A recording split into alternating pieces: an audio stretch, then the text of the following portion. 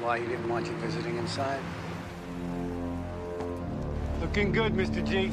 He's right. You look great.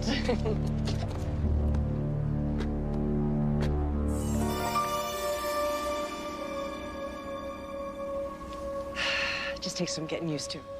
Eddie, thanks for taking care of my little girl for the last 20 years. It's the least I could do, Mr. G. So how's my business in Atlantic City? Oh, we're moving into California. Yeah, a lot has changed since you've been away. We need to expand the business, take out new territory. And whose idea was that? Mine. We took the liberty of buying you a new car. Way to use the navigation system. And check this out, Mr. G. Remote ignition. We had the boys put it in special for you down at the garage. It's great for quick getaways. You think I'm running, Eddie? I think my father deserves the best. We also rented you a house. Ah, you're gonna love it, Dad. Right on the beach in Malibu. I'm not retiring. Moving west is good business. Better be. Because it's my business now. Dion. Hi, Dion. I'm Dr. Amanda Bentley. Sure.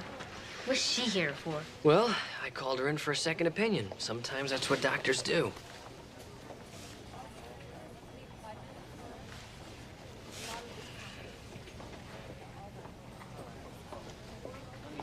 I tell you what, as the doctor who set that arm, I'm going to be the first one to sign that cast, all right? What do you say? I broke my arm. Why is she looking at my leg? Why don't you ask me? I'm asking. Your leg was also broken, Dion.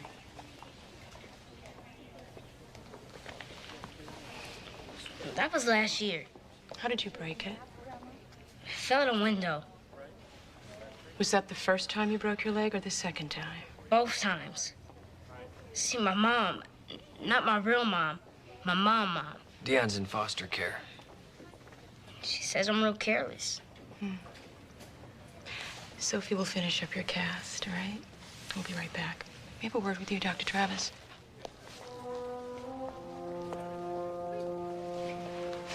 Do you think it's a coincidence that he's broken his leg twice? Not to mention the cigarette burns, the evidence of beatings. He's obviously an abused foster child. Who brought him in? His older stepbrother. I'd like to have a word with him. Excuse me.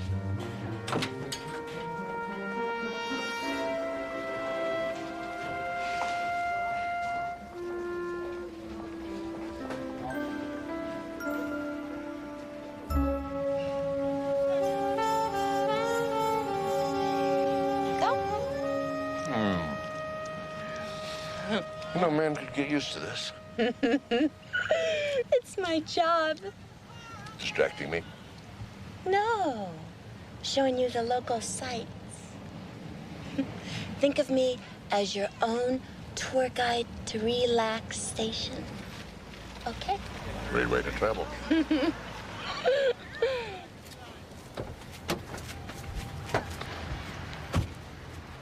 Choo-choo.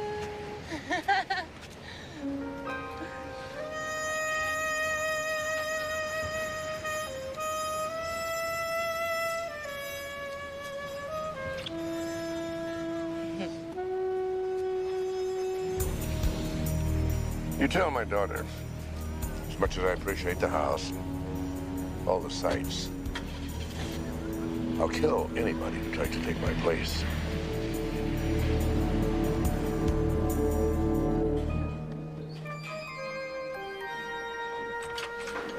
All set? Can I go home now? No, not just yet, Dion. I want to take some x-rays first. Jorge split, didn't. Now, is Jorge your brother? He's Walter and Betsy's real child. And Walter and Betsy would be your foster parents? Do you like them? They're okay. I want to go home now. Do you really? Yeah, really. Or is that because you're afraid of being thrown back into a group home? I just want to go home. Dion, listen to me. I understand what you're going through. You don't know nothing. Oh, but I do. I was once in a foster home myself as a child. You were a foster child? Yes. But you're a doctor. So?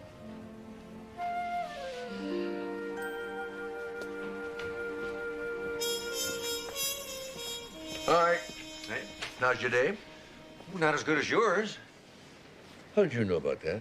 Well, I get around. That was some lunch you had. Yeah, I guess we did get a little carried away. Who is she?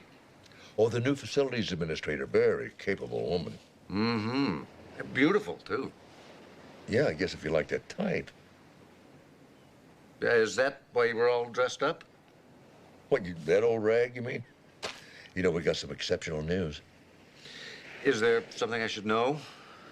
Can you keep a secret for a couple of days? Sure. The legislature voted to grant us our variance for the new wellness center. That's what you were celebrating? I imagine the governor will sign it next week. You upset? No. Should I be? Well, you know the wellness center is going to be the end of Ponyland. I know that was a big part of your childhood. Oh, I think I can deal with that, Dad. Just fine. What's for dinner? Oh, you still hungry?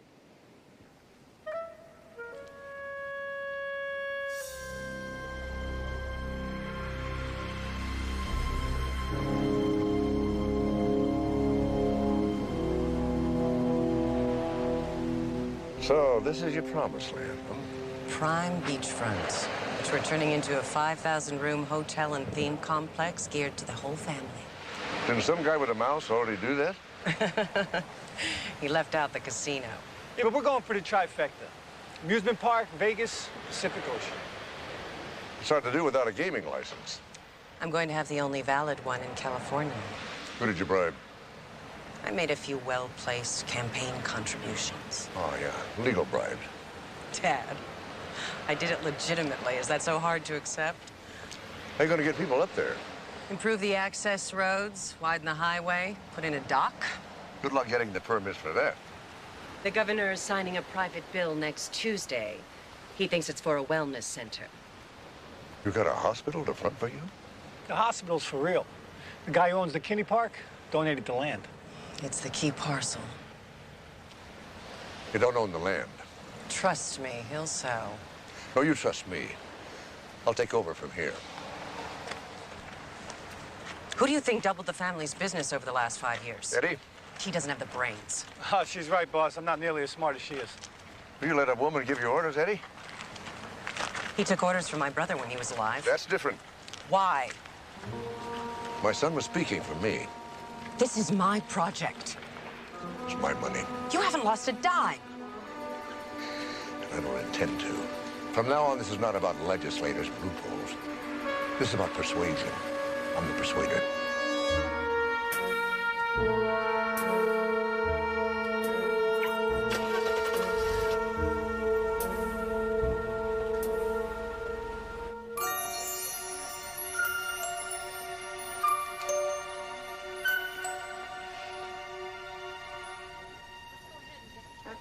I'm Emma Bornstein from the Department of Social Services. You called us. Oh, yeah, hi. I treated a client of yours, Dion Stone. Green stick fracture of the distal radius. Why don't you just sign the release form, and then we'll have the boy returned to his foster family. I'm afraid that's not possible. And you are? Dr. Bentley, I'm assisting Dr. Travis in this case. Dion's running a surprisingly high fever, and we're not authorized to release him at this time. Oh, well, I thought you called us. Well, that's my fault. You see, his fever started spiking just 10 minutes ago when I was returning the paperwork. Oh. Well, okay. I have some other business at the hospital. But next time, don't call us till you're ready to release. Okay? Why didn't you tell me Dion had a fever? Jesse, he doesn't. I was just trying to buy some time. Jesse, the x-rays show multiple areas of callus indicating old fractures of the ulna. So, you were right. This is an abusive situation. We've got to tell them. They'll start an investigation. Exactly. Jesse, it takes a minimum of 72 hours to conduct an investigation, during which Dion could be returned to his foster parents or thrown into a group home. And that's exactly how an already abused child ends up dead. Not if I have anything to do with it. If they'd kept him in prison for only one more year, I wouldn't be having these problems. It's the first time I've heard a daughter wishing her father stayed in jail. Jail's where he's been most of my life. I thought he never let you visit. He didn't. We'd get phone calls, 20 minutes for the heir apparent, and then a quick listen to your brother, princess, to me. You still want his approval? Now, I've been running the business since my brother died. I'm not going to let my father take that away. As your advisor, I'd have to say that if you want to keep it, you have to stand up to him. My brother tried that. He's dead now. You really think your father killed his own son? Yes. You really believe that, Maya? It puts things in a very different light. Meaning? Either you fold your hand and let your father run things. Or? You do what needs to be done. Meaning? What needs to be done.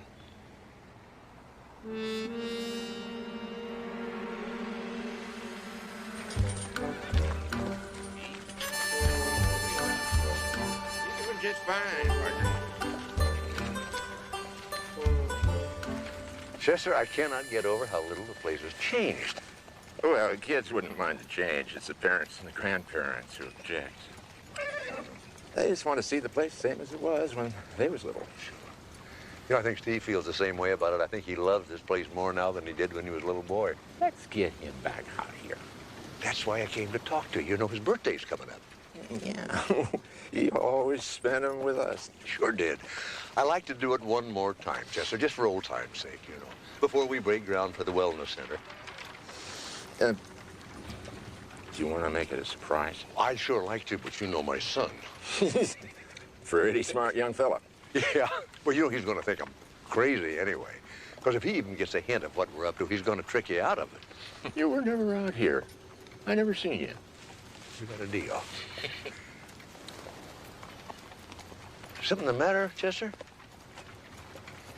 Well, do you really believe that this is the best possible place for that wellness center?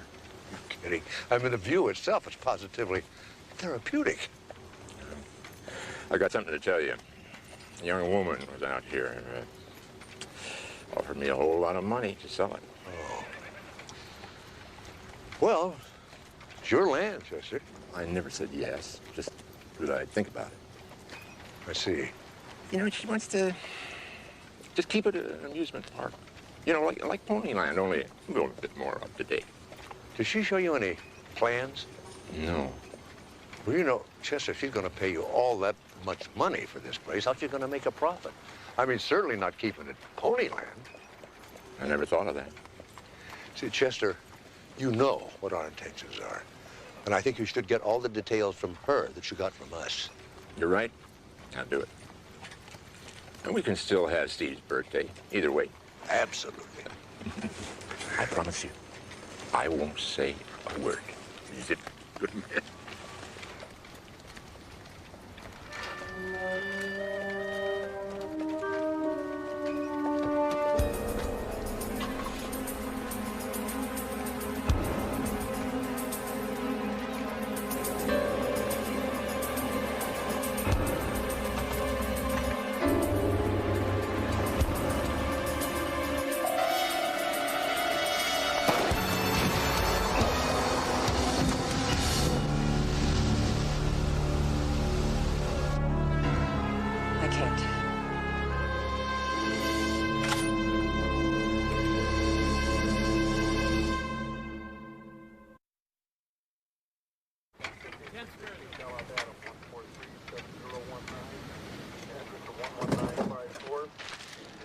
take that and the tire back to the station, log them in. Did you find anything? A couple of blurred footprints and some disturbed vegetation, but nothing I could call a lead. You know, this land's posted. Nobody's supposed to be shooting up here. If it was an accident, they would have made sure you were okay. Yeah. You have any idea why someone would be shooting at you? Well, not recently. You know, somebody I convicted maybe has happened before. I already started checking. So far, there's nobody with that kind of grudge that's been released in the past year. Yeah, that's just a temporary, you know. Yeah, I'll change as soon as I get back. You know, maybe the guy just got scared and ran away when I got out of the car. Maybe, but I'd still be careful. Oh, I will. Come on, I know he was just here. And I'm telling you, I haven't seen him. Chester, I just left my dad. Well, I can't tell you who you just left, but I can tell you who was here and who wasn't. Ah, this is about my birthday, isn't it? You having a birthday? Every year. When is it? I'll send you a card, just like I used to. Chester, this is not birthday business, it's police business. Steve, I've always had the utmost respect for you. Do you have any idea what kind of trouble you might get into using your official position to attempt to obtain personal information? Look, all right, Chester. You don't want to talk to me, how about you talk to my dad? Sure, send him on out. I haven't seen him in years.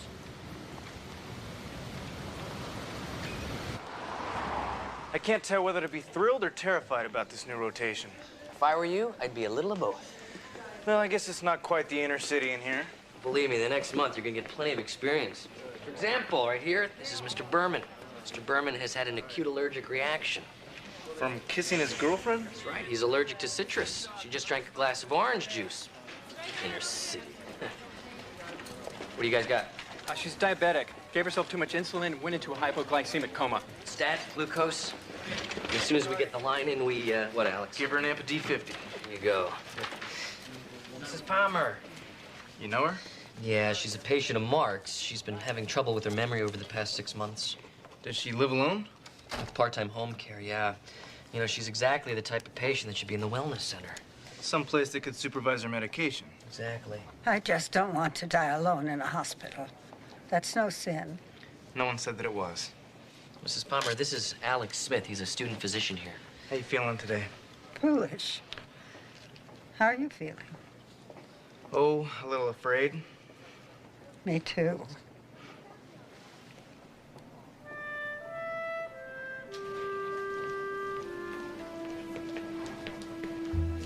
I'm not gonna let them take you back there.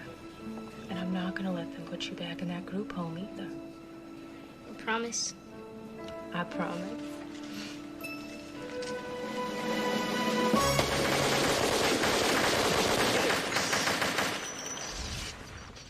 You want to reset that?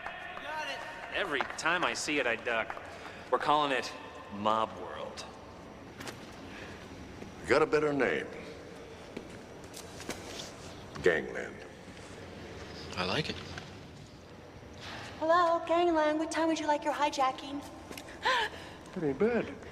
Not bad. This is primo techno, cutting-edge virtual reality, and what you've seen is only the demo. Players will be able to pick and choose from any city and period they like. Excuse me, may I make a suggestion? You can make any kind of suggestion you like, honey. Well, you should make it historical, like have a virtual reality St. Valentine's Day massacre. That's good. Murder Inc.'s a real classic, and since we're in LA, I mean, why don't we have Bugsy Siegel getting rubbed out in Beverly Hills? You really know your history, don't you? Yeah. You getting this down? Yes, every word. Oh, all right. Well, you have to have Joey Gallo getting hit right outside of Umberto's Clam House, and you most definitely have to recreate Paul Castellano's most unfortunate encounter with John Gotti right outside of Sparks Steakhouse. Can you do that? We can do anything. Well, you made a believer out of me. It was your daughter's idea. Well, that's right. Tricia, you should give credit where credit's due. What do I need credit for? You don't. What you've got to do is break ground and fast. Yeah, competition's incredible. There are at least a dozen other companies. I mean, don't get me wrong, we are the best. Best is no good unless you're first. Exactly. Want to pay the old man a little visit? You don't have to. Hey, you don't be telling You went anyone. out there already. No, I didn't. Don't lie to me.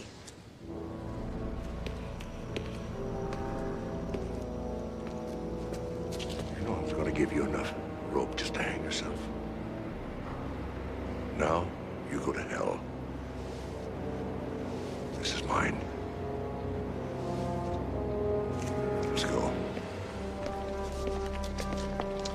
Could I just talk to you about some details?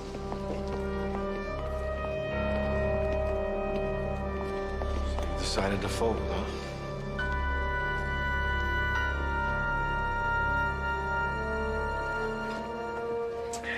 Boy, I tell you, that Dion is a completely different kid when he's around you. Thanks. We understand each other. Yeah, it's like you guys had an instant bond. That's because we've been through some of the same things. What are you talking about? Your parents are great. Yeah, I was lucky. You know what they say, you can't choose your parents. Actually, my parents chose me. What? Jesse, I was a foster child myself. Why didn't you ever tell me? Well, I haven't told a lot of people. You know, it's not that I'm embarrassed about it. It's just not something you go around just telling anybody. Wow. I mean, I thought you had it easy the whole time.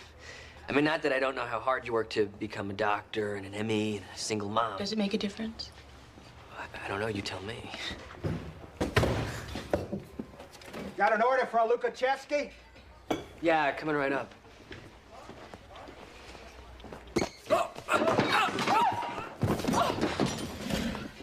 My leg! Oh! Jesse, call the paramedics!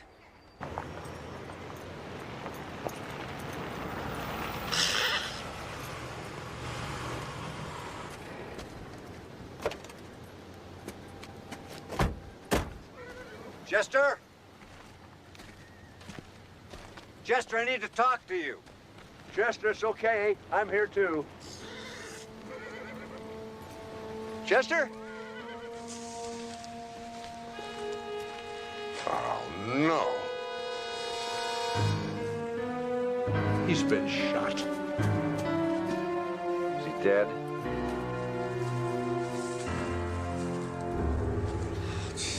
Why would anybody kill Chester Chumley? I'd hate to think it was to stop him from donating the property. What are you talking about? Well, it turns out Community General wasn't the only party interested in this land.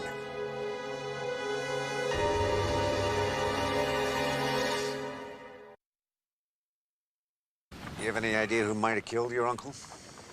None. Was he having a dispute with anyone? Insurance company, maybe, every time they raise the rates. Of course, when an insurance company wants to kill somebody, they don't use a gun. What about a business partner? Chester never had any. Women? If he had any of them, he kept it quiet. Who inherits? I do. The way I hear it, this has suddenly become a very valuable piece of property. You call me a suspect? I guess my job to ask questions, Lucas. Fine, ask.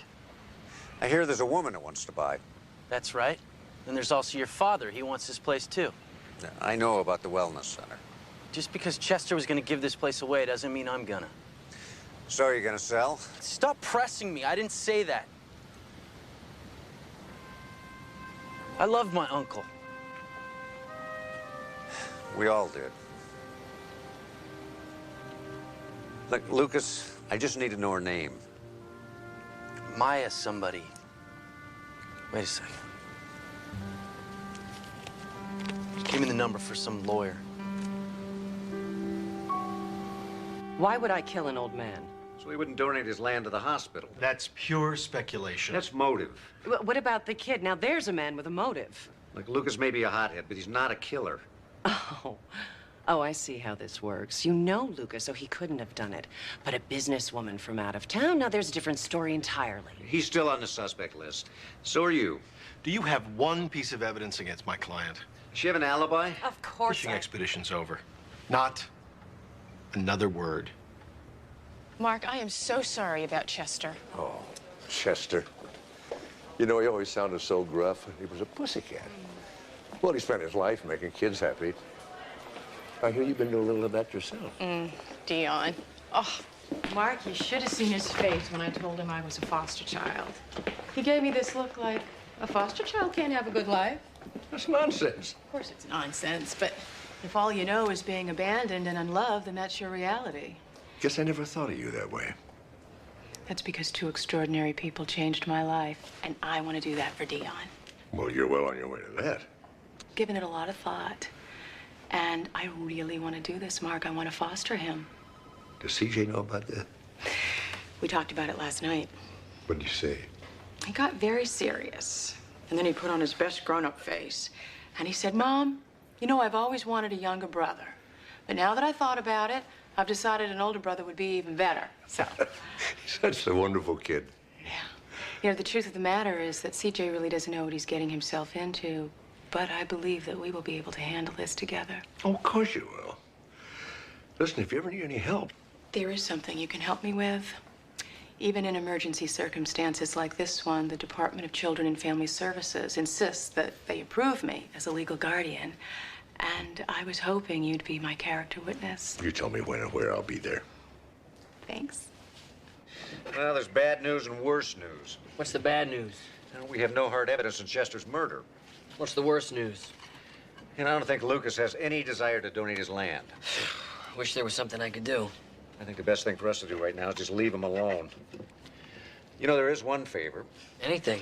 Except I'm not taking your turn cleaning that grill. You said anything. Remember the guy that fell in here? I'm telling you, Steve, that wasn't our fault. Yeah, my dad treated him. And he'll tell you that his blood alcohol level was 0.17. Look, he doesn't have to tell me anything. Our insurance adjuster was out here. You mind making sure that my dad has a conversation with him? Yeah, no problem. I mean, I do it myself, but you were here when it happened. Besides, I got a grill to clean.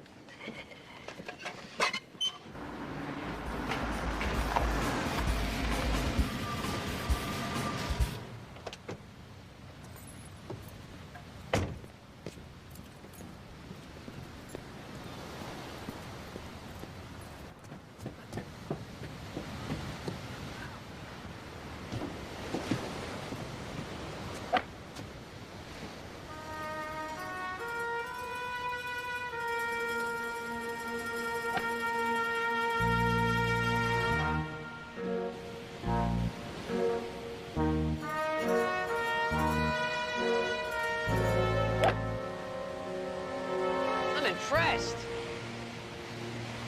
You're trying to flatter me? Nah, I'm just admiring your swing. Not bad for a man who hasn't played in 20 years. Not bad at all. Well, you know what they say is like riding a bicycle. Once you have that stroke, you just fall right back into the rhythm again. Are you okay? You look... Give me a little room here, will you, Sand? The adjuster was out to see you. The adjuster? You know, about that little matter, which was not our fault. We didn't have anything to do with that. He wants to hear that from you. Personally? You're the man. The man does not go to the joint. No, he's gonna come to you. Then I got no problem. You sound funny. What? I said you sound funny. Why don't you go tell that to the adjuster? Why would I do that? You're his messenger, aren't you?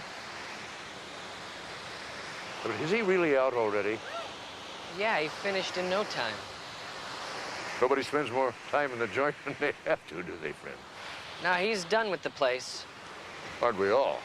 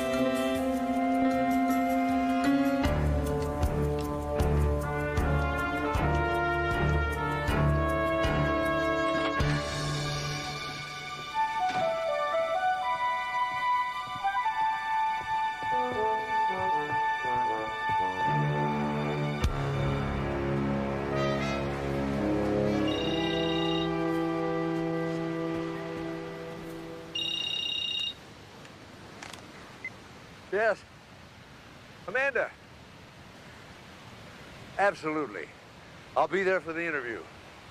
Tomorrow morning, 4th floor conference room, 10 o'clock. No, you don't have to remind me. I'll be there. All right. Bye.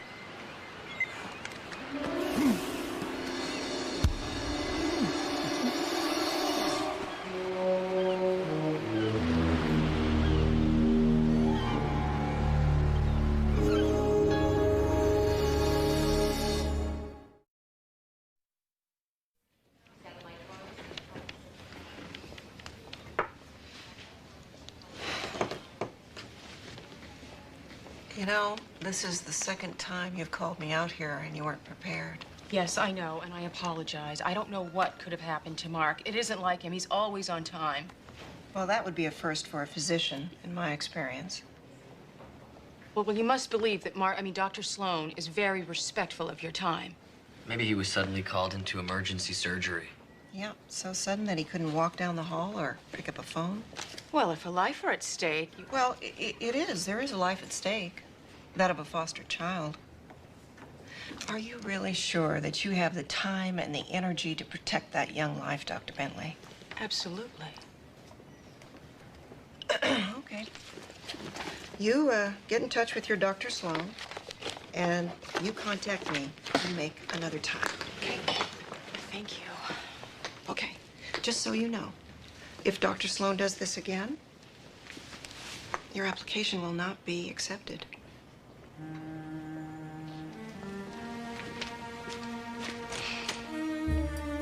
No, Amanda, I figured it was his day off. He's not in a house, but his car's in the driveway. Thought he might have been out on the beach. All right, Amanda, let me call you back, okay?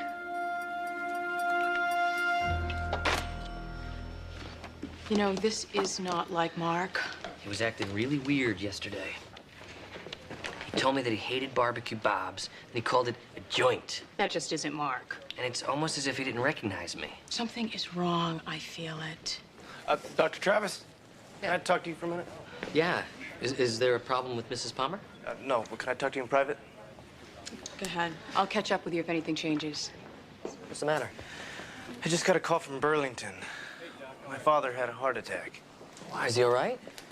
So far, so good. It's so typical.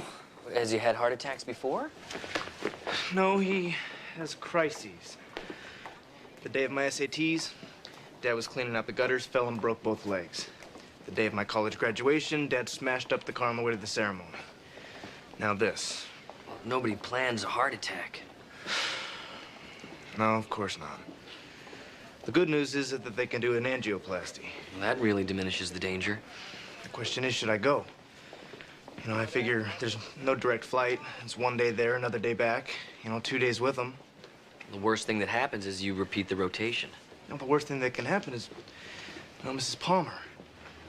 You know, I kind of feel like she's my first real patient, you know? Like I'm kind of responsible. Look, you've been really great with Mrs. Palmer, but... I know she's Dr. Sloan's patient. But he doesn't have the time that I do. Listen, it's your decision. I promised her that I would be there and look in on her every day.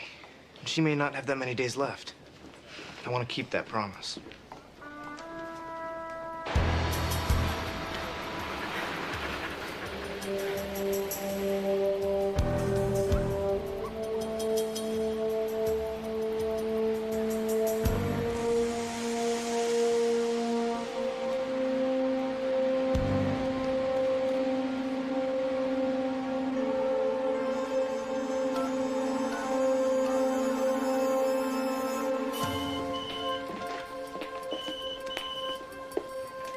Mark?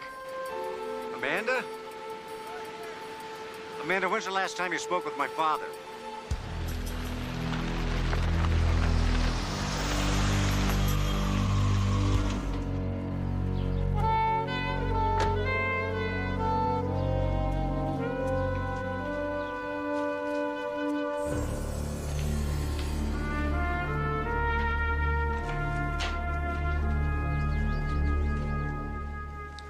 Step outside a minute, okay?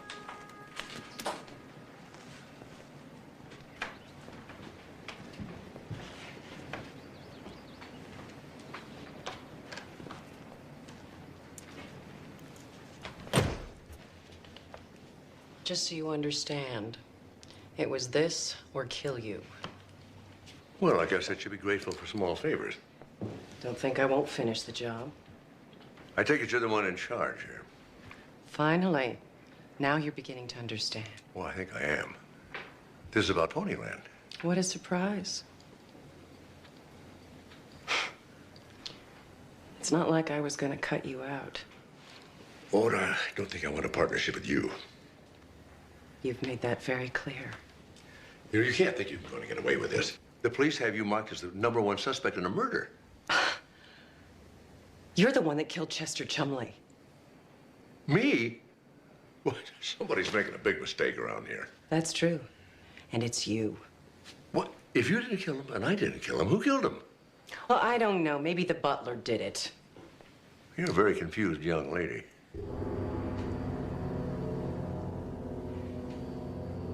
Sometimes I wish I could kill you. I really do.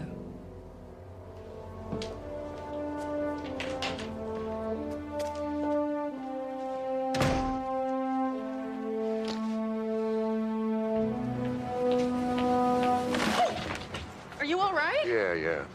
Well, what happened? Nothing yet. Did you forget about this morning? What are you talking about? This morning I was hitting golf balls on the beach. Golf balls? I told them you had a medical emergency. Do I look sick to you? No, you look just fine. You're the one with the problem. You know, I don't think I know you anymore. You never did.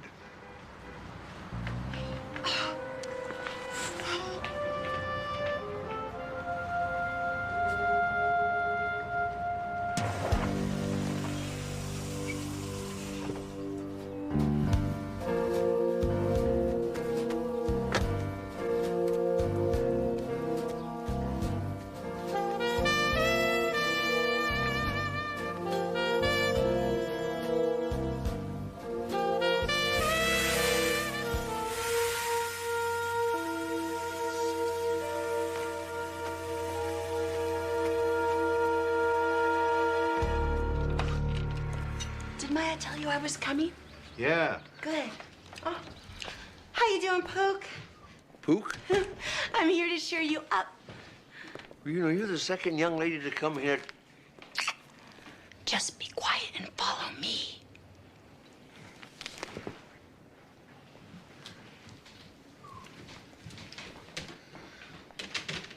Boss gets kidnapped. He gets a package. You or me would be shot.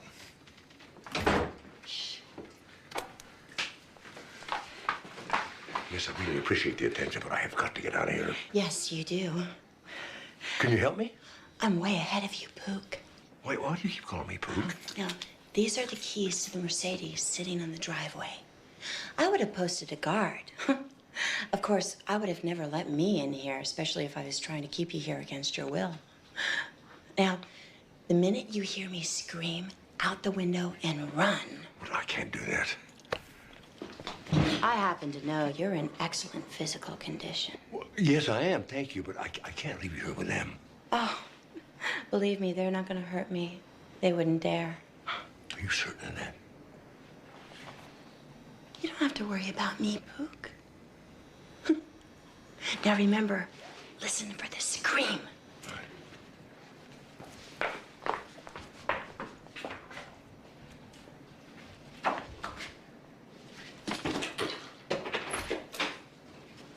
Okay, hold that thought, Pookie.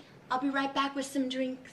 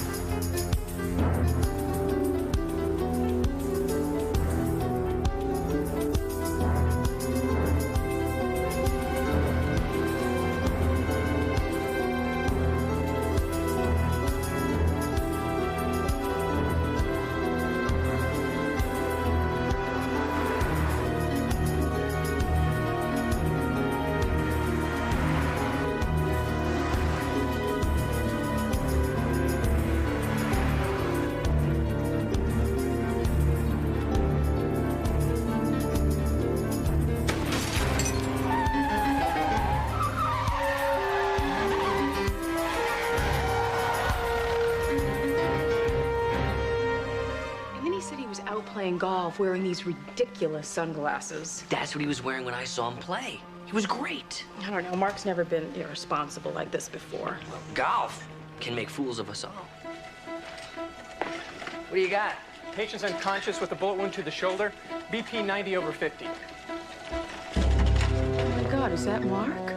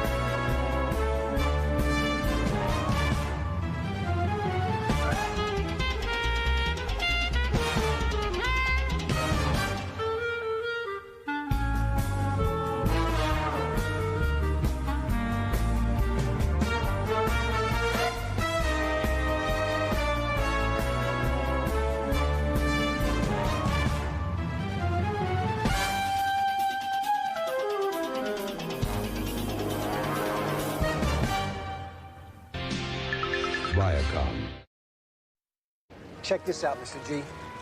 So, this is your promised land, huh? Prime beachfront, which we're turning into a 5,000-room hotel and theme complex geared to the whole family.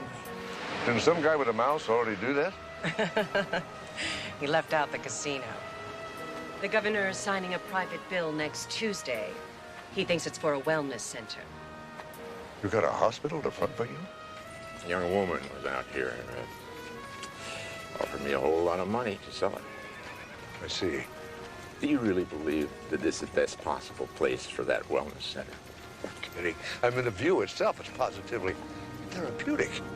If they'd kept him in prison for only one more year, I wouldn't be having these problems. You really think your father killed his own son? Yes. You know, this is not like Mark. He was acting really weird yesterday. He told me that he hated barbecue Bob's, and he called it a joint. That just isn't Mark. And it's almost as if he didn't recognize me. Something is wrong, I feel it.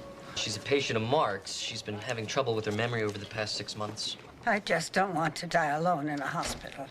This is my project. It's my money, You haven't lost a dime. and I don't intend to. From now on, this is not about legislators and loopholes. This is about persuasion. I'm the persuader. Either you fold your hand and let your father run things, or you do what needs to be done.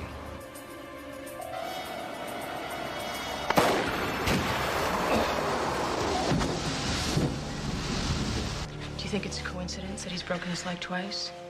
Not to mention the cigarette burns, the evidence of beatings. He's obviously an abused foster child. Why would anybody kill Chester Chumley? I'd hate to think it was to stop him from donating the property. Given it a lot of thought, and I want to foster him.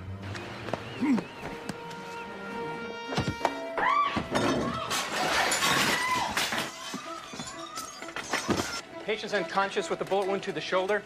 BP 90/50. Oh my God, is that Mark?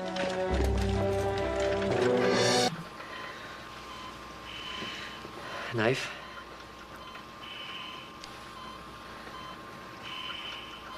Vital stable. Let's get the bullet out of there.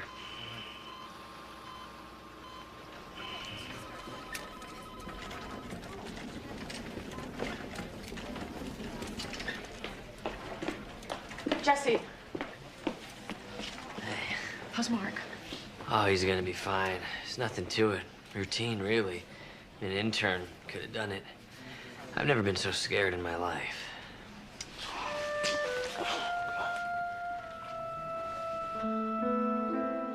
Mark, I was so mad at you, but I knew that you wouldn't just not show up unless there was an emergency.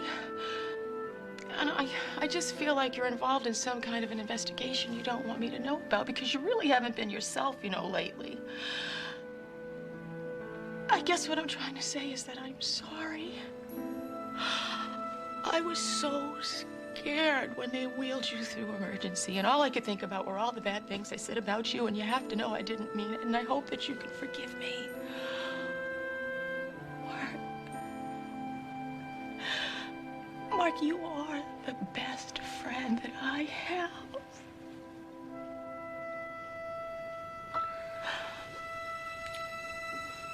Who are you?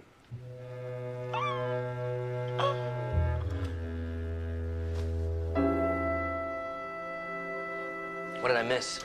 A semi-detached fingertip that I was able to suture, a woman who passed out with dehydration, and a 2-year-old with chickenpox. Sounds like you got everything under control. How's your dad? Good. Angioplasty went perfect, so it looks like I made the right decision. And she was convinced she'd kidnapped her own father. Just so I've got this straight. The woman who kidnapped you admitted she's after Ponyland, but denies shooting Chester? Yeah. She sounded smart, but she wasn't really. The one who was smart was the blonde. She was playing dumb, but she was very, very smart. She helped me escape.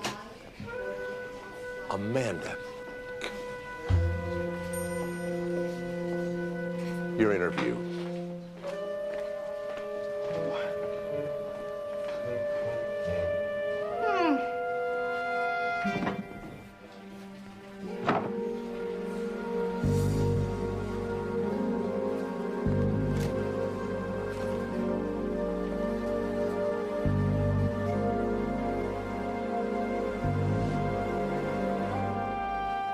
You don't happen to know who's trying to kill us, do you?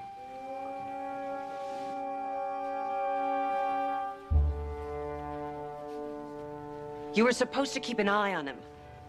My heel broke. I can't help it if my heel broke. Oh, sure it did, right after you handed him the keys to your Mercedes. He must have picked my pocket. I don't think that has pockets. The pocket in my bag, silly. You think this is romantic, don't you? You think this is some kind of gangster movie? Moll helps mobster escape daughter's lair. If you put it that way. Where? Is he all right? Is that about my father? If I could have just a little bit of quiet. Say it again. Thank you. Your father's been shot. You see what you've done? Is he dead? No, he'll pull through fine. You didn't even ask. I shouldn't be the one to ask. Finally get to meet my doppelganger, and it turns out to be John Gotti. Why couldn't it have been another Mozart or a Picasso or somebody? Well, I guess you can't choose your double any more than you can choose your parents. What's that supposed to mean? Oh, nothing. I'm happy with the one I have, thank you. You're welcome. At least we have a charge we can hold his daughter on. You gonna arrest her? Well, not yet, but kidnapping is pretty good leverage. You know, she seems to think that her father killed Chester. And you believed her? Well, let's just say I want one more chance to talk to my double. Okay, I'll have a nurse change that dressing. Otherwise, with plenty of fluids and bed rest, you'll be free to get out of here in a couple of days. Get the bullet out okay? You're very fortunate. A few millimeters either way could have hit an artery. Not the first time somebody tried to kill me. When you were wheeled in here, I could have sworn you were Mark Sloan. When he walked through that door, I thought it was me. But then I noticed he's got a bigger nose. Well, you gotta understand what Mark means to people around here. Pretty good doctor, huh? It's the best. Yeah. What's his secret? Well, he listens to people.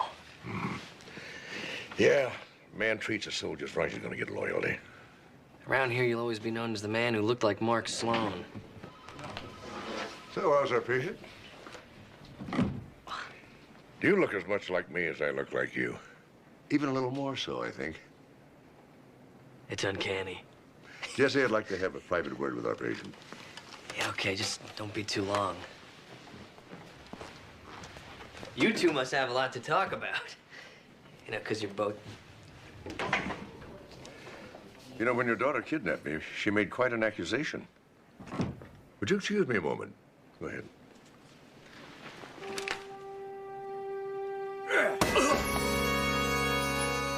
Sorry to do this to you, Doc. I got business to take care of. Like you said, somebody is trying to kill us. And I don't plan on them finding me here.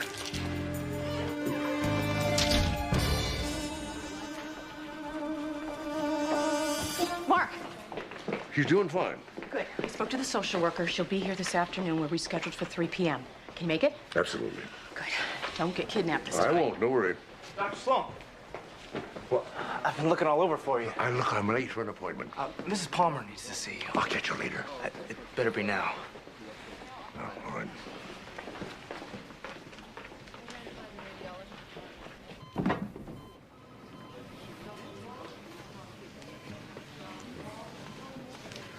Well, she's asleep. No, I'm not. Just leave us alone for a moment. Of course.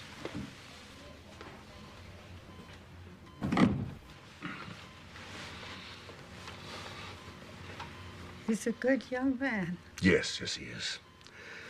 How are you, my dear? Dying. Oh, don't say that. You know it's true. Is there anything I can do to make you more comfortable? You're doing it. I'm a silly old lady, I know. Oh, not silly. Perhaps you could tell me what is this bothering you? I'm afraid. I'm afraid there's nothing I can prescribe to cure that. And I wouldn't want you to. I'm only going to die once. Better to look it straight in the face. My sentiments exactly. You have so many friends, Mark. You don't know what it's like to outlive every one of them. You still have one friend. I don't want to die alone. You're not alone. Not as long as I'm here. Thank you. You're such a good man. You don't know what a comfort you are.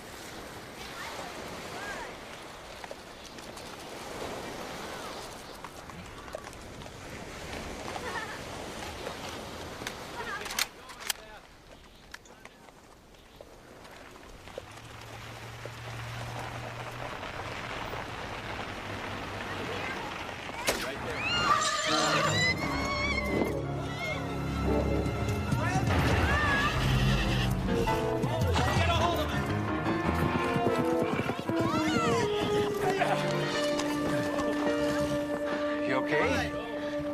Crazy pony.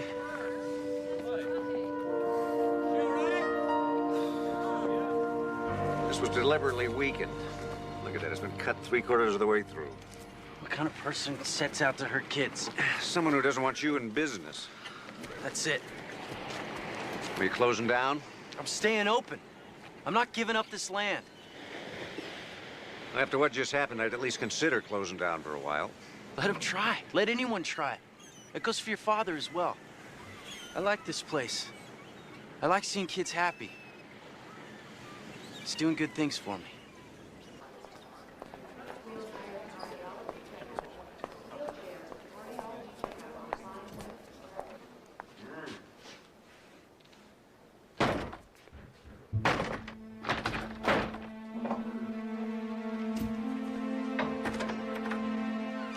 Dad! Oh, no, he's born, okay. Oh, he's dead.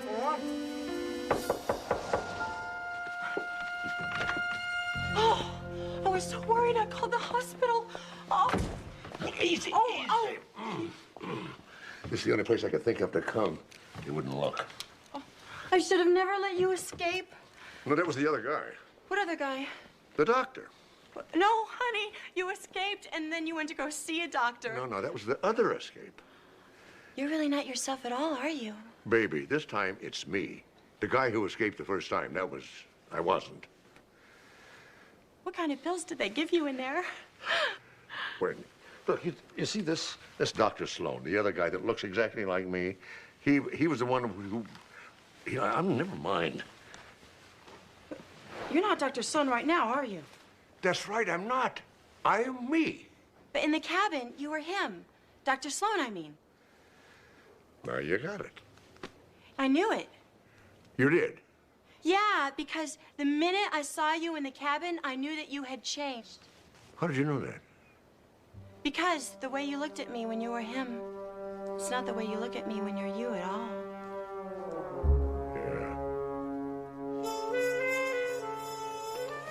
My client doesn't wish to speak with you. She wasn't exactly forthcoming last time. That's her privilege. Why didn't one of you tell me who her father was? You didn't ask. She deliberately changed her name to hide the connection. She changed her name so she wouldn't be harassed by people like you. A good man was killed. A bad man was nearly killed, and my father was kidnapped. That wasn't a kidnapping. That was a misunderstanding. Well, that's 25 to life. For taking her father to the country? Greg didn't want to take that trip any more than my father did. Will Greg testify to that in court? Oh, we need to change your dressing. Can you do that? Yes, I was a Girl Scout. We need bandages, disinfectant. Well, I have to go get this stuff. You stay right here. I feel better already. We're not gonna do anything until we change that dressing.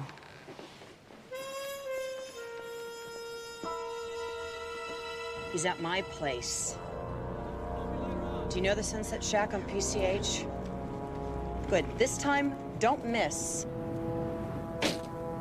And then I realized I'd done it again. I thought I told you about the interview, but I told him. Dr. Bentley. Miss Bornstein, I'm so glad you're still here. I'm Dr. Sloan. Oh, in the flesh. I know I have some explaining to do. The other day I was kidnapped. And how about this afternoon? Were you kidnapped today, too? No, this morning I was knocked out, tied up, and I was locked in a closet. Wow.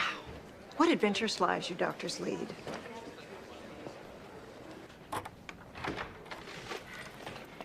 You get everything? Yeah, I even picked up your car. The window's fixed. Good. You're not gonna be mad at me, are you? What did you do? I made a phone call. Oh, great. I'm in the one safe place, and now I'm not. Who? Who did you call? Your daughter? She's very, very upset, and she deserves to know that you're okay. Tell me what you said exactly.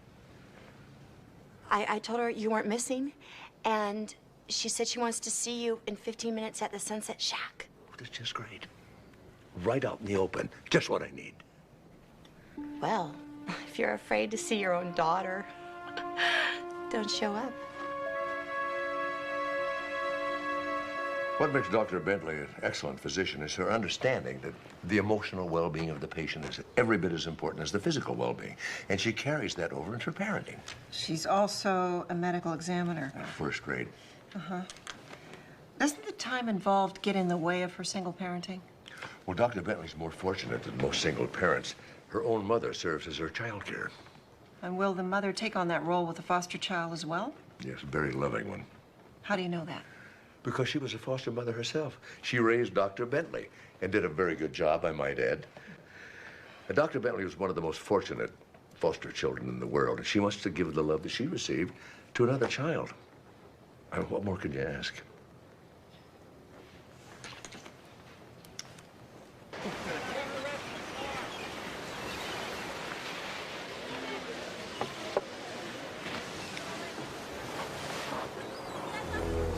She's not coming. Oh, God, come on, guys. You're not going to make the same mistake again. I'm Dr. Sloan. Look, it says so right here. It's a nice disguise. Too bad it won't work.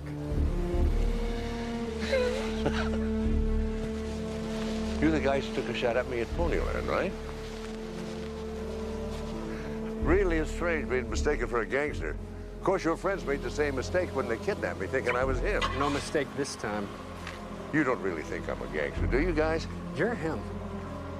Sure, I'm him, all right. I am Dr. Sloan. You do know who you're trying to kill, don't you? This is getting so confusing. I'm gonna shoot you, and I'm gonna go to the hospital. I'm gonna shoot him. Just a minute. Got a better idea. You get in the car. Keep your guns on me.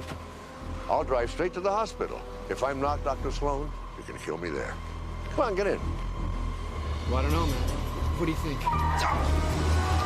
Damn!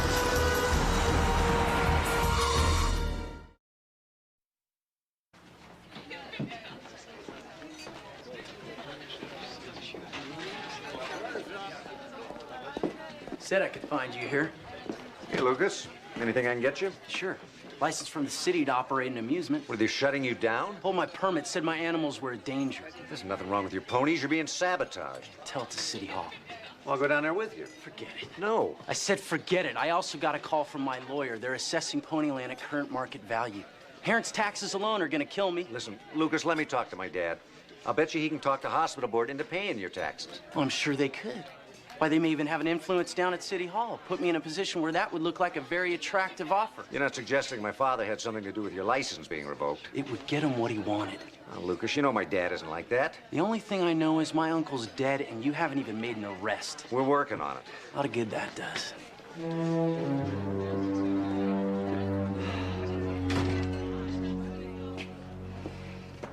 I don't know what you're so nervous about. I mean, she can't possibly turn you down. She can turn anybody down. Dr. Bentley. Miss Bornstein, please have a seat. Okay. Hello. Well, it certainly was one of the most unique inquiries I've ever conducted. Please tell me you have good news. Oh, I have no doubt that you'll make an excellent foster parent. Thank you. If I could just fill out the paperwork. Well, it's not going to be quite that simple. You just said she was acceptable. Yes, I did. Well, then what do you mean? I just got off the phone with Dion's current foster parents saying they want him back. What? They abused him. I'll testify to that in my professional capacity as a surgeon. For that, we need a judge. Then we'll get one. Okay, this is the way it will happen. We go to court. They begin an investigation. By then, Dion could be dead. You cannot put him back in that foster home. He needs love and a safe environment. Yes, so does every child. You know, in fact, I'm sure that we could find another boy just as lovely to place in your care. We're not talking about a pet that can be replaced. You can't do this. Dr. Travis, I asked the boy if his foster parents had abused him, and he said that they hadn't. Because he was too terrified to say anything else. Maybe so. Legally, I have no choice. I'm sorry. Sometimes I just hate my job.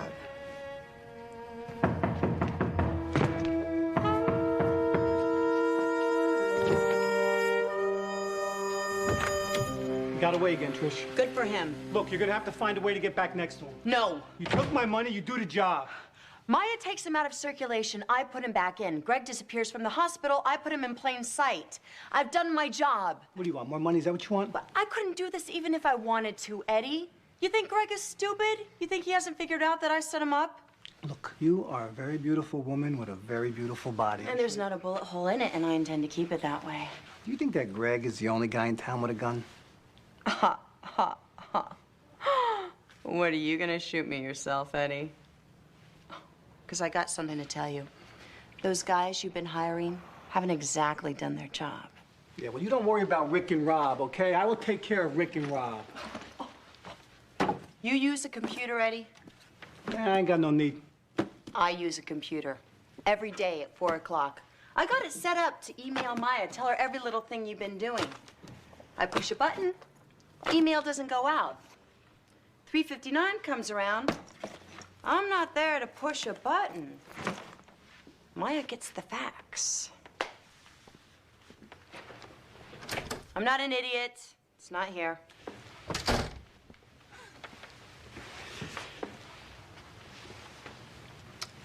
You're bluffing. You really want to take that chance, Eddie? No.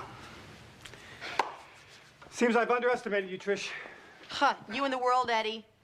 Only one person who didn't. Someone who treated me right. And who might that be? The doctor. And we hardly even kissed. Lab call station 2768. Lab call 2768. Alex?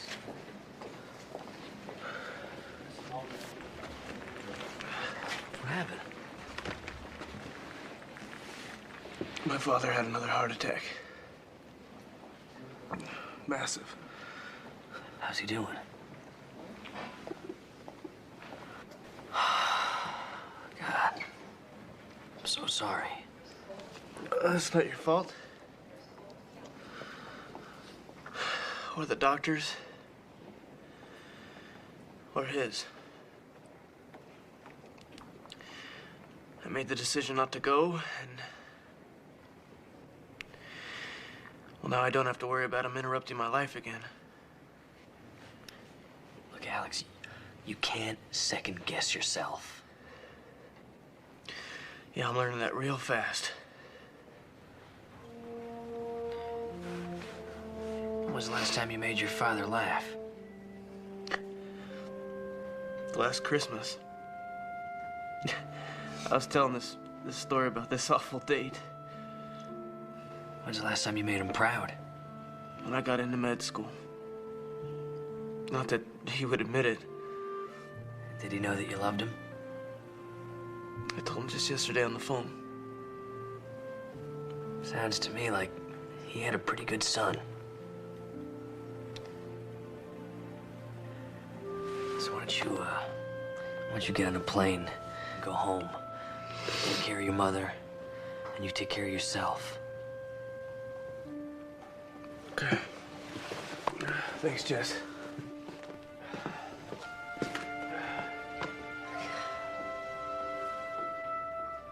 I don't want your money. You'd rather let the government seize the Government property. didn't kill my uncle. Neither did I. I don't believe you. Well, then why don't you call your friend, the detective? Go ahead. But before you do, I'm going to lay things out nice and simple. If the government seizes this property, they'll have an auction. Sell it to the highest bidder. So? That would be my father. The organized crime guy. Killing is just everyday business with him. I don't know what to do. Take my money. Live the rest of your life in comfort. I'm coming to you directly. I'm not hiding behind some corporation. If I'm guilty, the government seizes the property from me.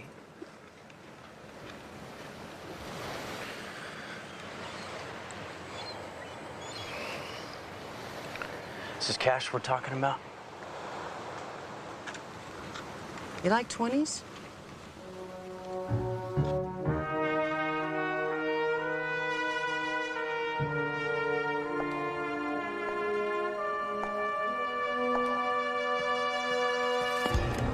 Don't even think about it.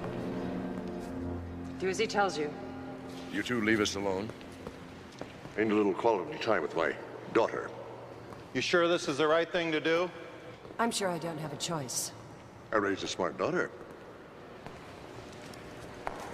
I take it you closed the deal. What are you gonna do with it? Build it. With whose money?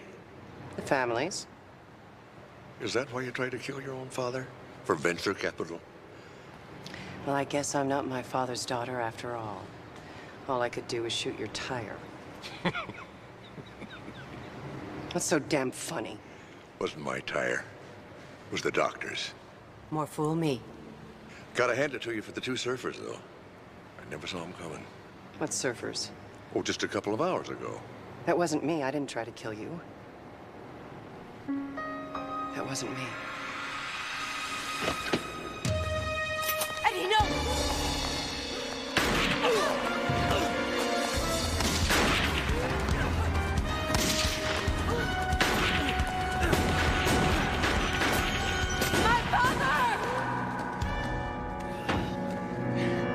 I knew it was him or you. Your family. Don't talk. Get the car!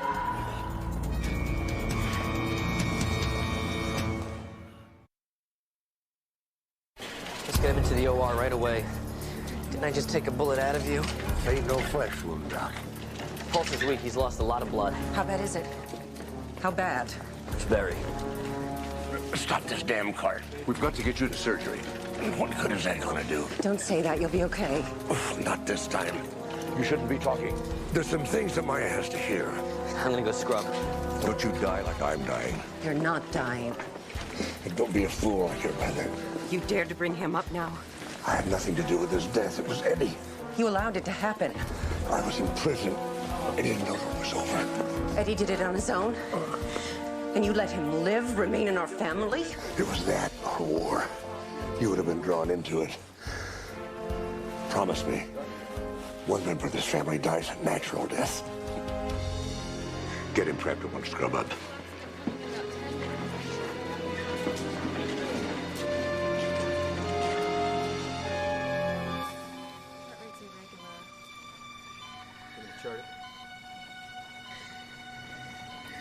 Hey, Doc Sloan, you with me? I'm right here. Dr. Travis will be performing the surgery. BP is 80/40. You know, there for a couple of hours, I was you. Don't worry, you'll be yourself in no time. No, I won't. I'll tell you something, though. People are always afraid of me. You they give respect. BP is falling, 65/25. I need 2 more units of whole blood. Let's pump some volume into him. Scalpel.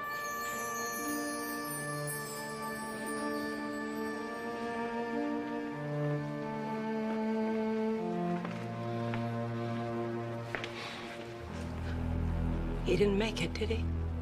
I'm sorry. We did everything we could.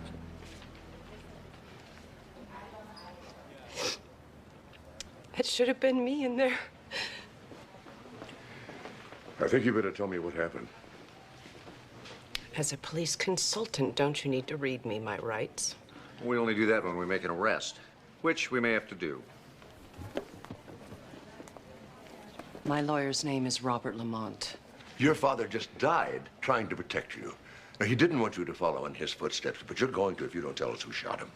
Well, that would be Eddie Michaels, longtime associate of my and her father's. Witnesses also placed Mr. Michaels in the vicinity of Ponyland when Chester Chumley was shot. You mean my father didn't kill Chester? We'll send a bullet that killed your father to ballistics. If it matches the one that killed Chester, I'd say Eddie's our man. We'll still need your testimony. I can't do that. He'll have me killed. Well, if you don't, he'll come after you himself. Damned if I do and damned if I don't.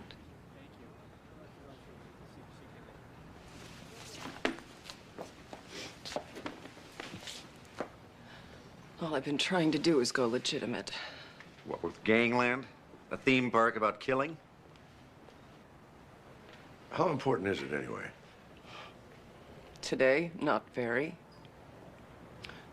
Yesterday, it was the most important thing in the world. You make it sound like it may never happen. You make it sound like you want to make a deal. We both have a problem here. I may have a solution. Try me. What if I could get Eddie without involving you publicly at all? And I wouldn't have to testify? He would never know you had anything to do with it. What do you want in return? I want Ponyland deeded over to this hospital. That's an expensive proposition. Well, whoever said legitimacy was cheap.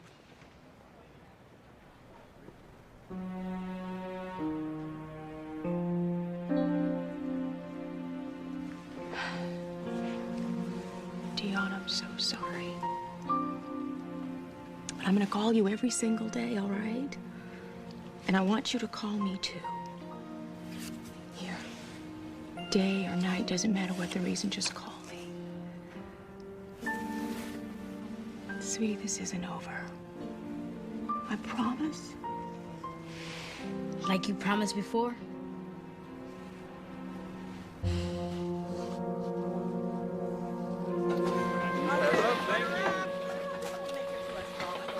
You have no right to do that. Right has nothing to do with it. I've been through the system. I know how it works. You think with all that's happened, the system would change? There's 500,000 kids in the system. They're barely able to survive. What are you gonna do? I'm gonna try to change the rules. How's that gonna help Dion? It doesn't. And right now, the rules say he has to go back. Well, if that's the case, why play by the rules?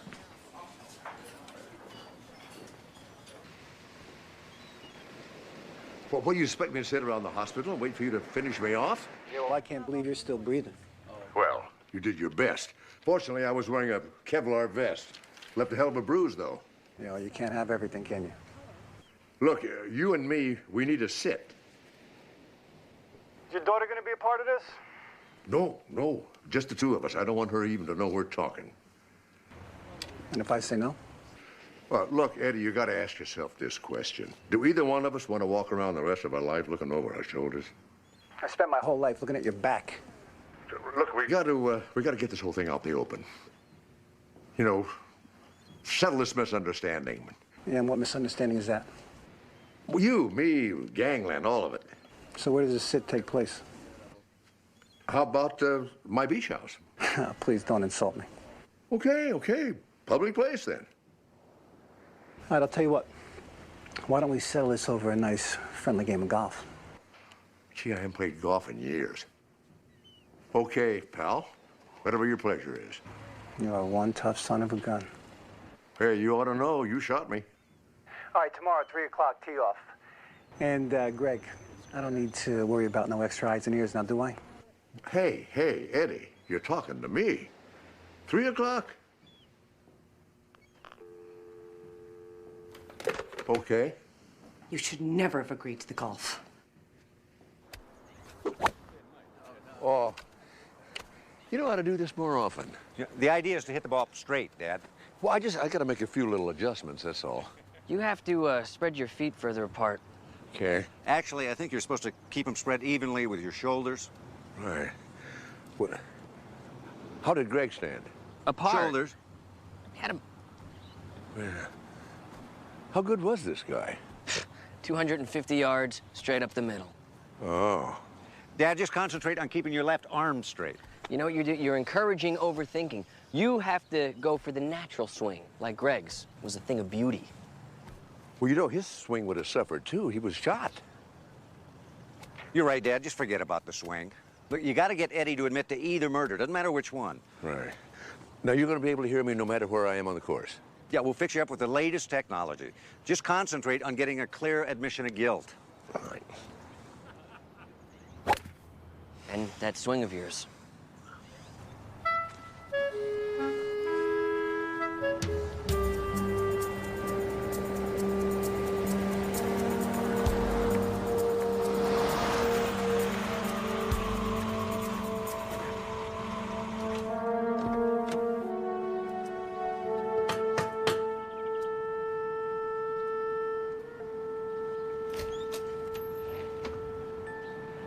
Hi, Dion.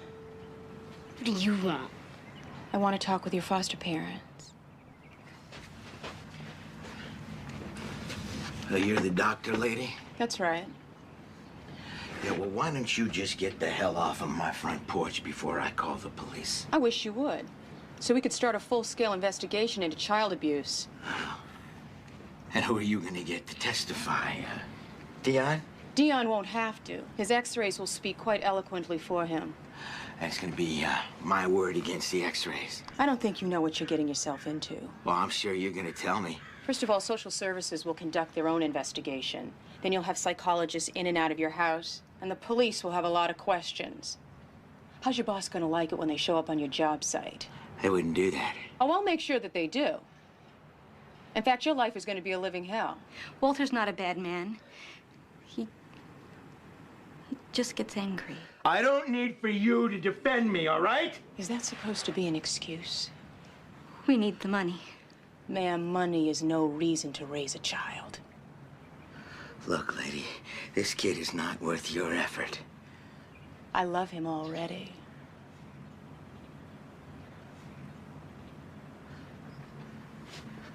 You know, the two of you are more trouble than it's worth.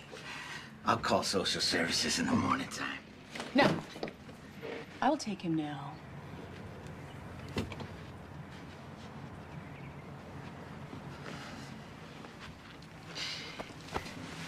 You take the stuff that you came with, and only the stuff you came with. You understand me?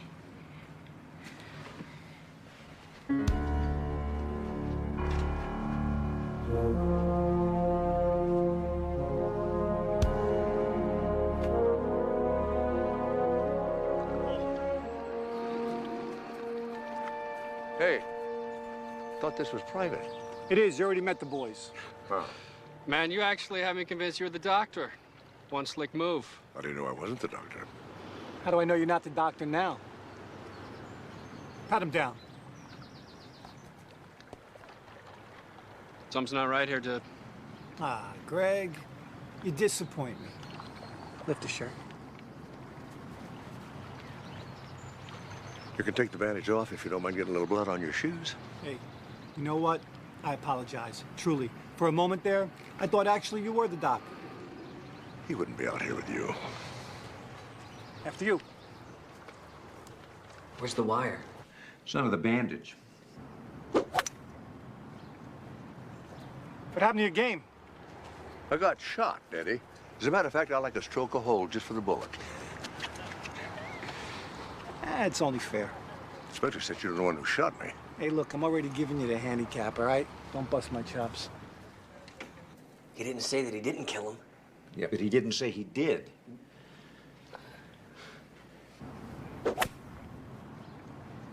Will you look at that?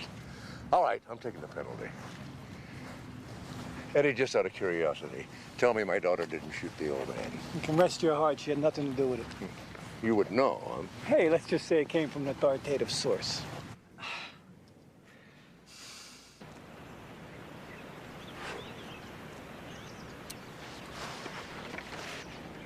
Look, she wants to go legit. Let her go legit. What she wants is all the gangland. Never gonna happen. Says who? Look, you shot the guy. You shot me. Now's no good time to go into a business venture. People are looking. Hey, not at me.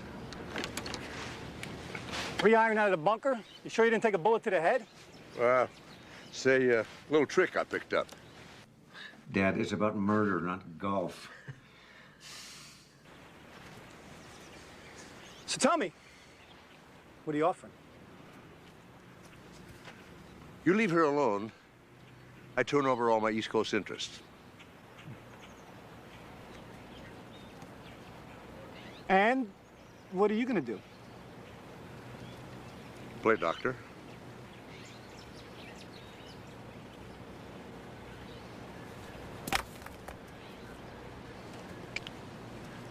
Sure can't play golf.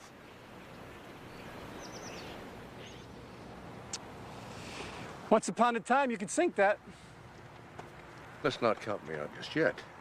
1000 says you're not the man I once knew. You're on.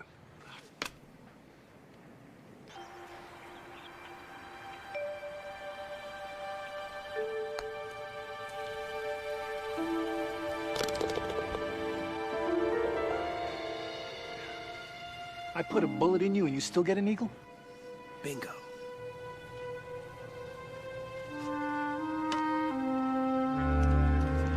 All right, we got him on tape. As soon as my father's clear, move in. Roger that.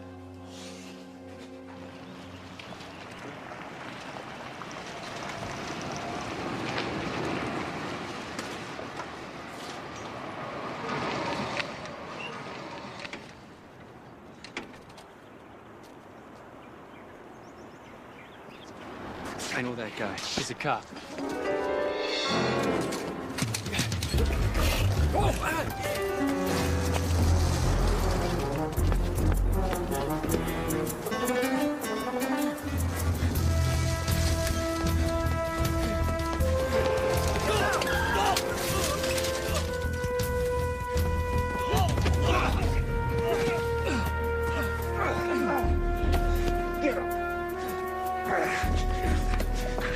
You're under arrest for murder. How could it be murder? I just played golf with the guy. That's my father. Who? The doctor.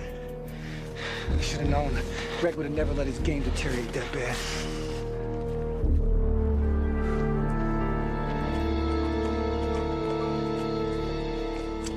So what happens to Maya? She goes free. Yeah, the only real damage she did was to my car. And she cooperated. The DA was willing to give her a second chance. Let's just hope she takes it. You know, I still can't figure out how you did it. Did what? Sunk that putt. The putt? That was easy. I just planted my feet shoulder width apart, concentrated on that swing, and I let my doppelganger do it. So you channeled Greg on the golf course? That was it. Just let him take the swing. Those two look like they're having a good time out there. Yep. You know, while you were playing golf with the gangsters, social services made it official. I'm gonna be Dion's foster mom. Oh, that's great. You know, CJ always wanted a brother, and I think Dion's gonna work out just fine. Oh, it will. Steve, you want to go right again? You have a little sore.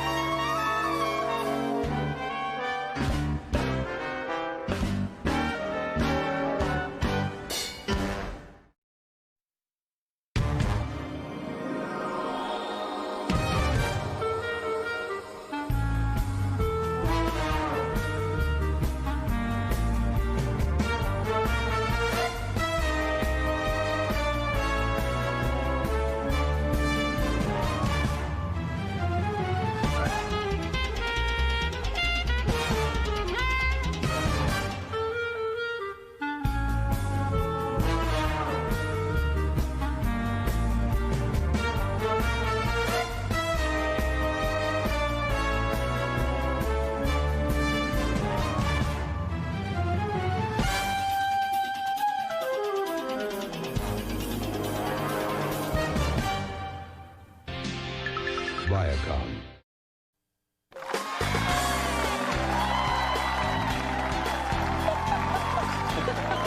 I can't believe you said that. Okay, no, wait. Denise, hold on. For everyone out there in America right now who may not know this, the three people that may not know this, you have a nationally syndicated radio talk show, right? Yeah, in 35 major markets, but, you know, who's counting? And you just throw it out there that you are desperately searching for your birth mother. Well, not desperate, but... How about pathetic? Pathetic is good, yes, pathetic. Okay, wait a minute. Let me get this straight. Anybody who knew her knew that she gave you up for adoption could just show up on her doorstep, right? Yeah, and your point is what? What about her right to privacy? Well, what about my right to know?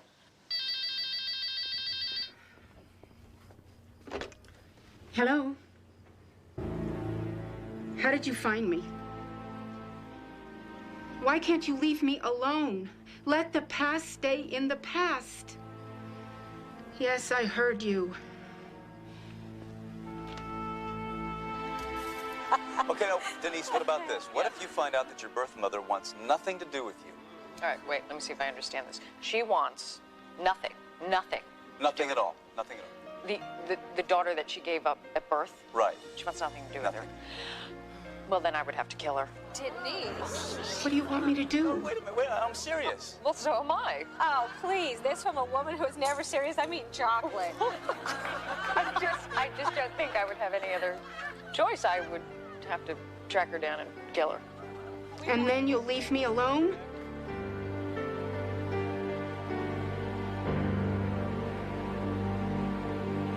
Jesse, I'd like to help you. I've got to be somewhere in 20 minutes, and with this traffic, I'm not likely to get out of the garage by then. Yeah, me too. You know, I gotta go pick up my mom at the airport in an hour. Oh, your mom? You must be thrilled she's coming to see you. Hey, getting back to the jacket's just off the top of your head. I think you should wear the one you like the best. And Jesse, trust me. Oh, hey, thanks a lot. You know, Jesse, I don't think your mother's gonna care what you wear. She's gonna be so happy to see you. You don't know my mom. She can be very opinionated. She's a little bossy, and she gets what she wants by being really, really nice. Oh, how terrible. Wear the blue one. Yeah. I'm late. And welcome back to the Denise Steiner Show. I am Denise Steiner, and this is my show, and don't you forget it. Remember, just because I'm conservative, people, doesn't mean I am not a sexy, sexy, girly thing. Ooh, sexy girl. Look who's just walked into the studio. My doctor and our guest for the next hour, Dr. Mark Sloan.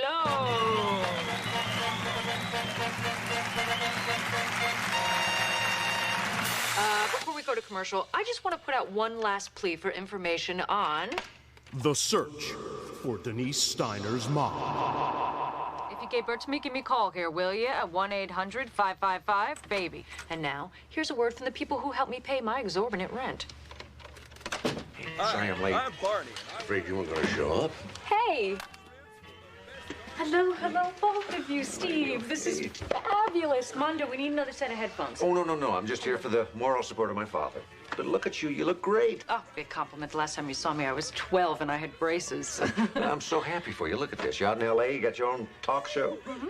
We're back in 10. Oh, okay. Why don't you guys take a seat, be comfortable. We'll start. Don't forget your headsets, guys. Okay, we are back with the handsome and debonair Dr. Mark Sloan, who has worked with the LAPD in catching many dastardly criminals, right? So, tell our loyal listeners, how did you get involved in murder and mayhem? Well, Denise, as you know, my son's a homicide detective. Yes, I do know that, and gorgeous, I might add. In fact, I'm seriously thinking about committing a crime just so he'll handcuff me. So, tell me, what is your secret? How do you go about catching a criminal? Well, you know, solving a crime is very much like making a medical diagnosis. You look for evidence, of course, and you try to put all the clues together. And then you go through the process, you know, sorting out things that don't seem to fit. And if you're lucky, you've got yourself a disease or a murder. Wow. I usually rely on dating to do that. Before we get into your mostly imaginary love life... Hey. There's a call on line 3. She says she's your mother. Oh, wow. This ought to be good. Yes, you were on the air with Denise. I was abandoned as an infant Steiner. Denise? Yes, you have 30 seconds to convince me you're my mom. Ready? Go. Oh, my. There's so much I want to tell you. Oh, sorry, you lose. Okay, let's get back to chatting with Dr. Sloan.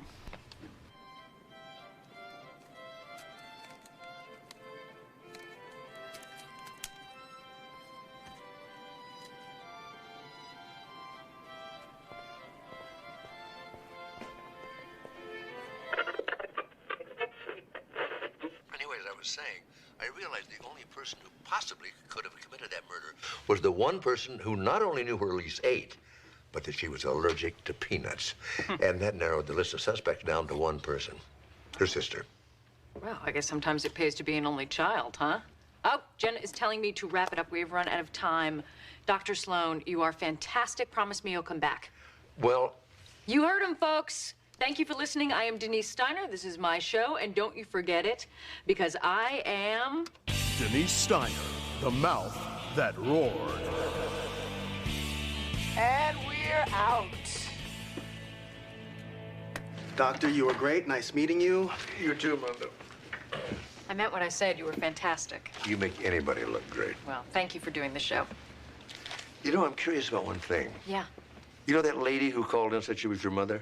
Oh, yeah, the 175th I'm Denise's mom call. Yeah, how did you know she was a phony? Oh, I don't know, just a feeling. Explain it to him, Steve. Well, I have no idea. You didn't let her get 2 words out. She just wanted her 15 minutes of fame. I promise you I will send her a I'm Denise's mom t-shirt and she'll be a big celebrity in her geriatrics yoga class. Dr. Sloan? Hi, Stephanie Miller. You probably recognize me from any one of my failed TV shows. Yes, I think so. I just heard you on Denise's show. You were great. Thank you. You know, I come on right after Denise. Back off. He's mine. Follow me, gentlemen. Nice to meet you. That woman gets on my last little nerve. Hey. Hey. You got a fax from that fakey mother caller, Joanne Lombardi? Ugh, no, send it to legal. No, you might want to take a look at this. So, is it true? Oh, well, part about the birthmark is true, and I did have a heart valve problem. It was corrected when I was 2, but I had it when I was born. It's kind of weird, isn't it? I mean, how would she know about something like that? Unless she really is your mom. Please, get real. I mean, this is just someone who knows I have a birthmark and a heart valve problem when I was born. I mean, There must be hundreds of people who know the two things I've never told anybody before in my life. You've never told anybody? Oh, well, except for you, of course, and Ricky Hawkins, my 5th grade boyfriend. Have you been talking, Mondo? No. I mean, except for that small little tiny ad I placed in the LA magazine. So are you gonna go and see her? Jesse never once told me what a fantastic hospital this is. I mean, honestly, I'm so impressed. Well, thank you. We're proud of it. What you people are doing here, it's like you're a field surgeon. You know, you're really getting in there and you're saving people's lives. You know, I never thought of it that way, but I think you're right. Well, of course, you know, my own practice is in a private hospital. You earn a lot more money, but you don't get anywhere near the challenging cases. Challenging is exactly how I would describe it. Challenging and rewarding. Well, I'm sure you've got good pension plans and vacation time. Oh, yes, of course. At St. Paul Memorial, they make us take 6 weeks off a year. 6 weeks? They make you? Or they fine us. Isn't that silly? I really wouldn't know what to do with 6 weeks off. No, me neither. Oh, trust me, it gets old fast. I mean, going to the opera, taking trips to Europe, writing those articles for the AMA Journal. Oh, it gets old fast. Exactly. Exactly.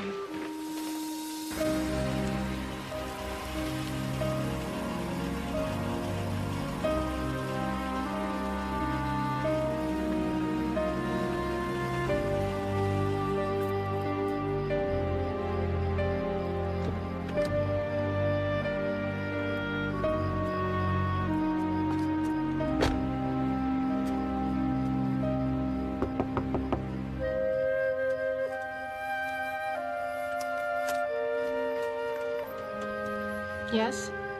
I'm looking for Joanne Lombardi. Oh, my God, Denise? It's you. Oh, wait. I can't believe it. Oh, let me look at you. Oh, my gosh. I can't believe it's really you. Can I come in? Oh, yes.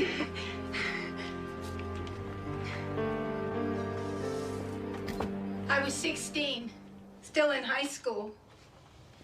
I was so afraid. It was different back then. I guess. I made this for you when I was pregnant. And then I couldn't give it to you because I was so ashamed. Oh, no, please, don't. They told me you were going with a good family. I was.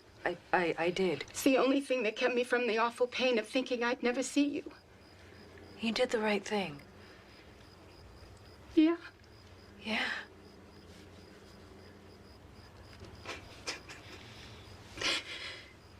You want a cup of tea? Yeah, okay, that would be nice. I have a lot of catching up to do.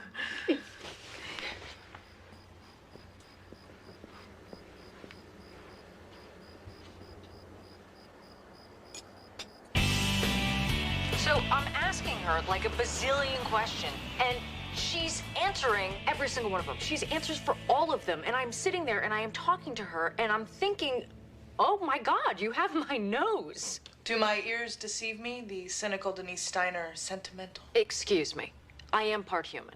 Okay, let's take a call. And it is Tara. You were on the Denise Steiner show. I had a package delivered to your studio. Did you get it? A package? Honey, I get 100 packages a day. All right. I get maybe 1 or 2. Okay, I don't get any. What? I sent it overnight, marked personal. Okay, I'll look. Well, here it is. Is this it? Yes, it's addressed to me, Denise Steiner. Open it. You know, before I do, I feel obligated, Tara, to ask you a question. Are you in any way related to the Unimama? Just open the package. Okay. Excuse me. In case you missed it, this is the Denise Steiner show, not the Nasty Woman Caller show. I decide what I do and what I don't do, okay? Hello? Hello? She hung up. She actually hung up just as I was gonna bucket her. You know what? I'm gonna do it anyway. This is for you, Tara.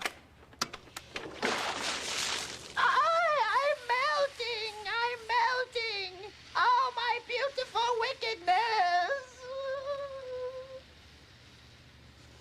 And we'll be right back after this.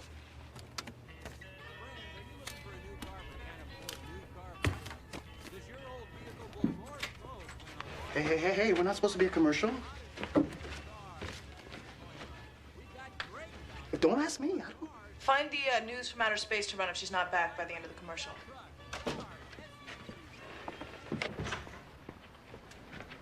Hey, yo, Denise.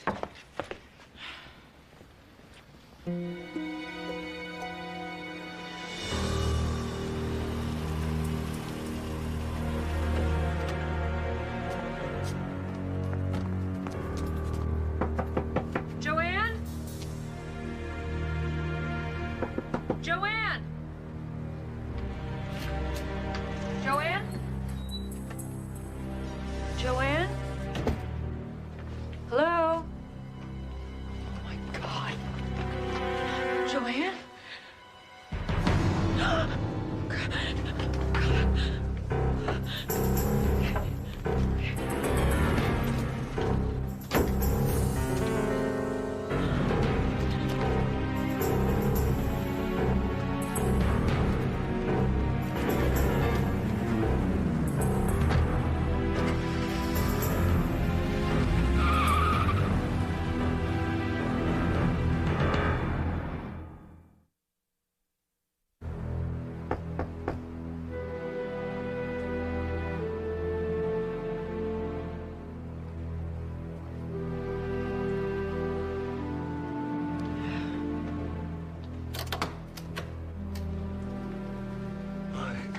Jen called me. Everybody's worried about you. You all right?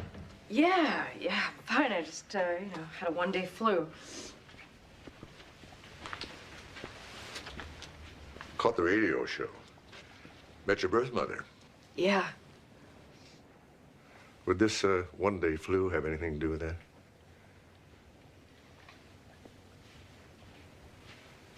What's the matter?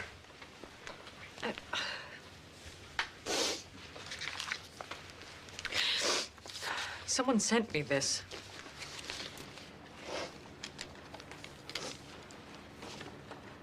She sold me. I was just merchandise. All that talk about how she didn't want to give me up and her pain was just Well, these are just newspaper articles. about buying babies. Well, nothing about you or her. Oh, look at this note. One of these babies was you. Ask her, she'll tell you. Now, anyone could have written this. Did you talk to her about it? No. What about your adoptive mother? Did you talk to her? Please, I haven't talked to her in 3 years. Look, I have to get dressed. I have to go to work. Honey, I'm not sure you're in any shape to go to work. I have to. I'll call you later, I promise. All right. Okay. We'll give you a ride. That would be great. Thank you.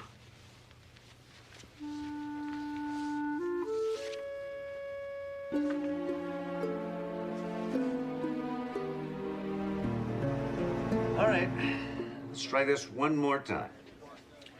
First, you said the woman had short, dark brown hair, and now you're saying it was long. I don't like the way these girls cut their hair these days, do you? I mean, I think a woman's hair is her crowning glory. Why chop it all off? Her hair should be long. Yes, well, you are certainly entitled to your opinion, but I need to know what the woman's hair looked like in reality. Can you tell me that? It should be long. All right, look, maybe we should just give this a rest. I'll drive you home. We can try it again tomorrow. Oh, I'd love to, but I have to be home by 2 for the guiding light. I used to be in pictures, you know. That doesn't surprise me. So today's topic will be people we'd rather see dead. How war and legal, we're bound to get sued.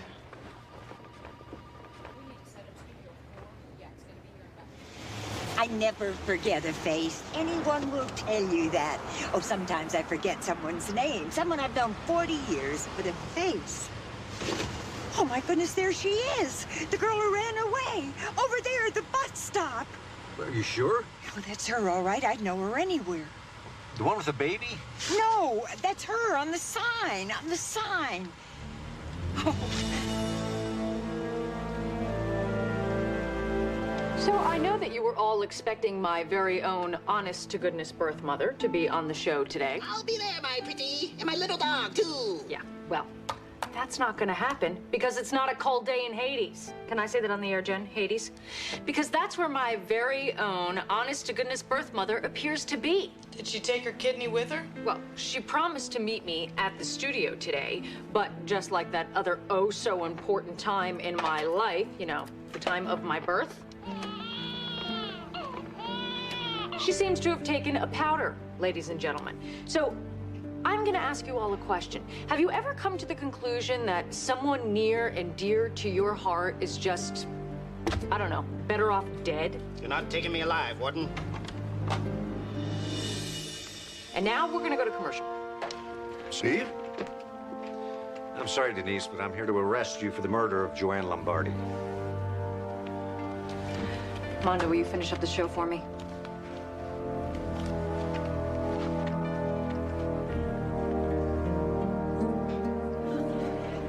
When Jesse said that he was investing in a barbecue place, I thought he was talking about some big old restaurant, you know, part of the chain. Oh, well, it is sort of small, but the ribs are delicious. Mm-hmm. No, well, what do you call the decor here? Primitive? Mrs. Travis, Jesse's accomplished an awful lot. Oh, I know. I'm really very proud of him. In fact, well, I was going to wait, but what the heck? I'm going to follow my son's example and throw caution to the wind here.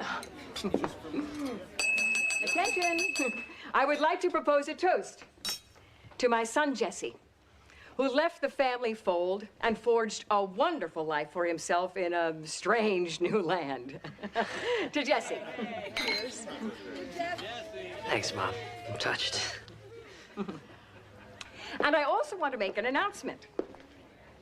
Now, I was going to talk to you about this alone, but seeing you here, surrounded by all these wonderful people who love you, well, I wanted you all to know that I am offering Jesse a full partnership in my practice back in Minneapolis, St. Paul. Mom. Now, don't forget, that also includes a 6-week paid vacation every year. Huh?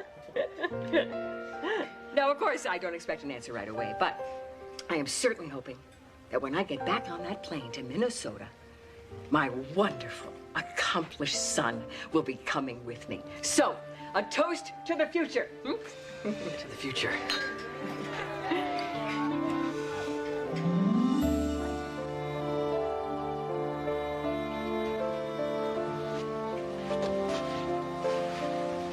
All right, this doesn't have to be all bad. I could do a remote broadcast from jail. Think of the ratings. They aren't gonna let you back on the air until after you've cleared your name. They're gonna give Stephanie Miller my time slot, aren't they? They wanted to. My life is over. No, but I convinced them to let Mark Sloan fill in just for a couple weeks. You did? Mm-hmm. You're a goddess. That's known. Denise, I have to ask. I didn't kill her. I didn't. So why did you run? Why didn't you call the police? I don't know. I don't know what I was thinking. All I know is that I said on national television that I would kill her, and then there she was, dead. I didn't know what else to do. I just ran, and then I thought if I said I hadn't seen her, who would know?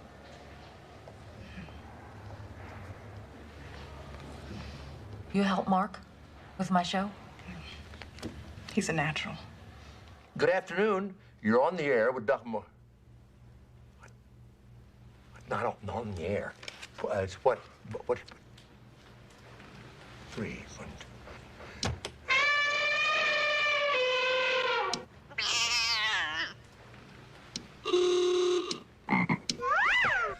Am I on now? That was dumb. I'm sorry.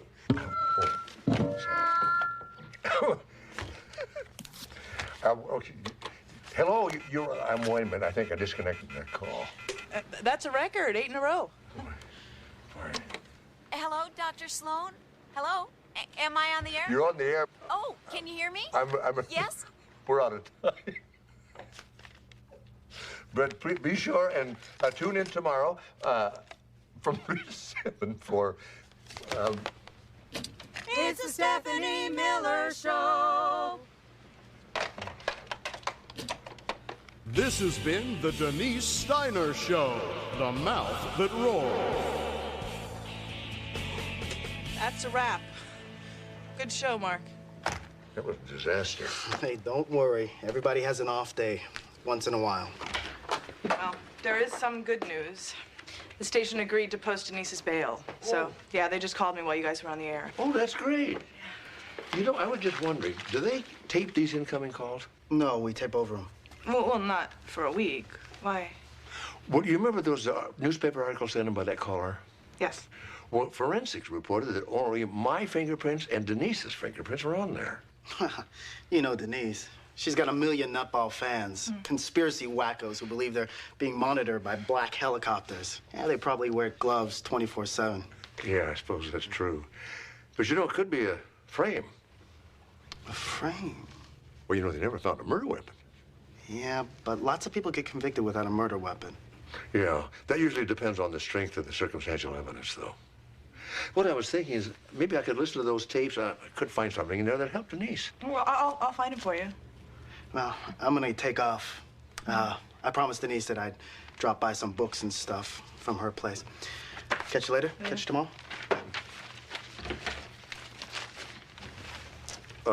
Mondo and Denise good friends, are they? Yeah, they used to date.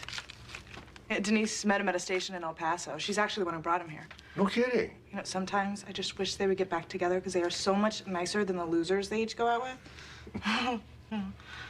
Oh, tapes. Yes, I'll get them for you. Thank you, Jen.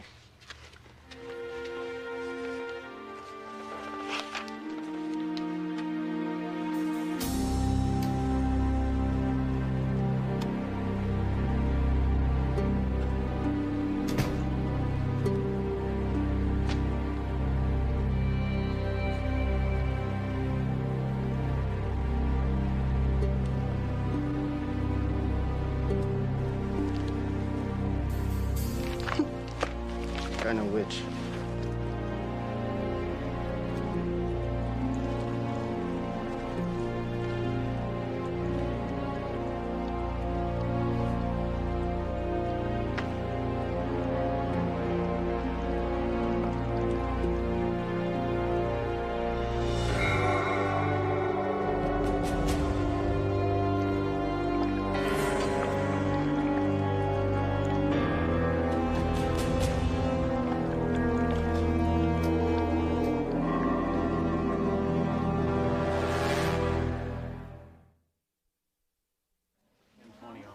Well-known shock jock, Denise Steiner, will be arraigned on charges of first-degree murder for the homicide of her birth mother, Joanne Lombardi. How did they get this stuff out so fast? I do not know.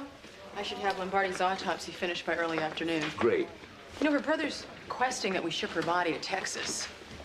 Texas? That's where she's from, El Paso. Hey, Dad, got your page. Hey, Amanda. Oh, Steve, good. Had the tape analyzed. What tape? You remember the woman caller who sent the newspaper articles to Denise? Yeah? Had a sound man run through it. Guess what he found? Nothing. Nothing.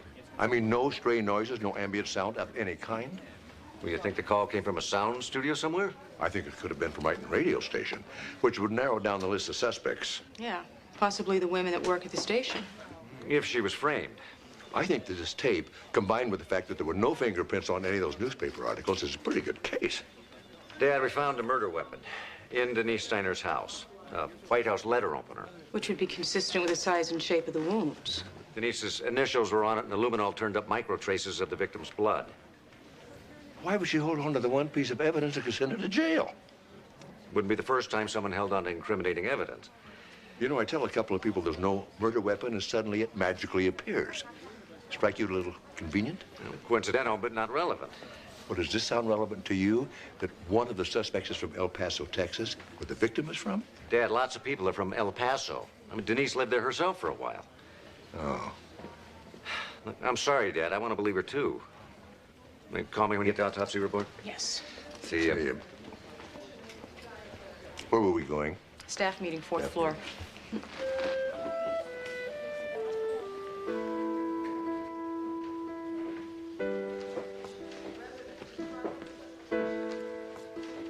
Jesse? Hey. You all right? Yeah, I was just waiting to talk to Mark. No, he just left. What? Yeah, he went to do the Denise Steiner show, but he'll be back in the morning.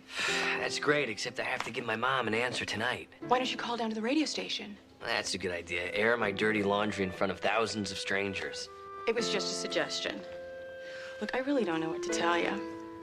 I'll see you tomorrow.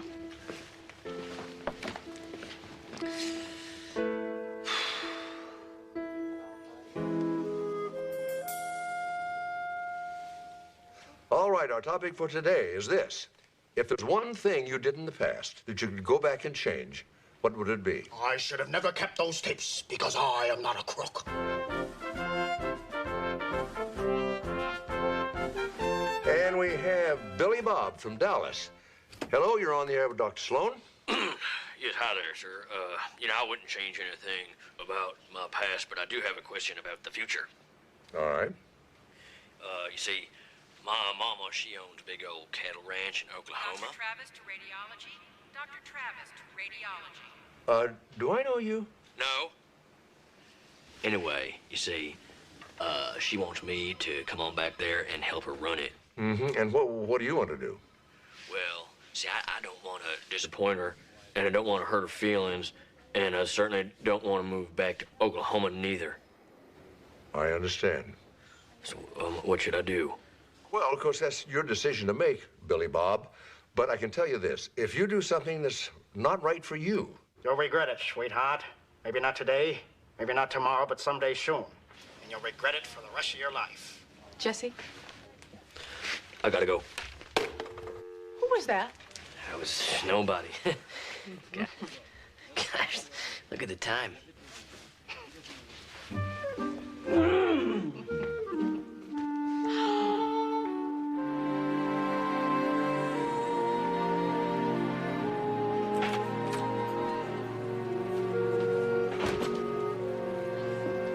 Hey, Mom. So, you're not coming back to Minnesota with me, are you? How'd you know? I heard you on the radio. A cattle ranch? You knew that was me? I just wish you had come out and told me instead of broadcasting it to 500,000 strangers. Okay, look, Mom. I have got a cab waiting. I'm on my way to the airport.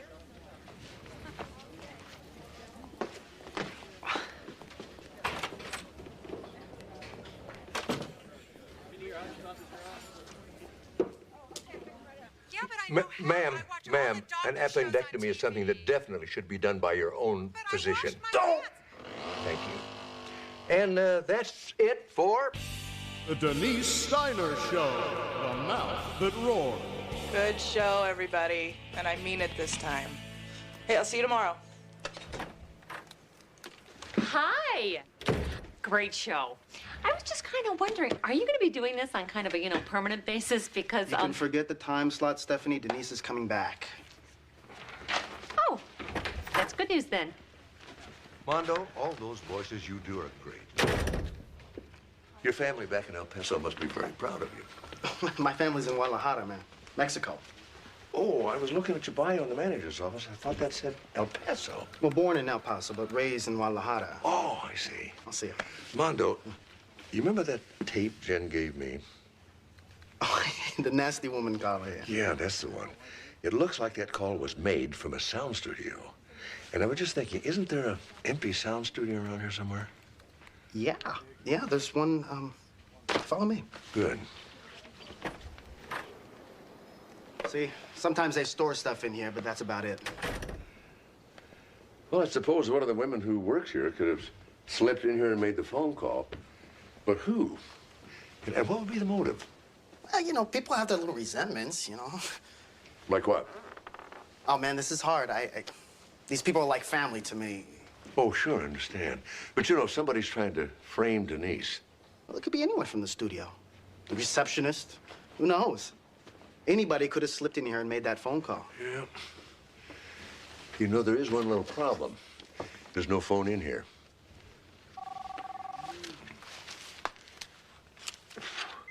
Sloan? Oh, that's great news. Yeah, I'll meet you at the hospital.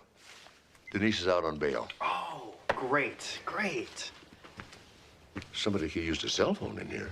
Yeah. Do you have a cell phone by any chance? Yeah. Doesn't everybody? Yeah, I guess you're right. Everybody does. Okay. Thanks a lot, Mondo. All right.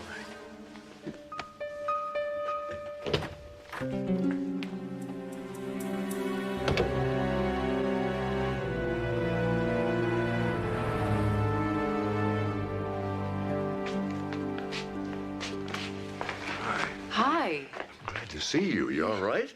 Yeah, I'm fine. I'm just, thrilled to be out of there.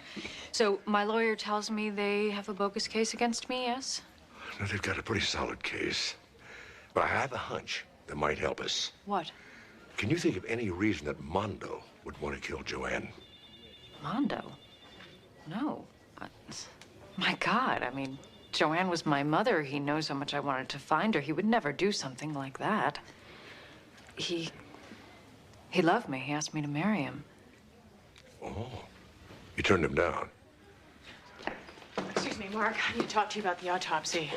Amanda, this is Denise Steiner. Denise, this is Dr. Amanda Bentley. Hi. Hi. Joanne Lombardi's autopsy.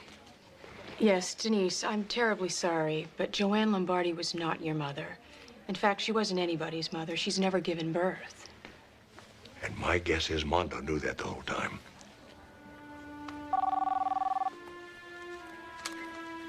Hello? Yeah, Dad, I talked to my buddy at INS. You were right. Yeah? Mondo Arriaga's family was deported from El Paso, Texas, back to Mexico. Mrs. Arriaga, his mother, died there. You want to take a guess at who turned him in? Joanne Lombardi. Yep. I was afraid of that. You know, there's more.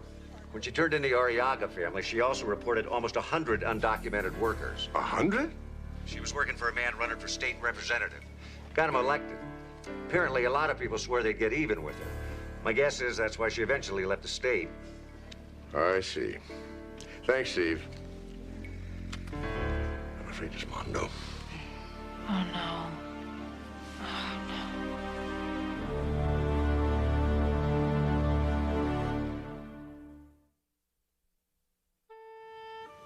On my 18th birthday, I had a fight with my mom. My real mom, the one who raised me. I told her she wasn't my mom. I yelled at her, and then I ran out the door before I even blew out the candles in my cake. I can see how that could happen. She said she got over it. We never really did, either one of us. I never celebrated another birthday with her again. It was just too painful. Well, then I met Joanne Lombardi, and there I am thinking, she's the one. She's the real one. She's got my nose. I mean, she's a complete stranger, yet I am convinced that, I don't know, blood is thicker than chicken soup, I guess. You see, we believe what we want to believe. Well, I can't help thinking if I hadn't made such a big deal out of finding my birth mother advertised on national radio, maybe Joanne Lombardi would be alive today. Honey, you didn't kill her. Maybe I helped.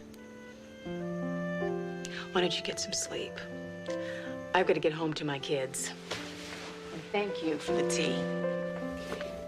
Denise, you might think about calling your mom and telling her what you just told me.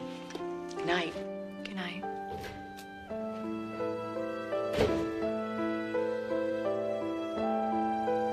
Mom, are you there? This is Jesse. Could you pick up? Mom? Okay, look, I'm sorry that you left without giving us a chance to talk. I'm sure you're disappointed. But I just wanted you to know that, I love you and that I am gonna stay here in LA. This is where my career is, my life is here. But I do love you, and, I guess how you feel about me is up to you. Okay, bye.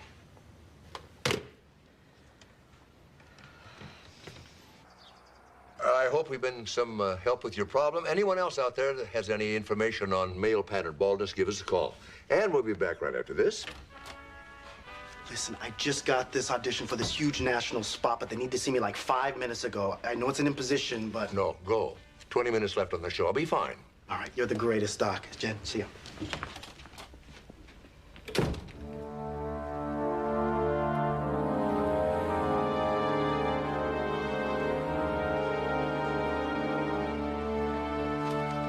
Mando Arriaga, you're next.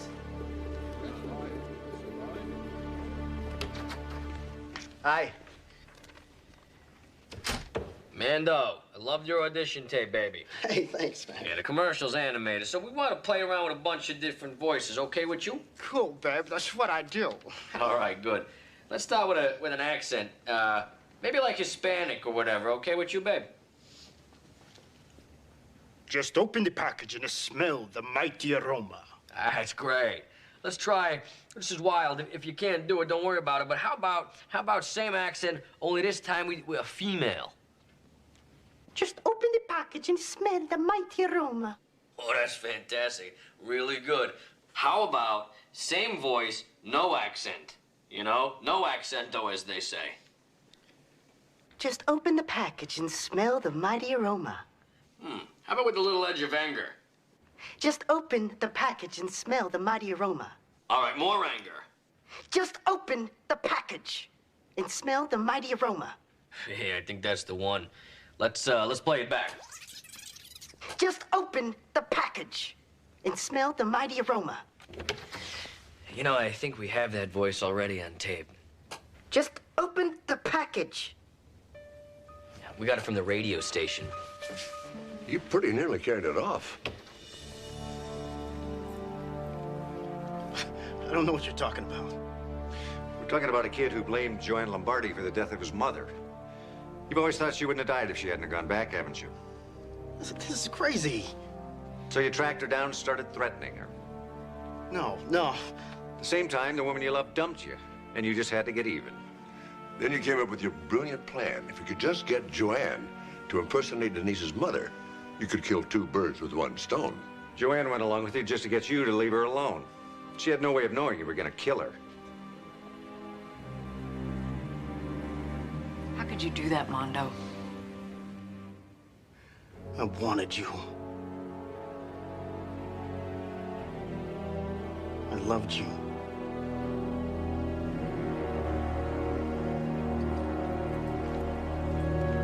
All right, let's go. You got the right to remain silent. The Denise Steiner Show, the mouth that roars.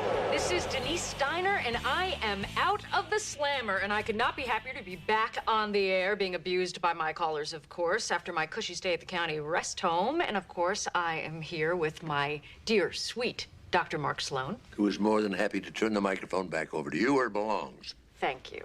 Yo, Bones. Got a call for you, line 2. Bones, that's me. What? Hello, you're on the air with Dr. Mark Sloan. Dr. Sloan, I want to thank you for a call you took the other day with my son. What you said to him about living his own life. Well, after that call, he stood up for himself. To me. Maybe for the first time. I want to tell him I'm proud of him. And I love him, too. Wow, that is so sweet. That is so sweet. And, well, you all know what I think of sentimental claptrap.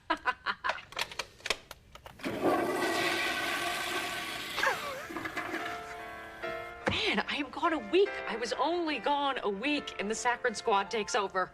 Oh, speaking of that, Denise, we have a little surprise for you. Really? Happy birthday to you. Happy birthday to you. Happy birthday, dear Denise. Happy birthday to you. Oh, well, that is incredibly thoughtful. They brought me a cake. But completely misguided because, in case you forgot, my birthday is until next August. Yeah, well, we know that, but, you know, it kind of is your birthday because, well... Mom? Happy birthday, honey. Mom, oh, my God. You called my mom? Somebody had to. For those of you who don't have television simulcast, which I guess is about everybody, Denise Steiner, the mouth that roared, is now hugging the woman who adopted her, raised her, and who she thought she would never see again. Oh. Denise, blow out your candles.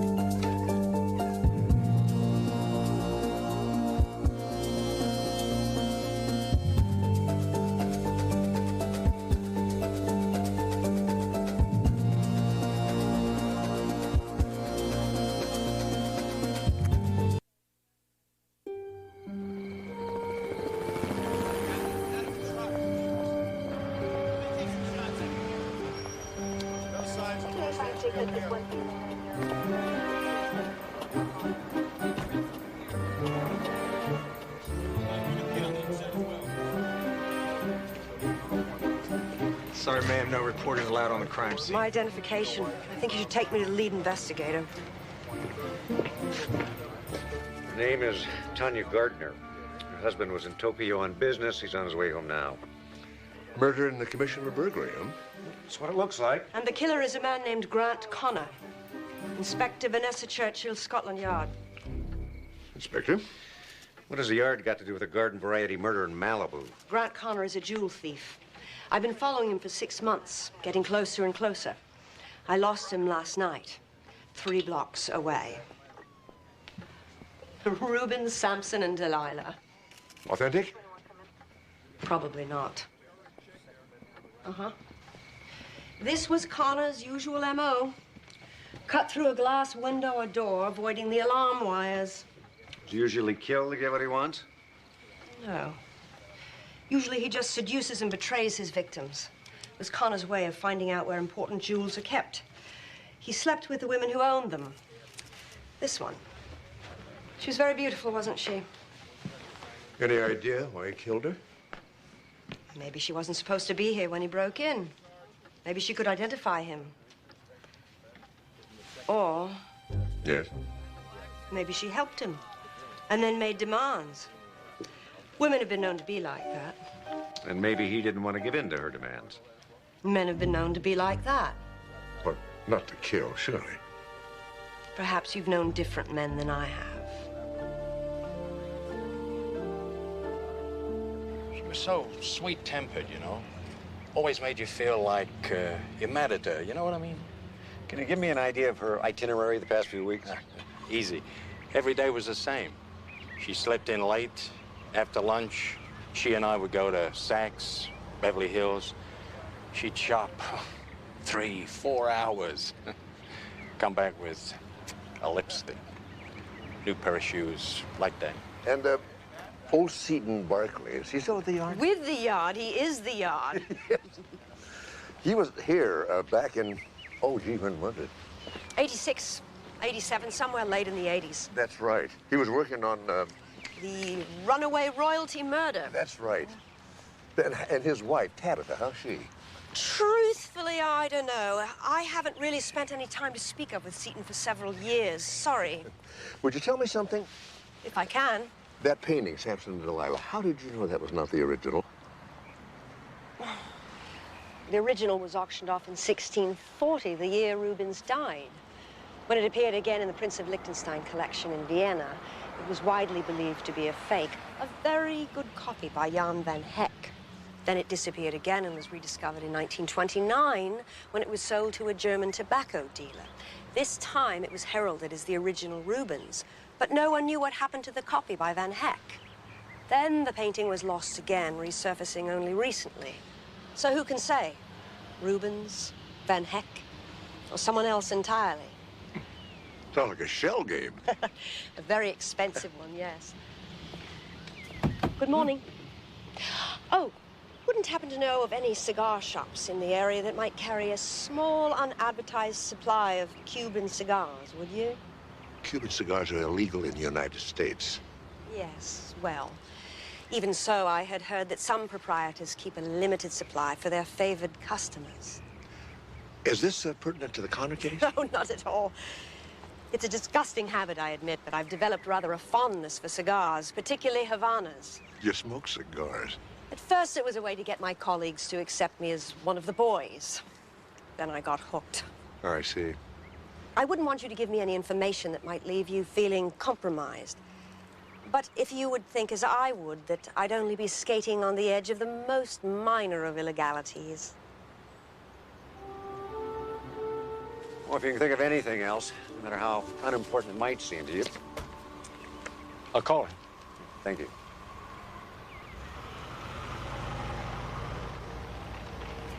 She said she'd meet you back at the station.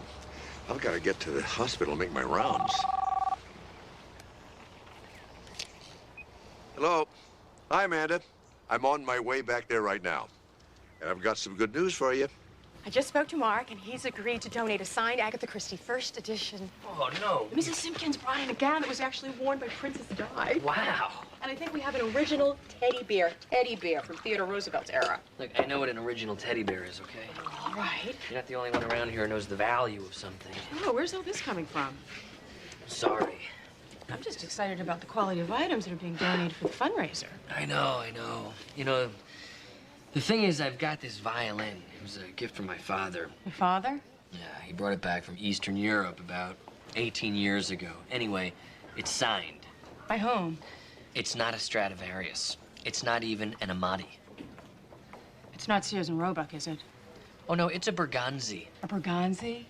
Ever hear of Carlo Berganzi? He was an 18th century violin maker who apprenticed under Amati, who ultimately inherited Stradivarius's workshop. And your father told you all this? Yeah, but then I read up on him. Well, could be worth a fortune. You know, it's hard to say. Manufacturers would often forge signatures just to sell instruments. You've never had it authenticated?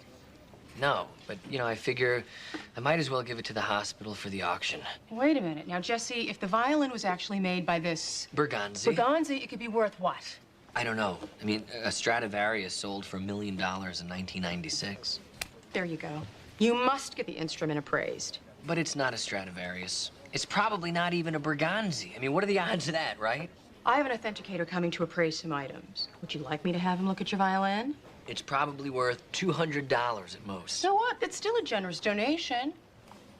Look, it's not like I play the thing, so if I can give it to a worthy cause, well then, good. Jesse, I want you to think about it. What I don't want is for you to donate the violin and regret it later. Right, absolutely not. I will think about it. According to her chauffeur, Mrs. Gardner went to a store in Beverly Hills every day for 3 or 4 hours. But her credit card records show that she hardly ever bought anything. Well, there's no law against window shopping. No fun in it either. Inspector Churchill has another theory. The store is directly across the street from the Beverly Wilshire Hotel. I stopped in on my way here. So? So, if the victim were having an affair, she could have been using shopping as a cover. Grant Connor, courtesy Interpol. He registered at the Beverly Wilshire 10 days ago. Checked out this morning, early. So you think the thief cozied up to the victim, got her to tell him where the jewels were, broke into her house, and then what? Killed her?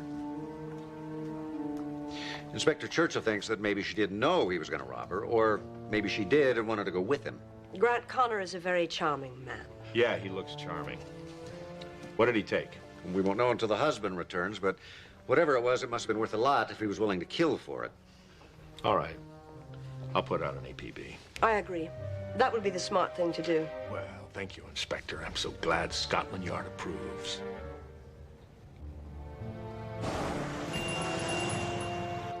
Can I help you? I'm looking for Cuban cigars. I'm sorry, we don't carry them. In that case, I'm looking for a man who smokes Cuban cigars. This man.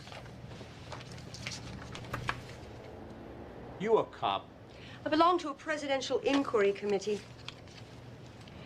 President Cleveland, perhaps you recognize the picture.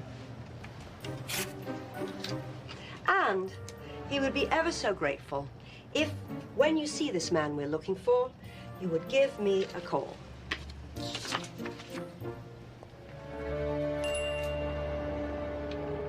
Grant, come here. You're on TV. If you have any information as to his whereabouts, please call the police. He is sought for questioning in connection with a burglary in Malibu and the possible murder of a woman, Tanya Gardner, the former model and actress and young wife of millionaire Edward Gardner. Is that true about the woman?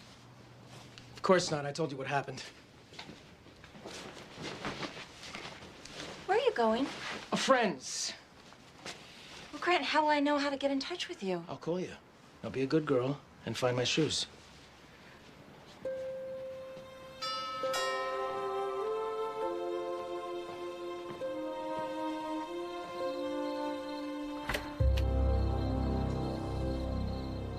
I've been expecting you. You caught the 6 o'clock news. As did 500,000 other people. Come on in. I only need to stay a few days. Unfortunately, I already have a house guest. Vanessa. One of these days, you're going to have to find a fence I haven't introduced you to.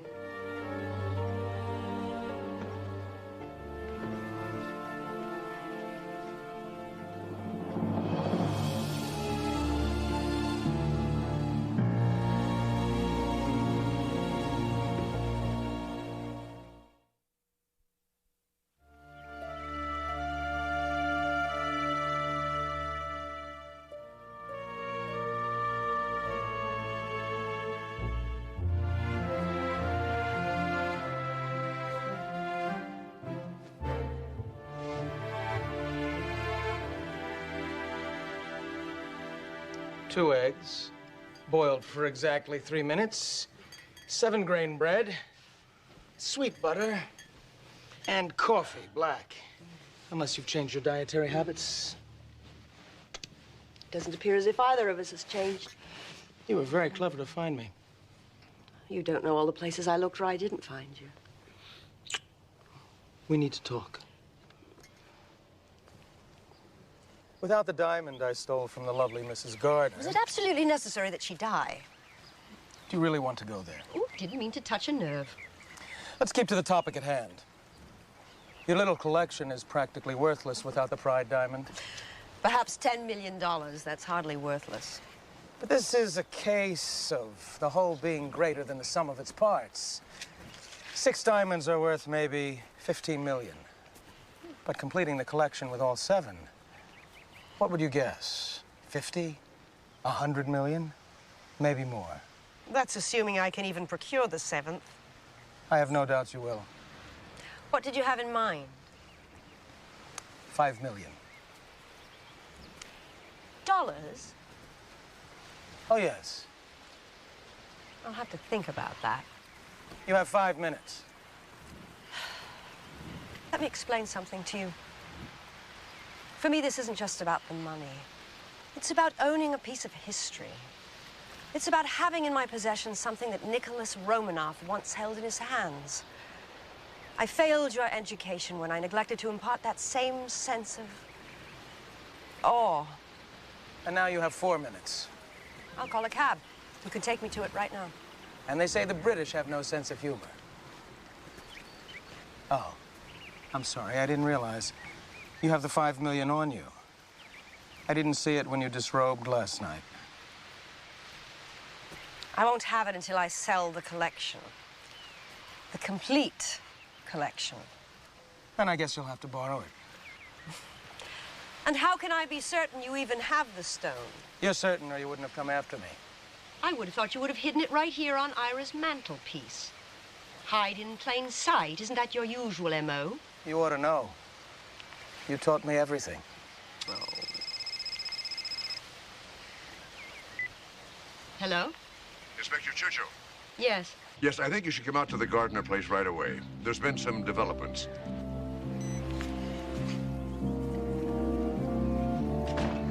My son's interviewing Tanya Gardner's husband, but I think it's unlikely he had anything to do with the murder. That would have been my guess also. Oh, I bought you this. It's not Cuban, but it is expensive. I thought maybe it'd do in a pinch. Thank you. Lovely. Mr. Gardner's identified the piece that was stolen from their safe. It was a diamond, one of a set of 7. 7? Want a light for that? No, I'll save it for later. The set was called The 7 Deadly Sins. They were cut for the last Tsar of Russia. Nicholas Romanoff. Yes. They were, each one was a slightly different color, I understand, and each one was cut in a slightly different manner. The largest one was called Gluttony, and then the one with a red tinge in it was called Anger, and so on. Fascinating.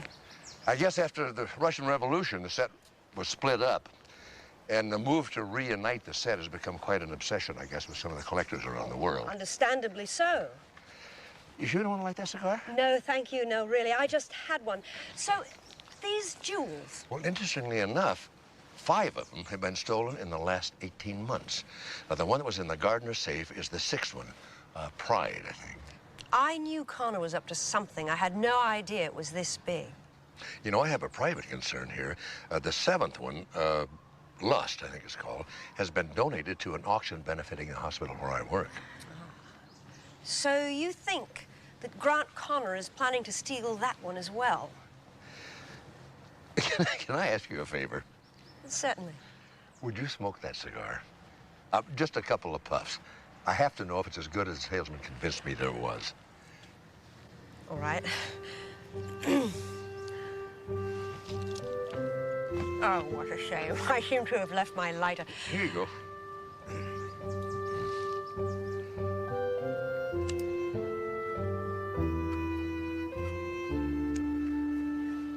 You have to cut the end off first, otherwise it won't draw.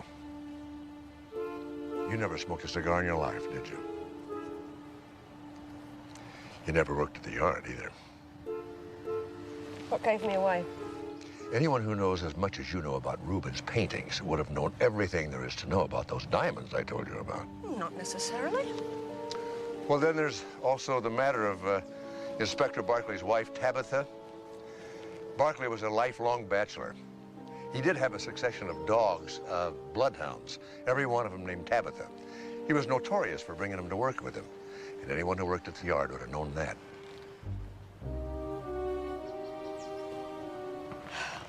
My real name is Vanessa Thackeray. Grant Connor broke into my house in England and stole my jewelry. He did almost all those things to me that he did to that poor woman. He seduced me and made a fool of me. And you want revenge?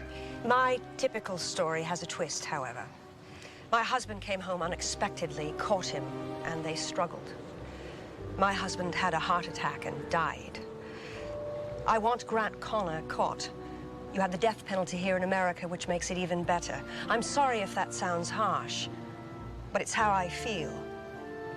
And I'm sorry I lied to you. I was afraid you wouldn't let me in on the investigation otherwise. You're right. I couldn't then, and I can't now. You know I have to check out that identity, too. Of course.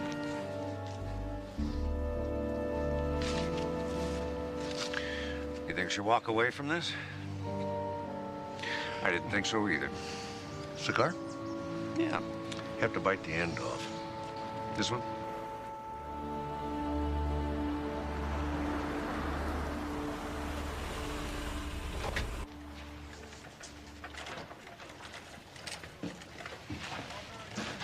Hey. Jesse, is that the violin? No, I'm Al Capone. Take it. I can't take it unless you're sure. I am sure. Don't I sound it? No. Well, I am, so take it.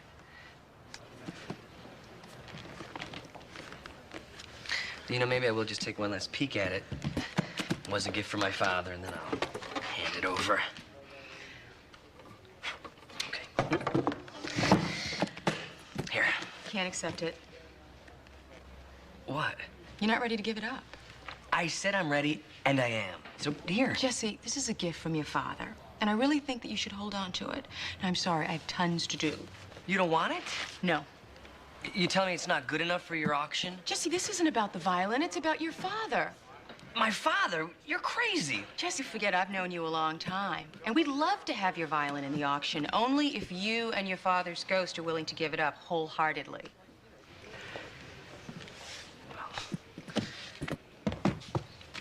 I hope it is valuable. It'll be a first for my father.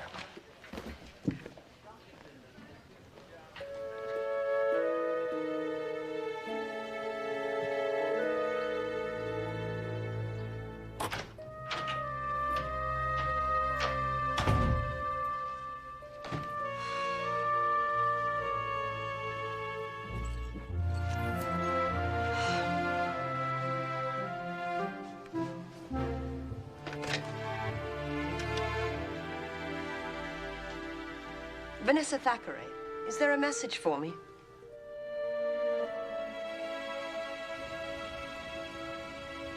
The girl's name is Polly Cornwallis. I'm not looking for a girl. You're looking for this one. She always came in with a man when he bought at Savannah's. She came in this morning alone. What's this? Her license plate, one of those vanity things, Polly C1. You can get the address from that. Well, I figure that should inspire President Cleveland's gratitude, don't you?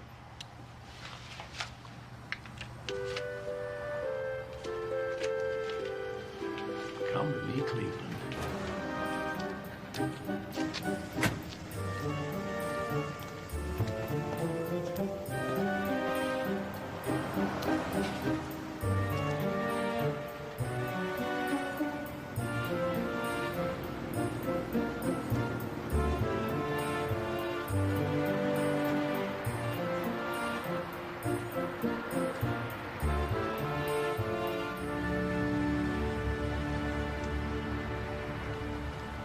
What's she doing? Something nice, it looks like. You think there's any chance that she killed Tanya Gardner? You know, there's 2 exits to this place. I'll take the one on the west side.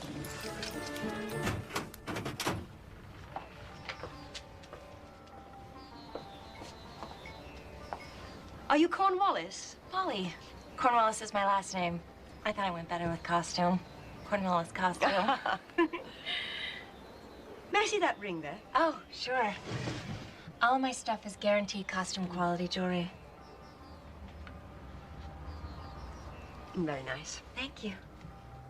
What about that necklace there? That was worn by Rita Hayworth in Rain. Oh, yes. Beautiful, isn't it? Yes. Do you have a restroom? Sure. It's right back there. What about that piece there? That's, just decoration. It's junk. But I like it. How much? I'm sorry, it's not for sale. Everything's for sale. Name a price. I really am sorry. It's my boyfriend's. He's just letting me use it for window decorations, but he was very definite. He wants it back. Oh. Do you mind if I just look at it?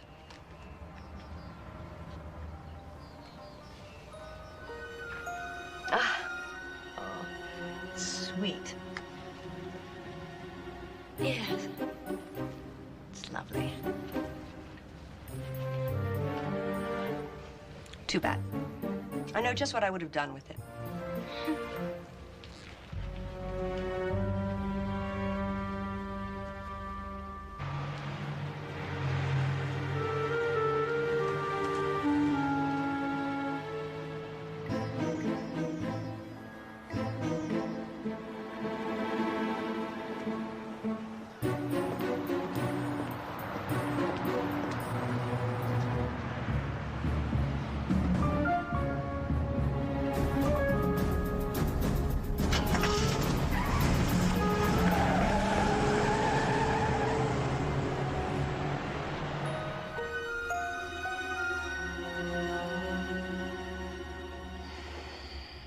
And then there was one.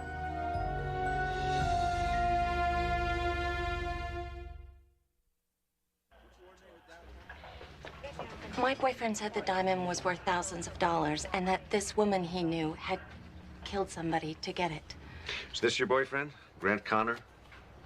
Yes. Did he tell you you were receiving stolen goods? No. And that is a felony? I don't know anything about that. He just gave it to me to hold for him for a couple of days. That's all. Look, if it really was stolen, why would he have me place it here, right where anybody could see it? Edgar Allan Poe, The Purloined Letter. What? The origin of hide in plain sight. Dr. Sloan, pretty lady give me $5 and this address. Said to tell you that the man you want, this is where he's at.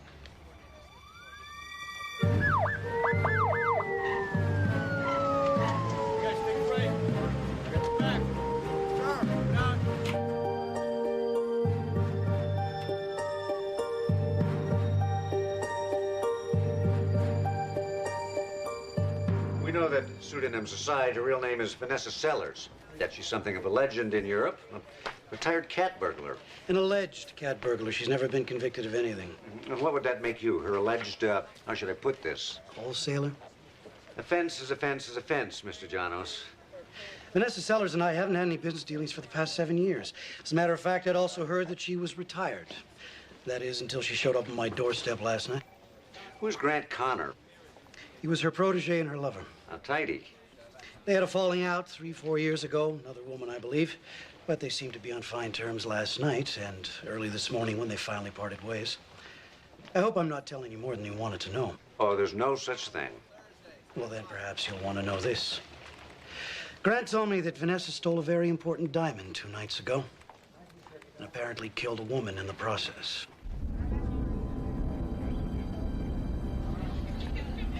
I don't believe it. Which part? I don't believe she killed Tanya Gardner. Well, there's 2 people that said she did. 2 people that Grant Connor told. It doesn't fit the profile from Scotland Yard we got on Vanessa Sellers. Well, it doesn't fit Grant Connor's profile either. True. But if she killed somebody, why would she hang around waiting to be arrested? Now, returning to the scene of the crime may be a cliche, but is based on fact. Criminals have been known to work themselves into the investigation of the very crime they committed. There is another reason she might have tried to get in on the investigation. The 7th diamond's going to be auctioned off in 2 more days. And who better to lead her right to it than you? Yeah, but that'd be foolish of her. She's got to know we're going to be guarding that diamond more closely than ever. Foolish or incredibly daring. And that does fit Vanessa Sellers' profile. I think I just lost my appetite. Hi, I'm Jesse Travis. Yes? Oh, I donated a violin. Hi, Jesse. Hey, did you, get a chance to look at it yet? Which? The violin. It's a Berganzi. Mr. Van Ark has been so busy examining all of these items. It's a copy, isn't it? Oh, yes, the factory-made violin. Yes, the forged signature was quite good, actually. Almost had me fooled. But the incorrect lacquer coating gave it away. So it's worth what? Oh, depending on the sentimental value, of course. There's no sentimental value. 250, 300? 49. Dollars? Yes. You couldn't even round it up to an even 50? I don't ever round up anything. The value is the value, period. $49. I understand how disappointing it would be to find out something you've cherished is worthless. Believe me, I never cherished it. I kept it in a box, in my college locker, in my closet, so don't worry about it. Yes. Nah, it's fine. I should have known it was a phony, just like everything else my father gave to me. Phony doesn't necessarily mean worthless. There was a rather well-known violin maker in the early part of the 19th century who crafted exquisite copies of famous violins. Yes, well, thank you for that illuminating information. Some count named Rosario Caltabiano. He loved making violins. He handcrafted them lovingly, and then, because he was a nobleman and not supposed to do a laborer's work, he signed other people's names to them and sent them out to be sold. Yes, well, thank you. I believe you left a section over there undusted.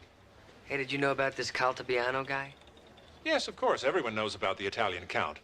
Did you check to see if mine was one of his? Well, no. How much would a fake Caltabiano be worth? About 20, 25,000. Thereabouts. I'll look into it. Good idea. Hey, how'd you know so much about where'd the...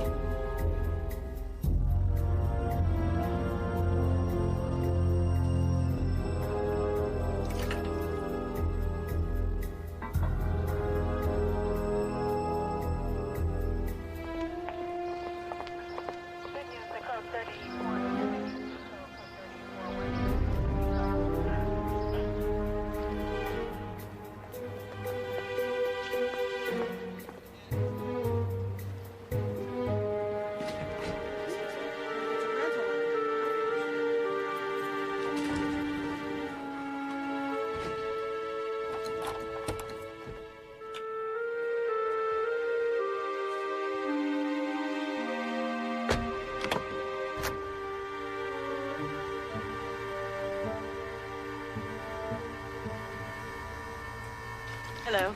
Oh, sorry. Sorry, I didn't mean to scare you. What are you doing here? How did you get in this car?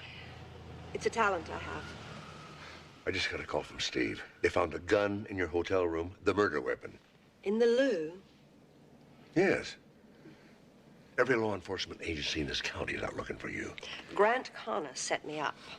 Vanessa. Right from the beginning. Even the alarm that went off. I've never tripped a burglar alarm in my life. I'm going to have to turn you over to the police. I won't let you. I've got a gun. No, you don't. Scotland Yard sent me a copy of your files. You never carry a gun. If you know that, you know I couldn't have killed Tanya Gardner. I admit I'm kind of leaning that way myself, but the police department isn't. At least let me explain my side of this to you. Please. Grant's been telling anybody who would listen that I did it. He's been quite insistent. That's bothering me a little bit, too. So when I left the hotel, I rang up the front desk and asked them to send up a plumber to check my loo. Ask them which plumber they sent up. He'll tell you there was no gun in the loo after I left. Now, how do I know you didn't go there afterwards and stash it in the one place you knew would be alibied? I haven't been back to my room. I'm supposed to take your word for that? It would be nice, but not essential. I have witnesses. I was at the auction house all day. Casing the joint, I think you call it. Ask your friends, Dr. Bentley and Dr. Travis, about the cleaning lady and the violin. Ask them to tell you the story of Count Caltabiano. So you concocted an interesting tale so they wouldn't forget you. It was all true. Every word of it. And so is the fact that I never put a gun in the loo in my hotel room. Now, how could you possibly know in advance where Grant was going to hide that gun? I complained about the heating system. Had them check the air vents. Asked housekeeping to please vacuum the curtains. Under the bed. Behind the dresser. I had a very busy morning. Are you going to turn me in?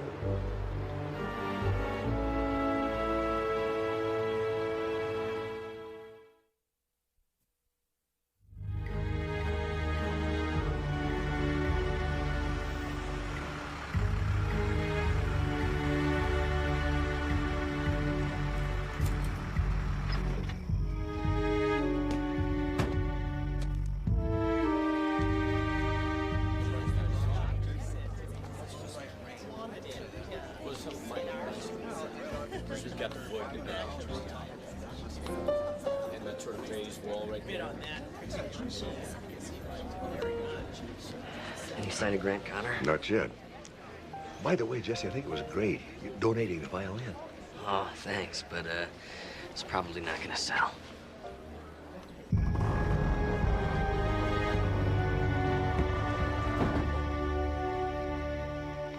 You weren't supposed to be here until tomorrow morning. We got a break with traffic out of Bakersfield. Oh, they dock you for that? Yeah. Don't want to make the company look too good, huh? You still can take us tonight, can't you? Sure. I can't go anywhere till after the auction anyway. Great, thanks. So, that's a real mummy? For the Egyptian auction next week. Wow.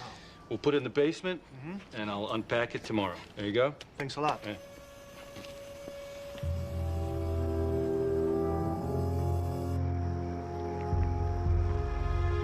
Dr. Sloan, Nothing yet. here either. You let me know if you see anything suspicious. I will. I have to say this again, Dad. This is a really bad idea. The only way Vanessa can prove she didn't commit that murder is to catch the guy who did. Unless he catches the diamond instead and pulls a disappearing act. I want it up against that wall over there. Watch for the light overhead. That's it. Face out. Yes, spin around. Perfect. Hey, thanks, guys. Good evening, ladies and gentlemen, and welcome to our auction this evening. As you know, all proceeds tonight will benefit the Building Fund for Community General Hospital. Our first item is a stunning copy of a Bergonzi violin crafted by the famous forger, Count Caltabiano.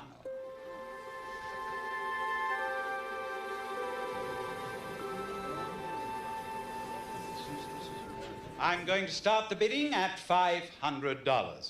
$550, thank you. $600. $650 to the gentleman in the boutonniere.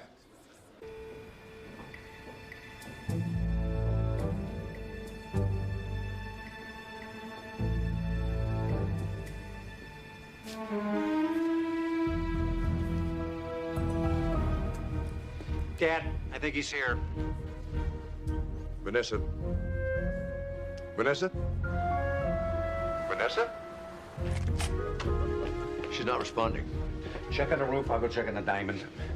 Dad, keep a close watch out here, will you?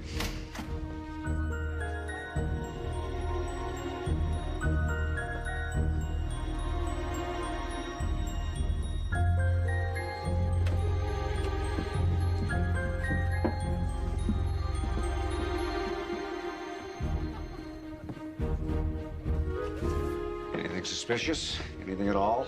No, sir. Everything seems to be just fine.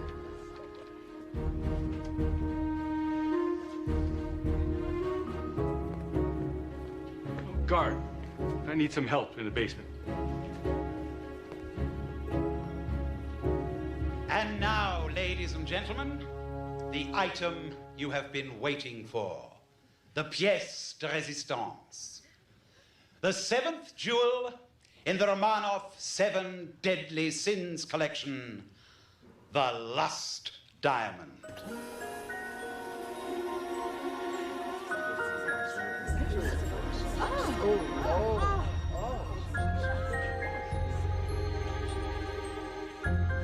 Any sign of Vanessa? No, but she's got to be here. She wouldn't leave. Not without the diamond, anyway. We start the bidding at $300,000. Thank you. Do I hear 325? I gotta log in these items for Monday. I need you to witness it. Company policy.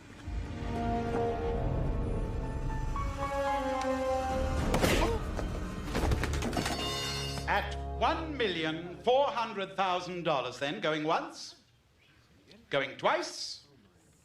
Sold to the gentleman from Ohio.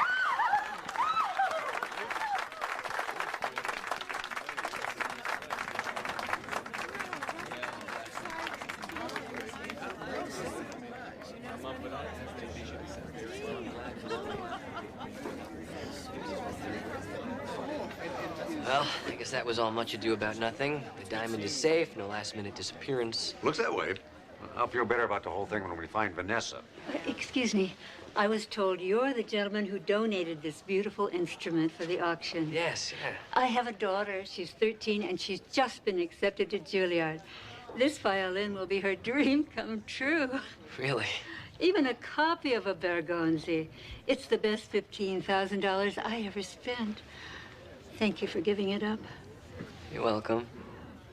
Oh, I'm so sorry. Did I hurt you? Let me look at that. Oh. Connor, cover all the exits.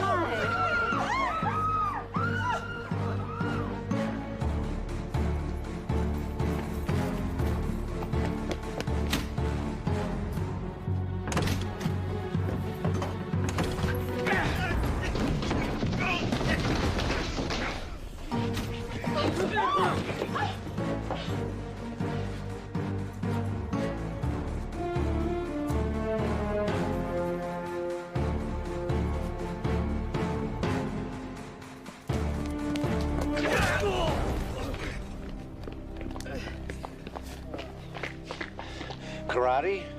Fred Astaire.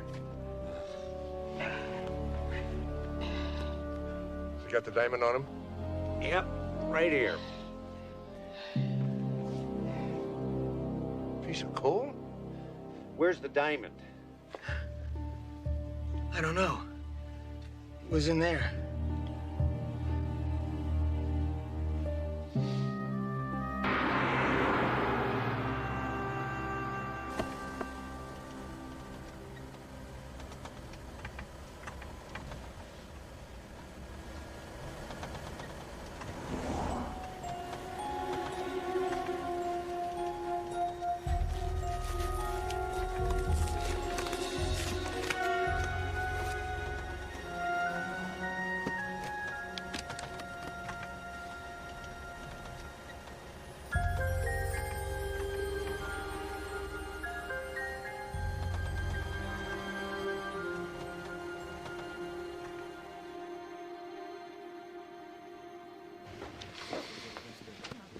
Put out an APB on her.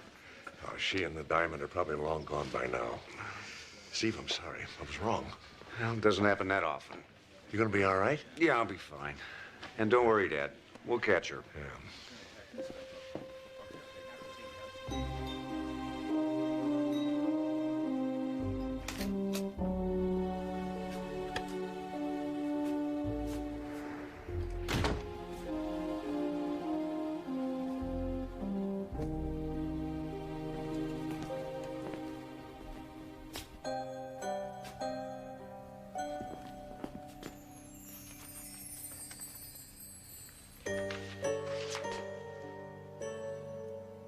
Vanessa?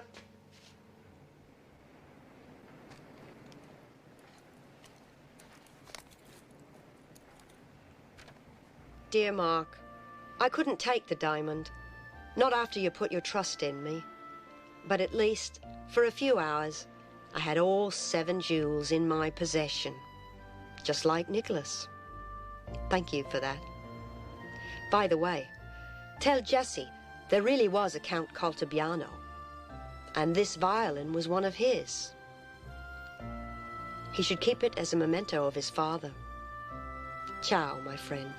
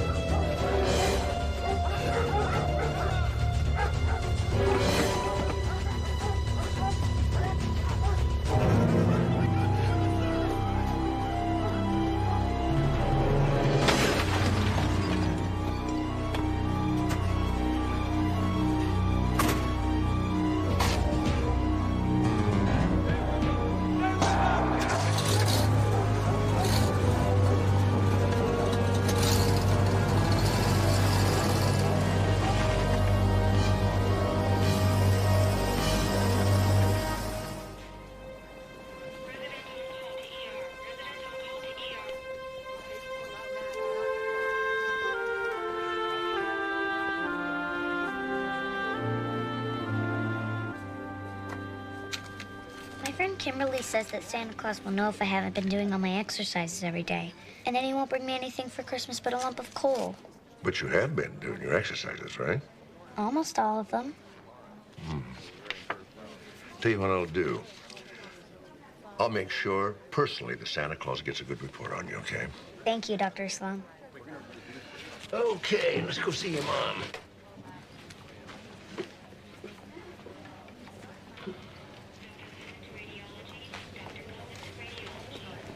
Fine. She'll be tap dancing before long. Hi, Claude. Oh, morning, Doc. Say, are you tuning up that barbershop quartet of yours for the Christmas party? I'm going to tune up my quartet. They were invited to perform at the International Sing Fest in Munich. Hey, good for them. Yeah, good for them. Bad for me. I've got to find 3 other guys to sing with now. Hey, you don't by any chance... No. Sorry, Doc. I couldn't carry a tune in a watering can. Wait a minute now. What's this I see? Do you wash behind your ears? Yes? I think you missed a spot right about there.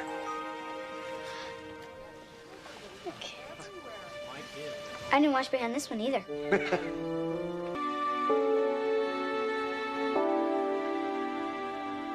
I was afraid you'd forgot about me. No, not at all. I'm sorry, Claude. These things take a little time. Sit down, William. Well, let's get the mubbledygook over with. I got to get over to the Valley Costume Rental right about now. Pick up my Santa Claus suit. You didn't ask somebody else to do the Christmas party this year, now, did you? No, of course not. Claude, about the fainting spell. I got up too fast. That happens from time to time. I'm afraid it's more complicated than that. If you were a plant man, I guess you'd be telling me now that I shouldn't count on being a perennial. What is it? Cancer? Pancreatic, Claude. It's very aggressive cancer. And of course, there's always a chance. How much time have I got, Doc? 6 months, give or take. Well, doggone, you had me worried. 6 months is a lot of time there. You know how many people are going to die before I do? And most of them don't know it's coming. So they'll just fritter away their time without appreciating how precious every day is. But thanks to you, I'll know. You're giving me a gift. Well, they're giving you a necktie. I never wear them. And you know what the very best part is? Even if it's more take than give, I got all of spring. Always was my favorite season.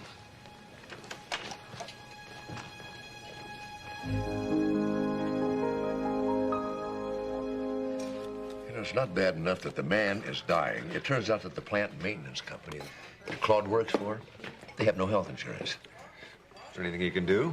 Well, up to a point. You know, the hospital can provide medical services. But there's going to come a time when he's going to need someplace to go die with some dignity. Claude has no place to go. No family? And no money. He'll have Social Security and Medicare. No. For some reason, some people just fall right through the cracks of their system. Claude's one of them. I called Social Security in Sacramento and talked to a friend of mine, but she doesn't think she can do anything for him. I'll make some calls to the county in the morning. There's got to be some program we can get Claude into. Thanks, Steve. That'd help. Listen, the annual Christmas party's coming up. No. You don't even know what I'm going to ask you. Yes, I do. I made a fool out of myself singing last year. I'm not going to sing again this year. No, you didn't. You were a little flat, but no, it's the spirit of the thing. Dad, I'm sorry. I'm not doing it, all right? I got to run. Good luck. Dr. Sloan? Yes? Me and Bobby Joe heard you were looking for 3 singers for the hospital Christmas party. Yes, as a matter of fact, I am. Well, sir, you found half of them right here. You two sing harmony, do you? Not offhand, but if you can hum it, I'm sure we can sing it. Well, why don't you sing something you know? I can hear your voices. As we walked out on the streets of Laredo, as we walked out in Laredo one day.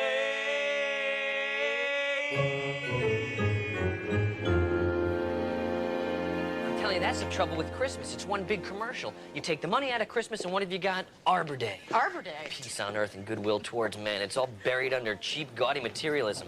Santa Claus hustles more merchandise in 1 month than the QVC does all year. Stop exaggerating. It's not that bad. Oh, no, I'm as bad as the next guy. I admit it.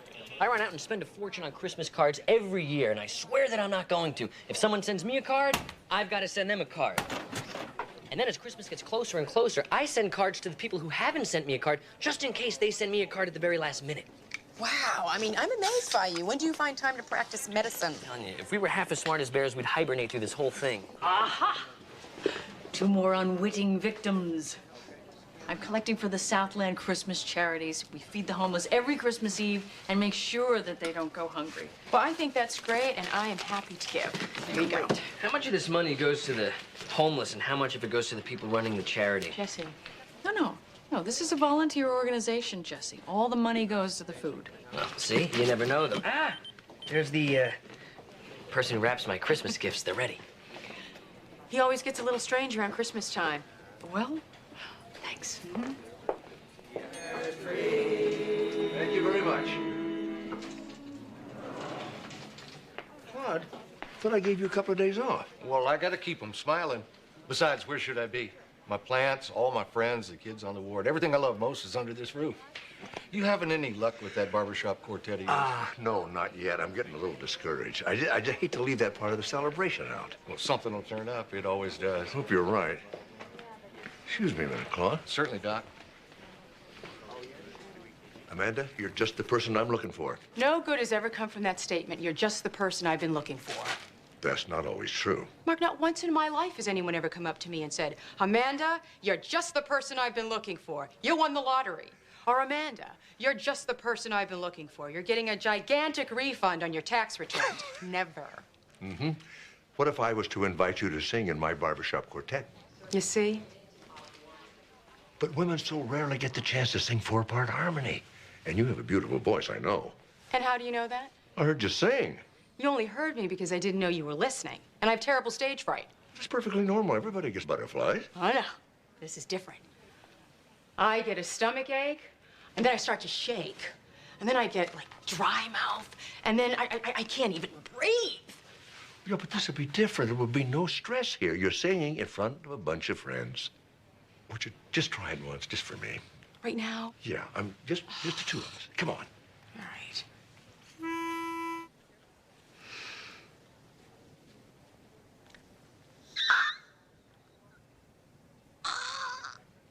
Oh, it's hopeless. Oh, Well, if it's any consolation, you're the best audition I've heard so far. thanks. Dad, you got a minute? Yeah. And a partridge in a pear tree. Dad, you're not going to believe this. There is no Claude Campbell. What do you mean there's no Claude Campbell? I talked to him 15 minutes ago. Well, there used to be a Claude Campbell, but he died when he was 7 years old. I was trying to find a way to get Claude, or whatever his name is, public assistance. I pulled every string I could think of. Well, apparently I pulled one too many because things began to unravel. Seems that Claude's name used to be Andrew Basevich. About 10 years ago, Mr. Basevich escaped from Potosi State Prison just outside of St. Louis, Missouri. Were you saying Claude was in jail? What for, over-fertilizing the petunias? 13 years ago, Andrew Basevich murdered his wife.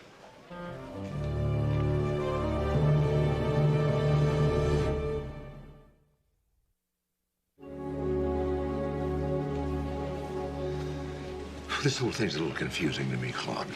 Or should I call you Andrew? No, Claude. Andrew was a whole other lifetime. I can't believe that I was ever that fella. An escaped felon, you mean? I didn't kill my wife, Lieutenant. I loved her. But you were convicted, and you did break out of jail. I wasn't guilty. Now, I can't say that I blame that jury for convicting me. I was found at the scene minutes after my wife had been stabbed. Covered in blood with the murder weapon in your hands. I found my wife dead on the kitchen floor. Someone hit me over the head, and when I came to, the police were there. They arrested me. Did you have a bump on your head? They said it was self-inflicted. Hell, if I'd been on that jury, I'd probably have convicted me, too. But you didn't do it. No. Would you tell us if you had? I'm going to see St. Peter pretty soon.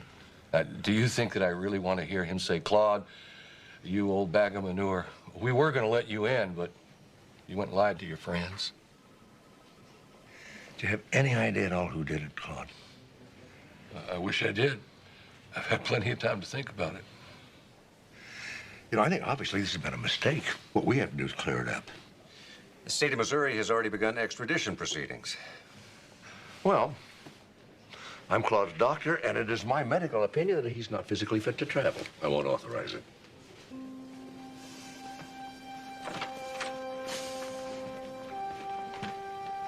Watch him. Dad, the law says that Andrew Basovich, alias Claude Campbell, goes back to Missouri. The man is terminally ill. Dad, if I don't take him back, they're just going to send someone else out to get him. You know that. The hospital's got a lockdown ward. Until somebody arrives from Missouri to pick him up, you can put him in there, okay?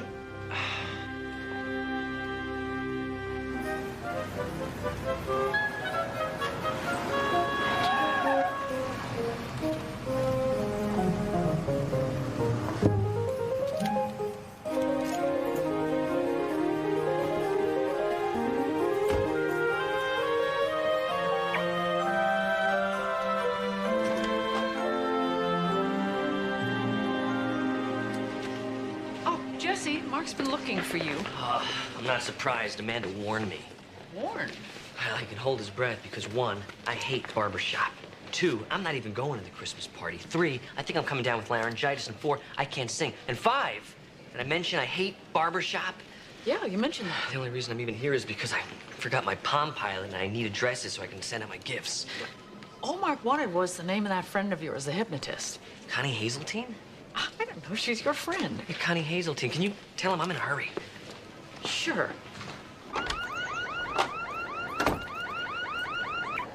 No. No. No! Son of a... I can't believe this. I cannot believe this. This can't be happening. Why does this happen to me? Jesse, my God, what happened? Some idiot broke my window and took all the gifts I was sending back to my relatives. What is wrong with people? At least you're not hurt. Yeah, talk to my wallet. It's hurting to the tune of $600. I couldn't just wire flowers. I had to go buy stuff. Jesse. What am I supposed to do now? Spend another $600 and pray that everything gets there on time? Well, it's not as bad as it seems. Oh, no? It's worse. It's Christmas. Jesse, I know you're upset about the broken glass and your stolen gifts, but that doesn't mean that you lose your Christmas spirit. And if you don't like what's happened at Christmas, then do something about it. I'm sorry. Me? What can I do? I'm one person. Claude, close your eyes and take a couple of very deep breaths and go back in your mind to the safe place you told me about. Now, let all the tension go.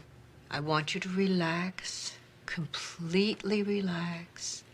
Let the tension go. Feel relaxed. With every hypnotist. He could possibly remember something. He said 13 years to remember. Well, he was hit on the head, too. He says he was hit on the head. Well, he came to find his wife dead and himself under arrest for murder. That's a lot of trauma for one day. I think under the circumstances, he very possibly could have buried a memory or two. Until I speak to you again. He's a wonderful subject. He's under hypnosis. Now, is there anything you want to find out? Yes, I did type up some questions I'd like for you to ask, if you will. Surely. Claude, do you remember the day your wife died? Yes. You were supposed to go on a trip. Why did you go home? I was supposed to fly to Chicago on business. There was a tornado, and all the flights got shut down. There was a foot of water in the street out in front of my house. I barely made it home.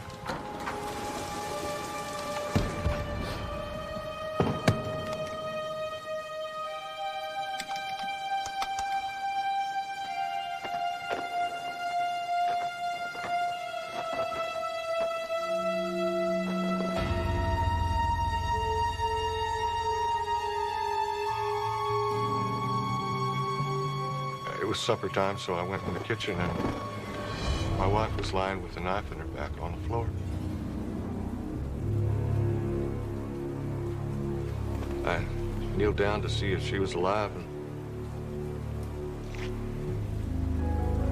pulled the knife out of her back, and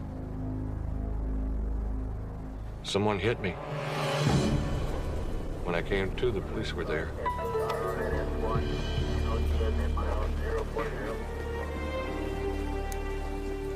Claude, can you remember anything else? Anything at all? A smell. Smell? What was it? Graham crackers and chocolate.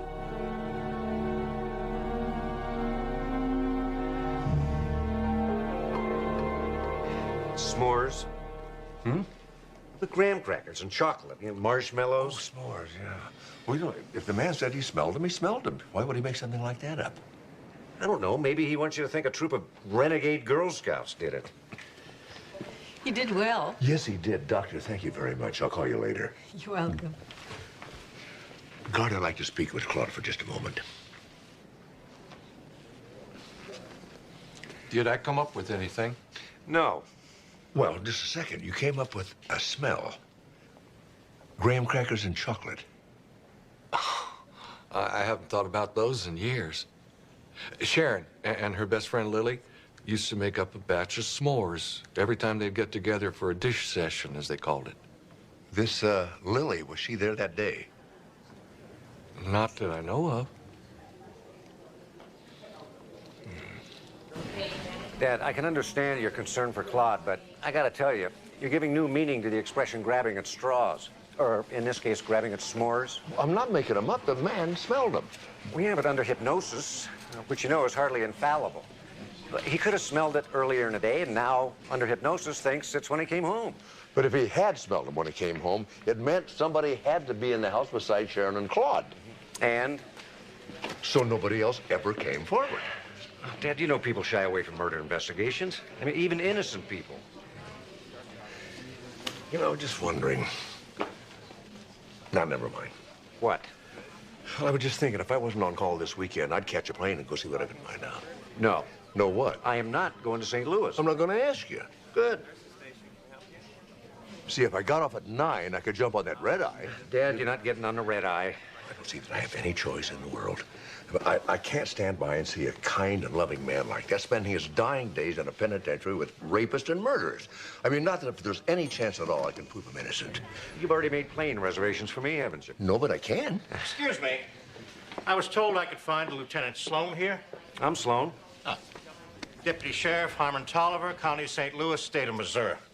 I've got here some extradition papers for one Andrew Basovich, fugitive from justice. I'm afraid Mr. Basovich is very, very ill and in no condition to travel. And you are? I'm Dr. Mark Sloan. Claude, or Mr. Basovich is my patient. Well, I don't care if you're the Surgeon General of the United States. Papers say he goes home with me tonight, dead or alive. Don't make no never mind to me.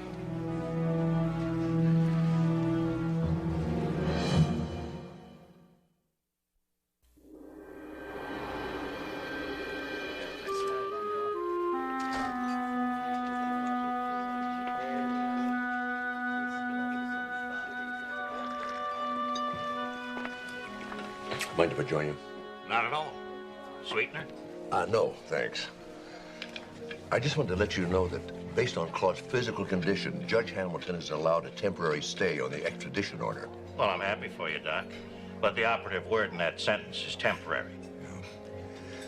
Mr. Tolliver, I know you've got your papers and everything, but I tell you, Claude could not have killed his wife. The man's innocent. He was convicted, sent to prison, and escaped. I believe in him. So you said. Look, Doc, I'm delighted to stay in your sunny Southern California over the weekend. St. Louis being as cold as a witch's hiney this time of year. But come Monday, Claude and I are heading east. But, you know, Judge Hamilton says that... We have judges in St. Louis, too, Doc. One other thing we've got back there is Christmas, and I have every intention of being home for it. And I'm sure as heck not going back empty-handed. And you can take that to the bank.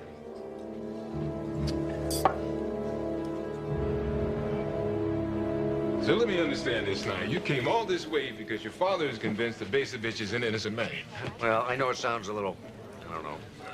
I've got an old man, too. I'm 56 years old, and when my dad says jump, I still say how high. Well, my dad's M.O. is a little different. He tries to convince me that jumping is my idea. Different style, same results. Take a seat there. Thanks. So, LAPD, huh? You run into lots of movie stars out there? Well, on occasion. On the Basevich case, you were the investigating officer? That I was. We had a hypnotist put Basevich under and regress him for the night of the murder. Hypnotist. You really are from Hollywood, aren't you? I guess it's not exactly conventional. You guys from L.A., you crack me up. So, what'd you find out? He's a multiple personality or something? No, nothing like that. He remembered a smell. Oh, a smell. Graham crackers and chocolate. Does that mean anything to you? Chocolate? If I remember right, Mrs. Basevich went next door earlier in the day to borrow chocolate from a neighbor. But when we arrived, there was no chocolate in the entire house. Could she have eaten it all? Yeah, she could have, but she didn't. At least none showed up in the autopsy. What'd you find in the dishwasher or anything? Dishwasher, let's see. Oh, yeah, here. 3 coffee mugs, 2 small plates, and a saucepan. All spick and span. Well, I guess the killer could have carried away the ingredients for s'mores and then just washed up before you got there. S'mores? It's graham crackers and chocolate. I've got a granddaughter in the Scouts. This is some cockamamie theory you got here. All because of a smell he remembers. Well, Mr. Basevich told us that his wife and her best friend used to cook up a batch every time they got together. Lily Andrews, he said. Lots of money and influence there. Did you talk to her at the time? Mm-hmm. She was all broken up, lost her best friend. She was convinced Basevich did it. Nothing we didn't already know. If you'd like to have a go at her, be my guest. Well, I wouldn't mind touching all the bases, just for my father's peace of mind. Mm-hmm. If you run into anybody out there that needs a police consultant on a movie or something... Oh, I'll be sure and give them your name. Thank you, Captain. All right.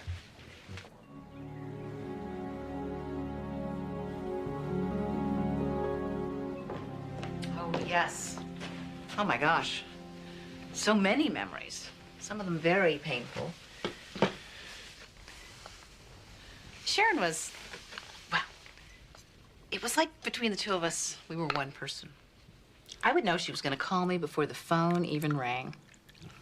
When she was upset, sometimes I'd find myself standing on her doorstep, no idea why. Would you like some sugar? Oh, no, that's fine, thanks.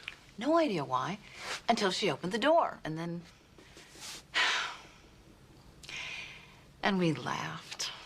So much, so often. I've never really gotten over... When was the last time you saw her? 2 days before she died. Lunch at the country club. My husband and I had just joined. Sharon and I, we would always make fun of the kind of people who would join a country club. We thought they were phonies. And the truth is, we really wanted to belong so badly. So the day we joined, I took Sharon to lunch there. And the day she died? Well, I was supposed to go over to her house. We were going to go shopping. But there was a terrible storm, so I didn't go. And then the phone rang, and oh, this was so strange. I didn't expect it. Wouldn't you think, as close as we were, that I would have known she was dead? So you stayed home all day that day? Oh, I couldn't go anywhere. It was like a monsoon. I keep thinking, if I had been there like I was supposed to be, maybe I could have stopped him. What bastard.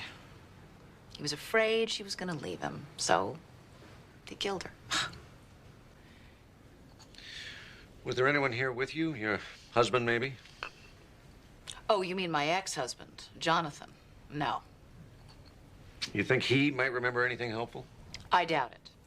He never seemed to remember much of anything, even back then. Except which stool was his at his favorite bar. You can probably still find him there if you want to go look.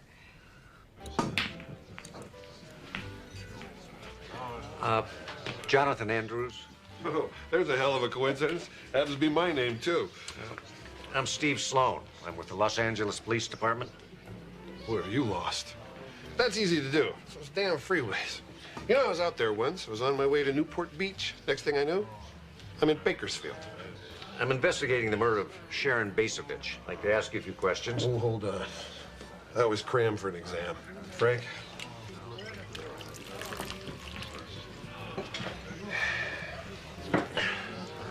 Fire away.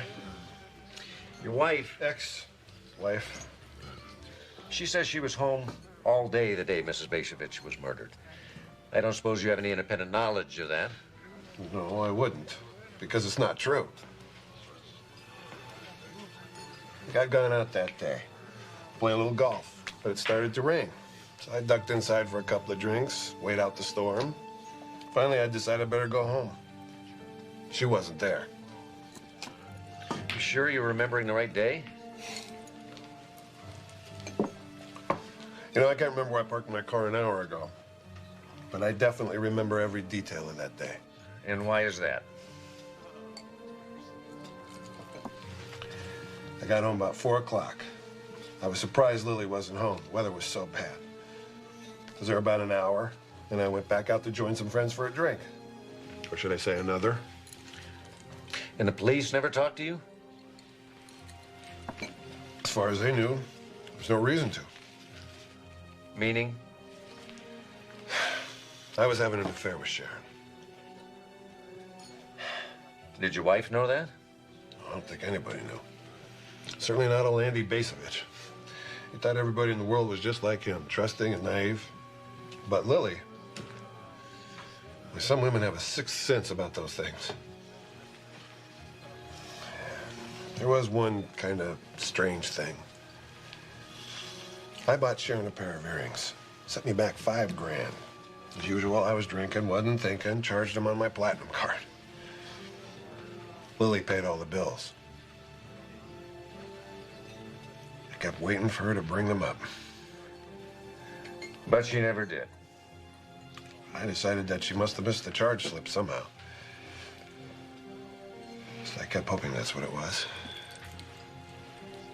Sharon was a sweet kid.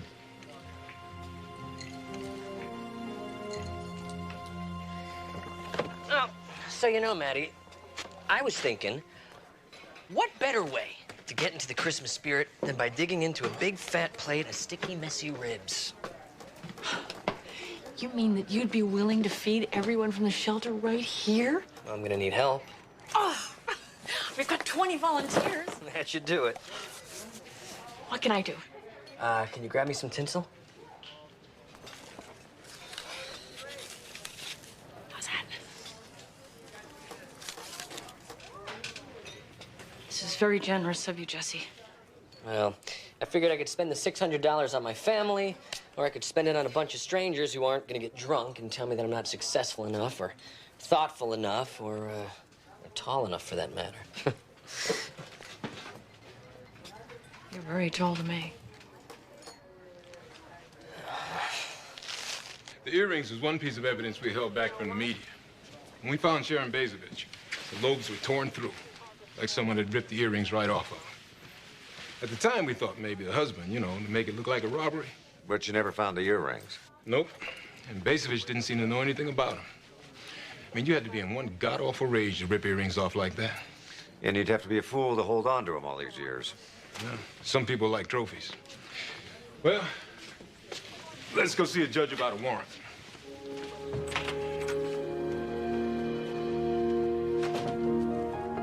Earrings?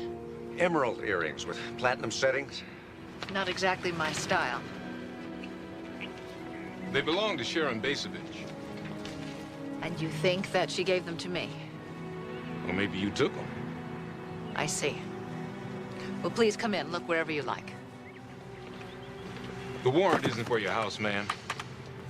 It's for your safety deposit box at Merchant Trust. It's where your ex-husband says you keep all your valuable jewelry. We'll need you to come along with us. If you'll excuse me, I'd like to change my clothes.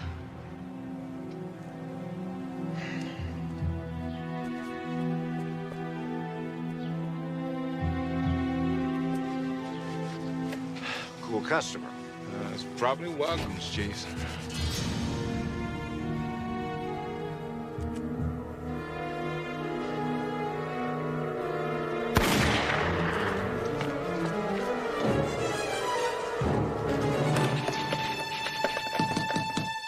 The lab results aren't in, but he keeps bugging me about them. tell him? I didn't know what to tell him. Hey, good looking. How did I ever miss you? Excuse me?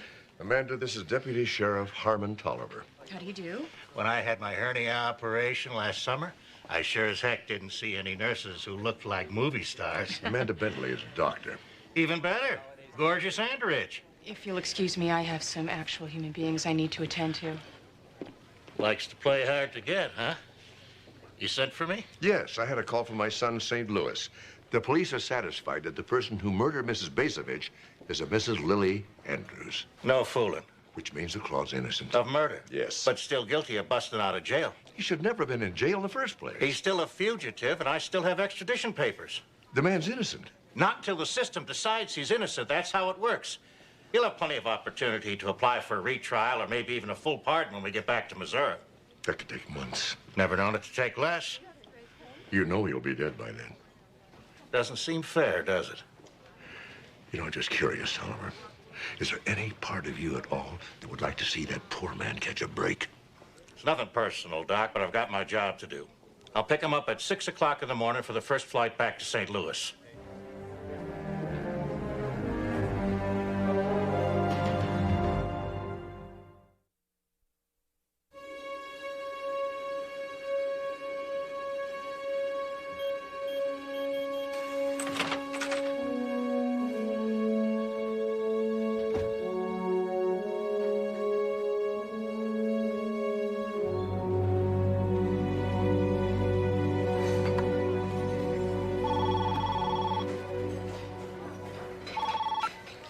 Merry Christmas, Barbecue Bob's. Hey, Mark. No, Steve's not here. Who? Yeah, he's here. Why? Okay, sure. Yeah, I got it. All right, bye. You know, honey, I'm gonna kind of miss this place. Oh, yeah. You know, you might want to consider sticking around for another day. Yeah? And I've got a feeling you're about to offer me a deal of some sort. Look, tomorrow night is the hospital Christmas party. You let Claude play Santa Claus for one last time, and I'll convince Mark to quit stalling on the extradition. It's the guy's last Christmas. Tomorrow's my day off. I was planning on staying in and stuffing a stocking or two. There, you see? You can't get any more festive than that. What time is the party over? 10 o'clock. All right. I come to the party, Basovich plays Santa Claus. The minute the party's over, we climb aboard Santa's sleigh and take off to St. Louis. Mr. Tolliver, you won't regret this. I've got a feeling you could be right about that.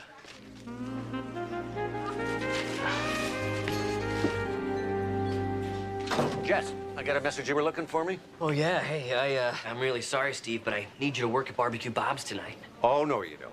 It was your idea to bring all these people in. I have to operate. On Christmas Eve? Yes, Dr. Smith, son, Tinton, asked me to help. It's a transplant. Doctor who? On a young boy who's going to be given the gift of sight. Oh, I don't believe this. Steve, can you imagine waking up on Christmas morning, seeing the world for the first time? I know you're going to miss the party, but... I just wish you'd given me a little more warning. You're going to have 20 volunteers. It'll be a snap. It's a Christmas party.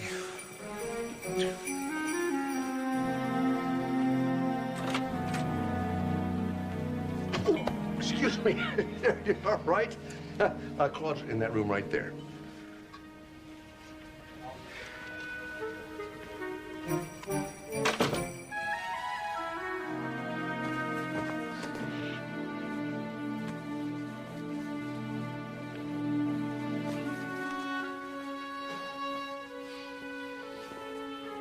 One piece of advice. Any funny business, and I'll cuff you right in front of the kiddies. Wait, seat yourself back there. Anywhere's fine. Yeah. Seat yourself anywhere's fine. Right back there. And if I'm suddenly seeing two Santas, I'm shooting both of them and sorting things out later. Understood? Dr. Sloan told me that you're the one responsible for letting me do this. I really appreciate it.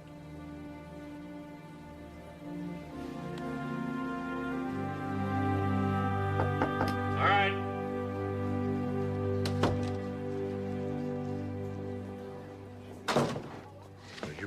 Technically, we're breaking the law here. Well, the law gets its way 364 days of the year. There's got to be one day when justice gets its turn. What have you got? Ooh. And it's been doctored. By the doctor. I'd better get it back to him before he realizes it's missing. Yeah. Dr. Travis? I thought you were in the operating room. Yeah, I am. Where are my volunteers? You said they'd be here an hour ago. They're not there yet? You better get some and get them down here to help me. Yeah, I'm on it. Hey, Madison! We've got a problem. I used to be a short order cook, you know, if you need a hand. Oh, okay. I used to be a waiter, and a damn good one. At least when I was sober. But I'm sober now. Well, great. And I was a cab driver. And what is it that you want to do? Eat.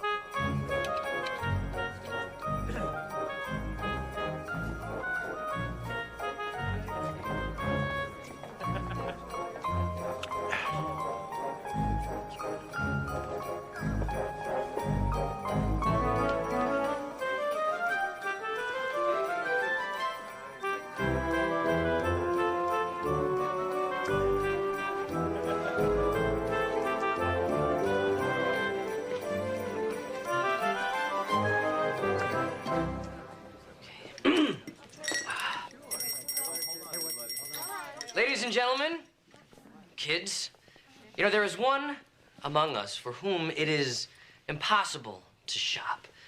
Not because he has everything that matters anyway, like generosity and loyalty, courage, and a kind heart. No, what makes shopping for him such an incredible headache is that the gifts are just so darn hard to wrap. Mark, would you come up here, please? Now, from all of us to you, with much love, I bring to you straight from Munich.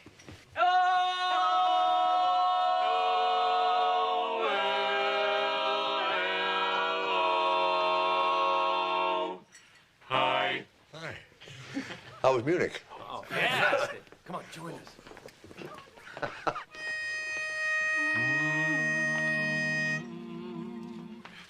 Sleigh bells ring, ring-a-ling, are you listening? In the lane, snow is glistening. A beautiful sight, we're happy tonight, walking in a winter wonderland.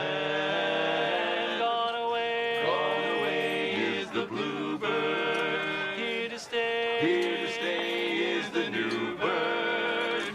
He sings a love song as we go along, walking in a winter wonderland. In the meadow we can build a snowman, and we'll pretend that he's Parson Brown. He'll say, are you married? We'll say, no, man. But you can do the job when you're in town. In town later on, we'll conspire as we dream by the fire, to face unafraid the plans that we made while walking in a winter wonderland. We were walking In the blanket of snow, we were walking let the lights down low, walking in a winter You get Santa, I'll get the car. Right.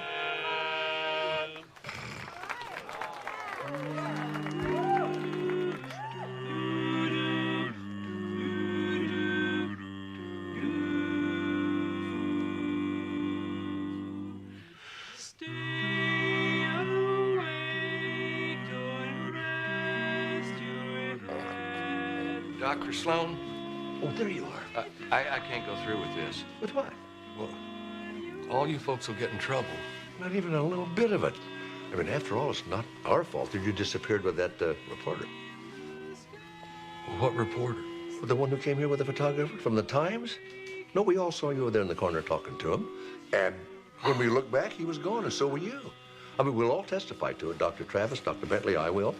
And don't worry about old Deputy Sheriff Tolliver over there. Before he'll tell his superiors that he was drunk on the job, he's going to have them believing that you were abducted by aliens. Fast asleep, though your pillow is soft and deep.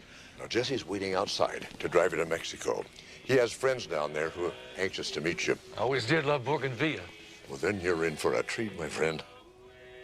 How can I say thank you, Dr. Sloan? Gracias. Muchas gracias.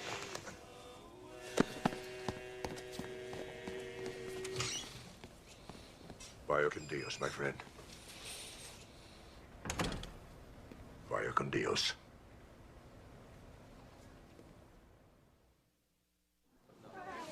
This postcard came for you this morning from Mexico. Oh.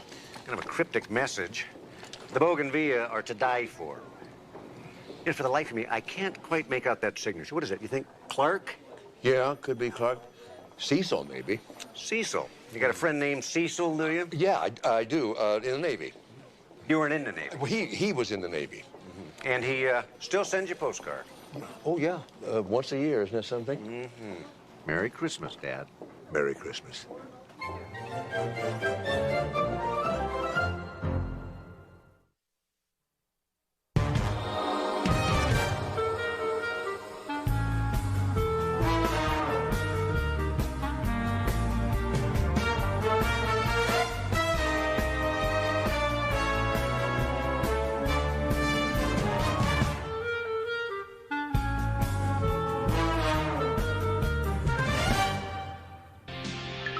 Viacom.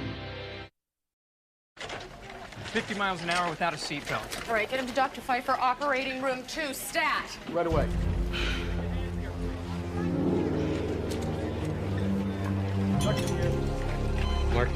Mark, can I get a better view over here?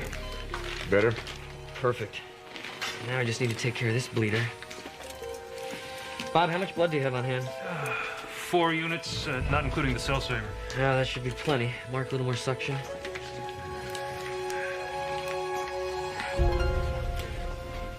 Hi. How'd it go? Oh, close, but the good guys won. What's up? I just came by to tell you I got to cancel our dinner plans. Lieutenant Baker came down with the flu, and I got to pull a double shift. That's the third time this week. Tell me about it. Hello. It's for you.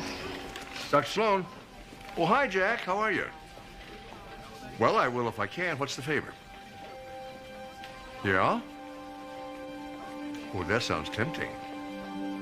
Okay. I'll get back to you, Jack. Everybody go home and pack. And what shall we pack?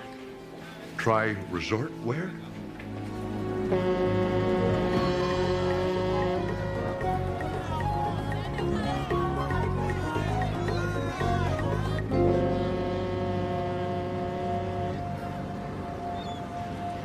You'll be able to enjoy yourself and relax for a whole week. No pressures, no responsibilities. Oh, there'll be some responsibilities. Oh, please, you and I splitting the medical duties with Mark, it's gonna be a walk in the park. I guess. It's just, you know. You worry about CJ and Dion. Yeah, I do. Believe me, you were doing the right thing. Oh, Amanda, Jesse, I'd like for you to meet our captain.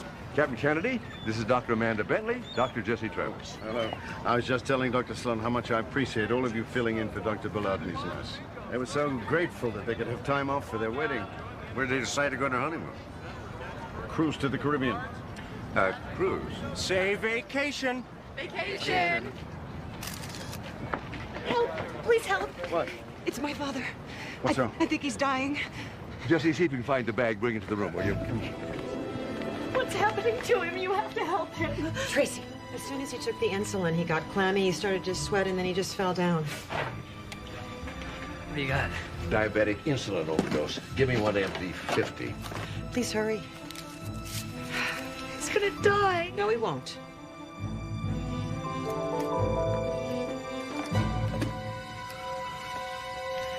This should do it. What happened?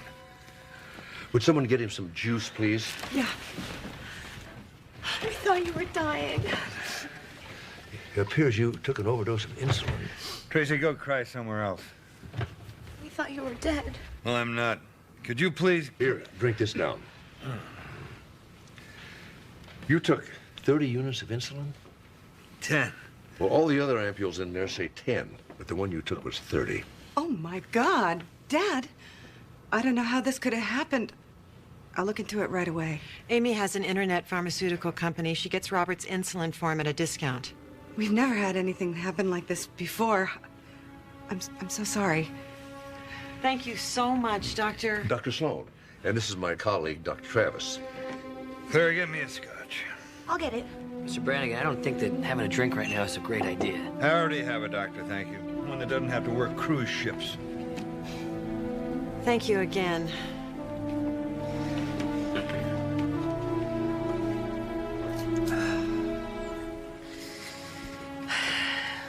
Say vacation.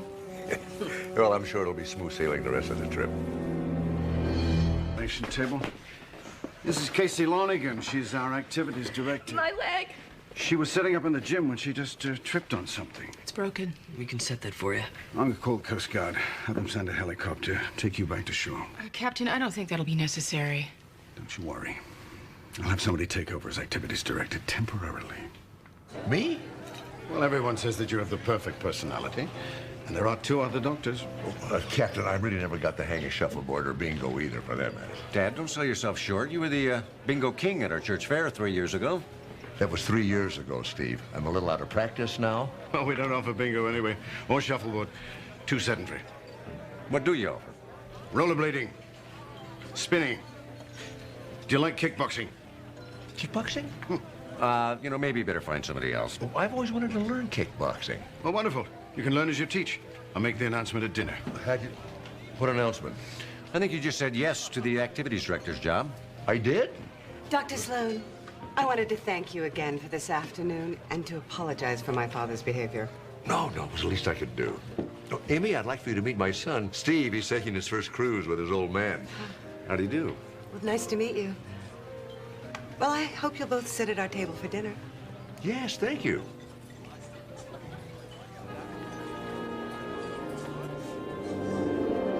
When we get back to land, I want you to see an orthopedist. I promise. Okay. It's a good thing the kitchen on a cruise ship never closes. I'm starving. Me too. Do you have something for motion sickness? Oh, are you sure the kitchen never closes? Come on in, we'll get you fixed up.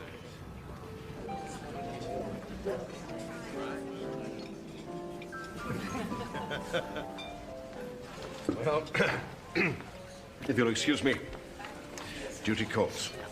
Good night. Night. So I understand you own an internet pharmaceutical business. Well, that's how my stepmother characterizes it, but it's actually just the opposite. Meaning? Well, I'm a pharmaceutical research assistant. My specialty is drug interactions. I have a website that lists prescription drugs and the dangers associated with mixing them. That's a wonderful service. I'm proud of it. But it costs a lot of money to keep going. And if Dad doesn't give me a loan, I'm going to have to close it down. I thought everyone that owned an internet business was a millionaire. Hardly. But I do have a lot of contacts in the pharmaceutical world. If there's anything you need, I can get it for you wholesale. But you do have to have a prescription. Well, I'm in no need of a prescription at the moment, thank you. My dad's idea of preventative medicine is dragging me along on this cruise. He seems like a wonderful man. Waiter, cognac?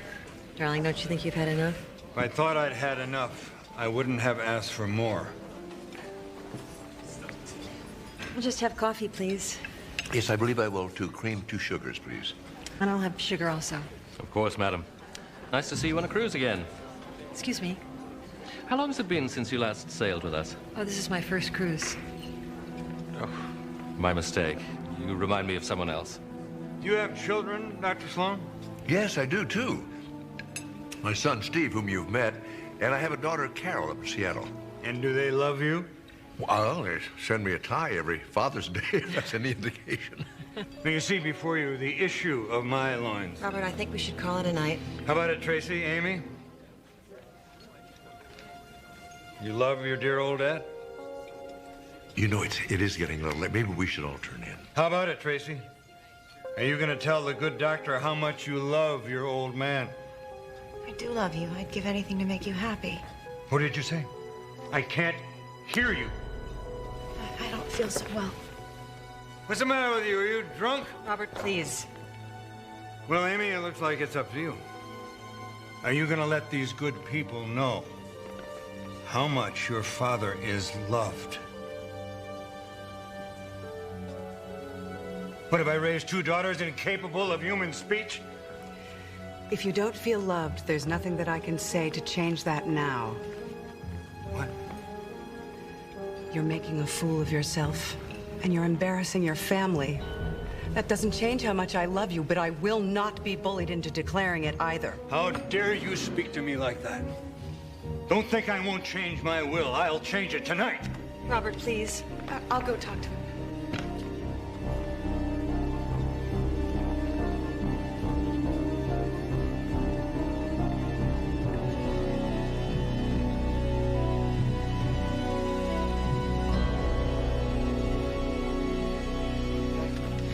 Well, I think that's the last of them. I think we've seen every passenger on the ship.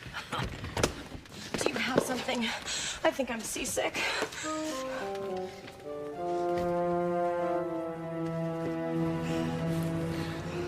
He didn't want to see you? He told me to go away and mind my own business. Might be best if he just sleeps it off. Booze isn't my dad's problem. He has a lot on his mind. There's things going on. It's complicated. You want to talk about it? Thanks. Can't help feeling sorry for your stepmother. Claire's okay, I guess. You don't like her. Well, I suppose that's always the way it is with daughters and stepmothers. But the bottom line is, she's just what Dad needed. After Mom died, he was like a zombie. And then Claire came along, and suddenly he was alive and happy. Doesn't seem happy now. I know. Well, maybe a sea cruise is just what the doctor ordered.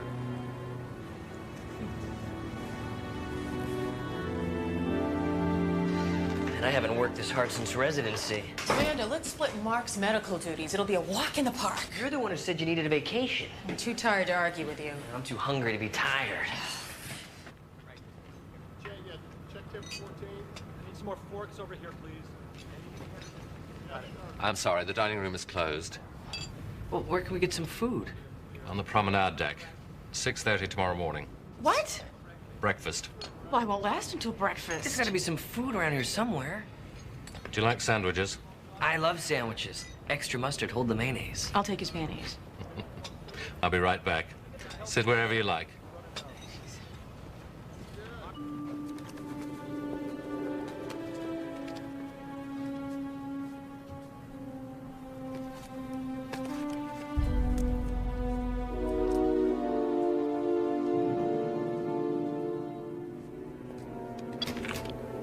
Robert? Hello, darling. Where the hell have you been? I was out on the deck looking at the moon. It is so beautiful out. Thought we might go up on the deck and take a moonlight stroll, just the two of us. Any more champagne? I'll get you some. And you can bring it with you.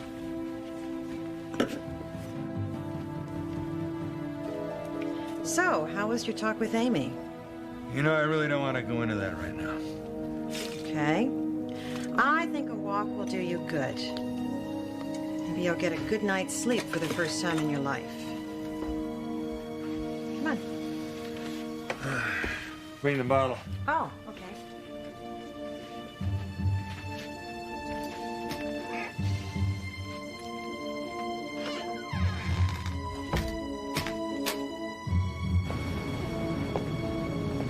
See, this isn't so bad.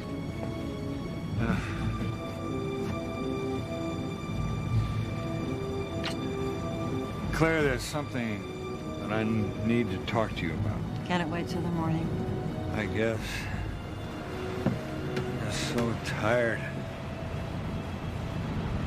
Isn't the moonlight beautiful on the water? What?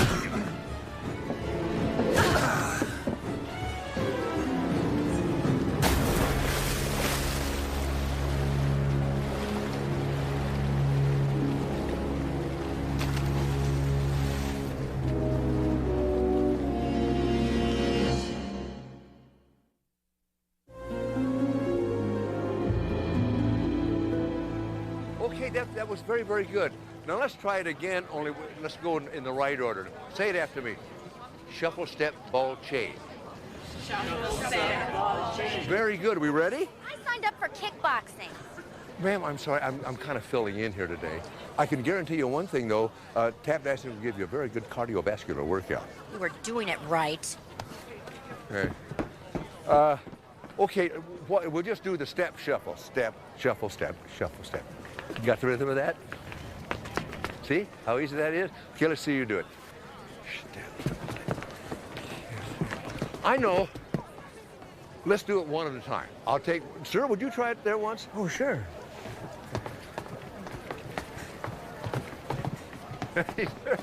You know anything about kickboxing? No, I'm a dancer. Listen, would you take over the class for me a moment? I guess I wouldn't mind. Thank you. Okay, chins up, chest out. Everybody act like dancers. Come on. Dum dum dum. Da da da da da da. Have you heard any more about your husband? No. No, I thought he'd just taken a walk, so I didn't worry. Guess I must have fallen asleep, and I woke up about 3 in the morning, and there was still no sign of him, and that's when I called for help. You know, they'll search the whole ship. They'll find them. They say they've searched everywhere. Captain even ordered out the launch boats a couple of hours ago. I don't even want to think about that. I'm sure he is on board this ship somewhere. I'll help you look for him. It'll make you feel better. You know, Mark, they keep asking me if he was suicidal. I mean, he was under a lot of pressure lately, but you don't think... No, too soon to think anything. I should go back to my cabin, because if he is on board, maybe he'll come back. Will you come with me? Of course I will. And then my son said, "Don't worry about Dion, Mom. I'll take real good care of him." My mother's with him. You miss them. Do you have children? I call them every night. It must be hard. I mean, being away from them for weeks at a time. I tell them stories about places I've been. This is good. Extra mayonnaise. I never forget a special request. Do you have anything for a really bad sunburn? Yes, we do. Mrs. Yates, is it not? That's right. This is your 3rd trip with us, I believe. How'd you remember that? Food. You're partial to peanut butter and cinnamon sandwiches on toasted rye bread. Who could forget? I wish my husband had half the memory you have. Thanks. You don't remember when my anniversary is, do you? I'm afraid not. Can't have everything.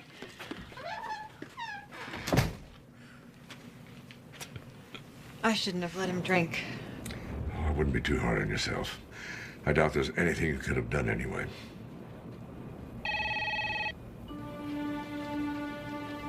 Would you get it?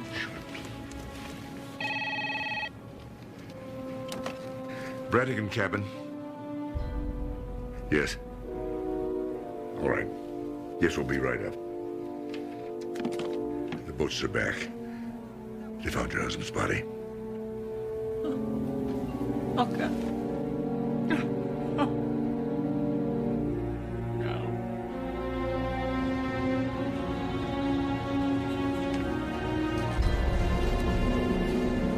Robert.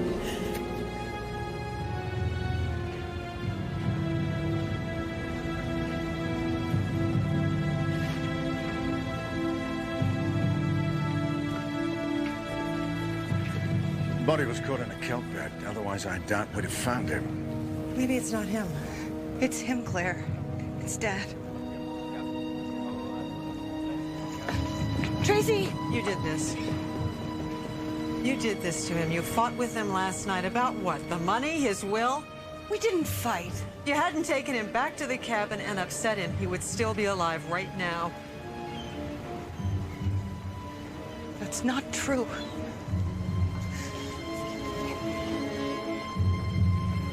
take the body back to the sick bay. Dr. Bentley's a pathologist. She can do the autopsy. Mrs. Brannigan, I'm so sorry for your loss. Thank you.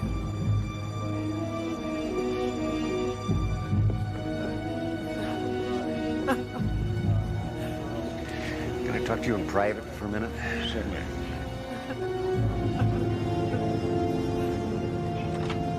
Brannigan had 2 life-threatening accidents in 2 days.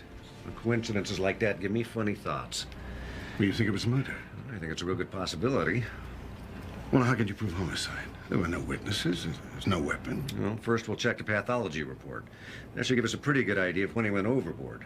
Then we'll have to figure out where everyone was at that time. That could be easier than you think. The ship's card key system uses the central computer. Every time a guest uses his card to open a door. That's great. Let's start with the wife and daughters. They all entered their rooms before midnight. But Mrs. Brannigan said her husband left his room again shortly after midnight. There's no record of that? Well, the system doesn't record when you leave the room. Only when you use the card to enter the room.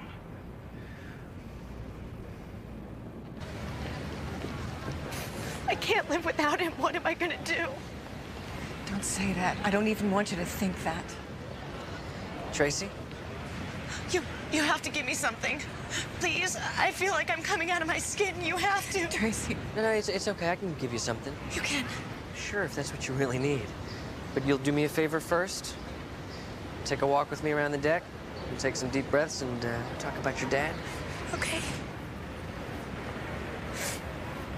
I know he didn't believe me, but I really loved him. I believe you. Amy, I'm so sorry. Your father went with my dad, with his body, to the medical bay. You all right?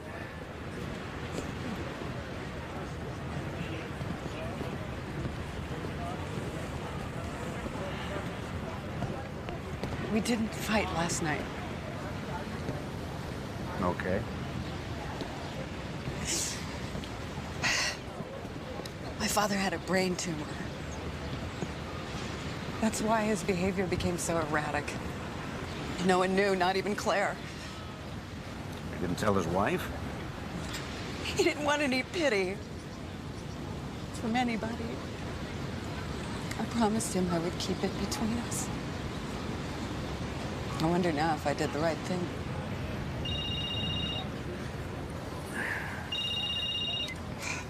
Hello?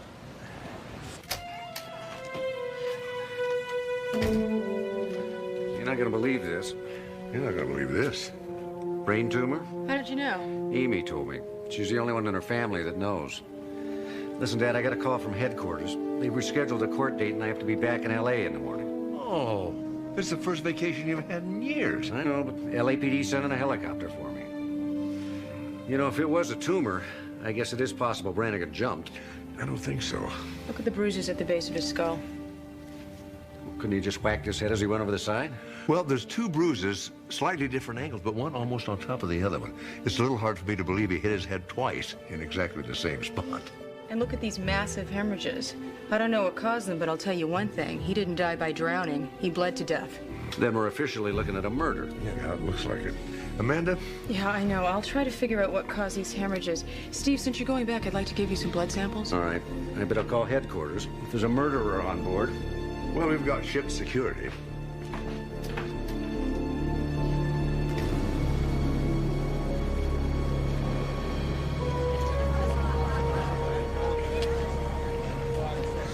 Last night at the table, you thought you recognized Mrs. Brannigan from a previous cruise. Well, one cannot be infallible. Dr. Bentley commented on your remarkable memory. Lawrence, if you know anything, it would be in the ship's best interest to cooperate with Dr. Sloan. Well, I'm certain she was on a cruise before. A different ship, but perhaps I'm overstepping, but I believe there was a death on her first cruise as well. Do you know when that was? I'm sorry. Look, you've seen how many people there are on this ship. And we go out almost every 2 weeks. Would you like coffee? Yes. Cream and 2 sugars, correct?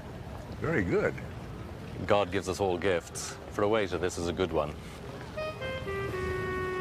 Wait. Madam had the baked Alaska, but never the sauce. Therefore... It must have been on a cruise to Alaska. Company tried it out on that run. Could we find out what year that was? Certainly, but that's not going to give us the names. Captain, do all the passengers have their picture taken when they come on board? Yes.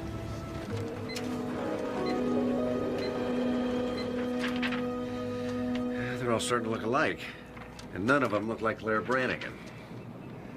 Are you sure corporate headquarters kept all the photos? At the end of every cruise, I send them all my negatives. I assume it's the same for the other photographers. Yeah, that's true. People do change, but I don't think Claire was ever Korean. Hello. Gentlemen, allow me to present Claire Donahue. And the man with her first husband, died on that cruise.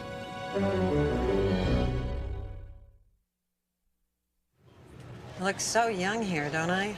So you admit that's you? Why would I lie about it? Well, you told the waiter you'd never been on a cruise before. That's right, in front of Robert. You saw how he was. You know, the day before we left on this cruise, the phone rang and Robert answered it. Whoever called hung up. I assumed it was the wrong number. But Robert accused me of having an affair and screamed at me the rest of the day. Would you tell a man like that you'd been on another cruise with another husband? Who also died on board that cruise. We knew that Carl had a family history of stroke, but you always think that you'll be different. And he was so healthy right up until the time. Mark, you don't think... Why would I kill Robert? Claire, we all heard him say he was changing his will. 3 hours later, he was dead. That could be a very powerful motive. You're right. It would be if I were in the will. But I'm not. I never was. Ask his lawyer. Is there anything else?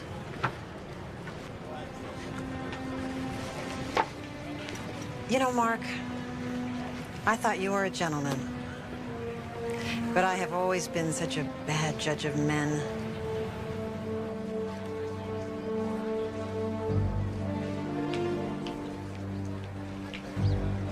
What do you think? I think she's one of the smartest women I ever met.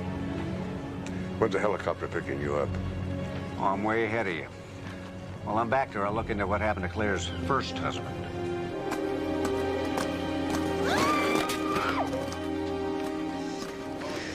You, need a hand? Oh, I'm so clumsy. I can't do this. What are you talking about? You're doing it. You're doing it badly. But, you know, later you'll get better, but you're doing it. I am doing it. Yeah, falling down is just a part of the process, you know? It teaches you not to fall again. Okay. I want to try again. No, on my own. All right. Look! Look!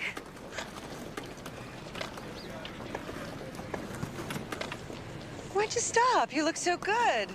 I shouldn't be... I mean, Dad just died. You don't have to justify anything to me. Now keep going.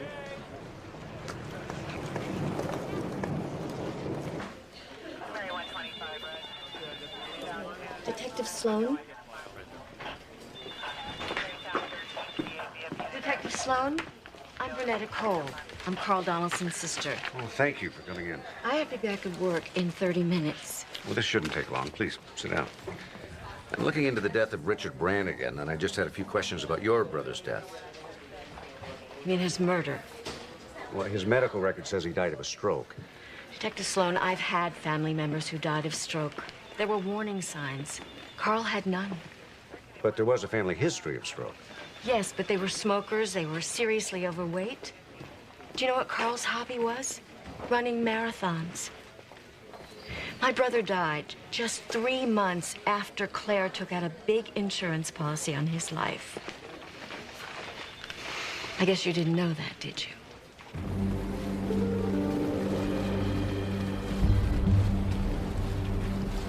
Claire. Oh, Mark, I was just thinking about you. I'm sorry we had to ask you some difficult questions earlier. No. I'm the one that's sorry.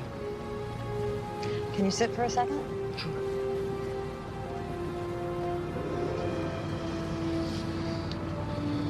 If Robert was murdered, I want to find the killer, too. You're, married, Sir Robert. I know. I'm sure it didn't look very happy to you. But Marquis didn't deserve to be murdered. Investigate everything, and I'll do whatever I can to help you. Dr. Sloan? Yes. Dr. Bentley is looking for you. Thank you, Captain. He'll be all right.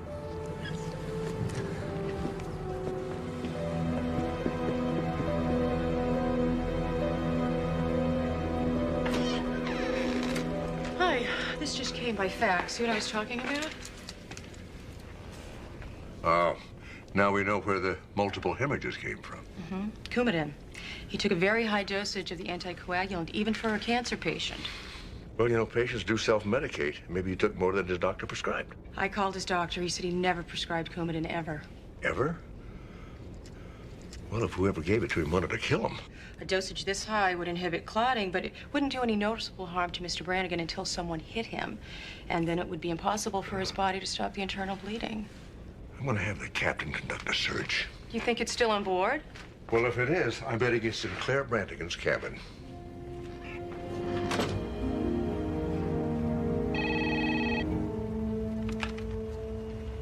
Hello?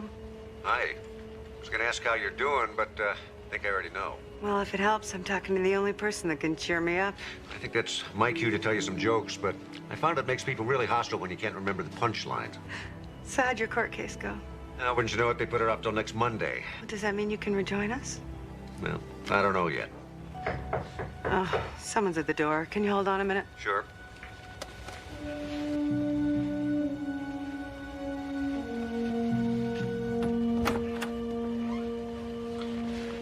Miss Brannigan, I have to ask your permission to search your quarters. Oh, excuse me, 1 minute. I'm sorry, Steve. I'll have to call you right back. All right. So, what are you looking for?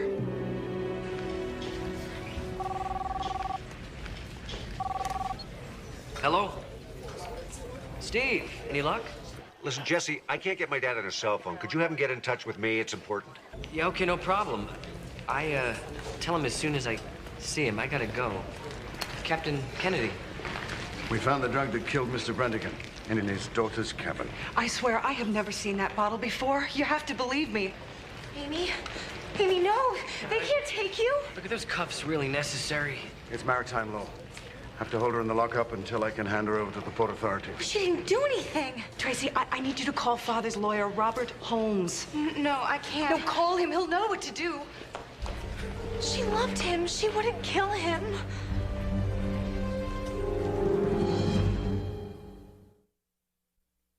Please, it's very important. I've been trying to reach Mr. Holmes since 9 o'clock last night. I don't care where he is or what he's doing. I need to speak to him. Yes, I'll hold. What if he doesn't take my call? What if he... Mr. Holmes? This is Tracy Brannigan. Not too well, I'm afraid. My father's had an accident. I can tell you about that later. The important thing is, my sister is being held on suspicion of murder, and I need for you to arrange for bail immediately. Yes, I will. All right. Thank you. He said he'd take care of everything. That's great. Oh, Jesse, I was so afraid. But you did it. I mean, you made the calls, you got him to listen to you. You did great. I'm so tired. I haven't slept in so long.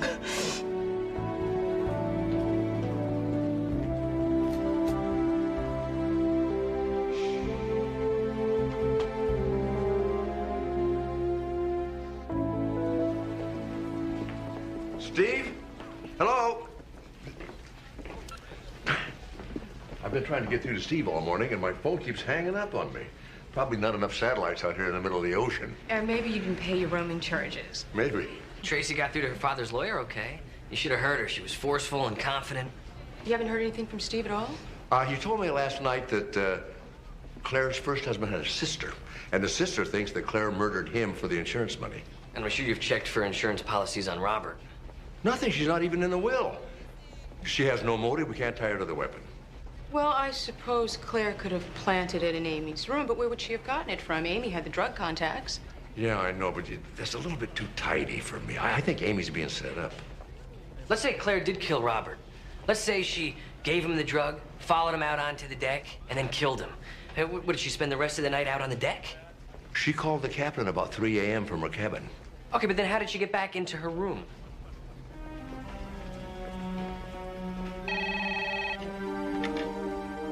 Hello. Hi, it's Mrs. Brantigan. We're ready to release your husband's belongings to you, if you'd like to come up and collect them. I'll be right there.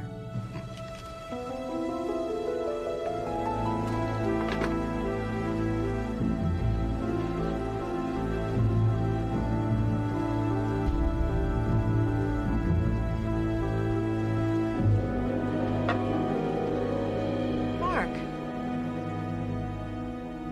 What are you doing in Amy's cabin? I'm looking for evidence. Oh. You really think she's guilty? Well, she had a motive, and had the opportunity, and she had the means. And she admitted that her business was in trouble, that she desperately needed money. And there was the thing, the argument with her father. Well, you saw that. And then, of course, we found the vial in her room. As hard as it is to admit it, it does seem like she's the killer. Except there's some things that just don't add up. Like what? Well, there's the matter of her father's brain tumor. She's the only one who knew about it. Now, why kill a man who's going to be dead in 6 months anyway? Robert did threaten to change his will. Maybe she was afraid to wait. Yeah, that could be. But then there's the thing about the card key. The card key? Mm-hmm. The card key records whenever anyone unlocks their door. Now, the computer reports that Amy let herself in at 12:45 a.m. and stayed in the night. The pathology report says her father died around 1:30. Now, we know Amy didn't unlock her door again until after breakfast in the morning. I see what you mean. Doesn't seem likely that she would have wandered around the ship all night. No. But, Mark, maybe she did what you just did. Blocked the door from closing and locking somehow. And you did find that drug in her room. But her fingerprints were on it. Whose were? No one's. Oh. Maybe she wiped them off. But the thing is, why keep the vial at all? I don't think she committed the murder. Well, Mark, I don't understand. If you don't think she's guilty, why are you looking for evidence in her room? I'm looking for evidence pointing to whoever is trying to frame her. Oh, of course. Well, I was just on my way to see the captain. We'll talk later. You know, I don't know how yet, but I have a feeling the key to this whole thing is the Coumadin.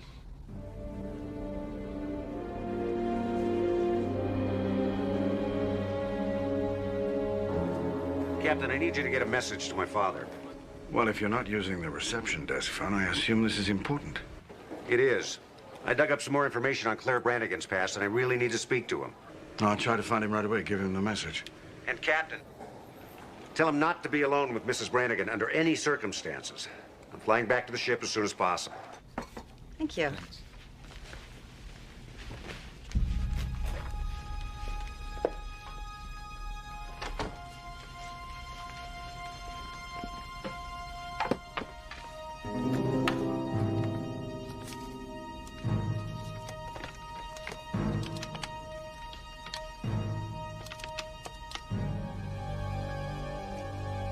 Mark, it's Claire. I was hoping you could come by my cabin for a cup of tea and we could talk for a bit. Wonderful. See you in a minute.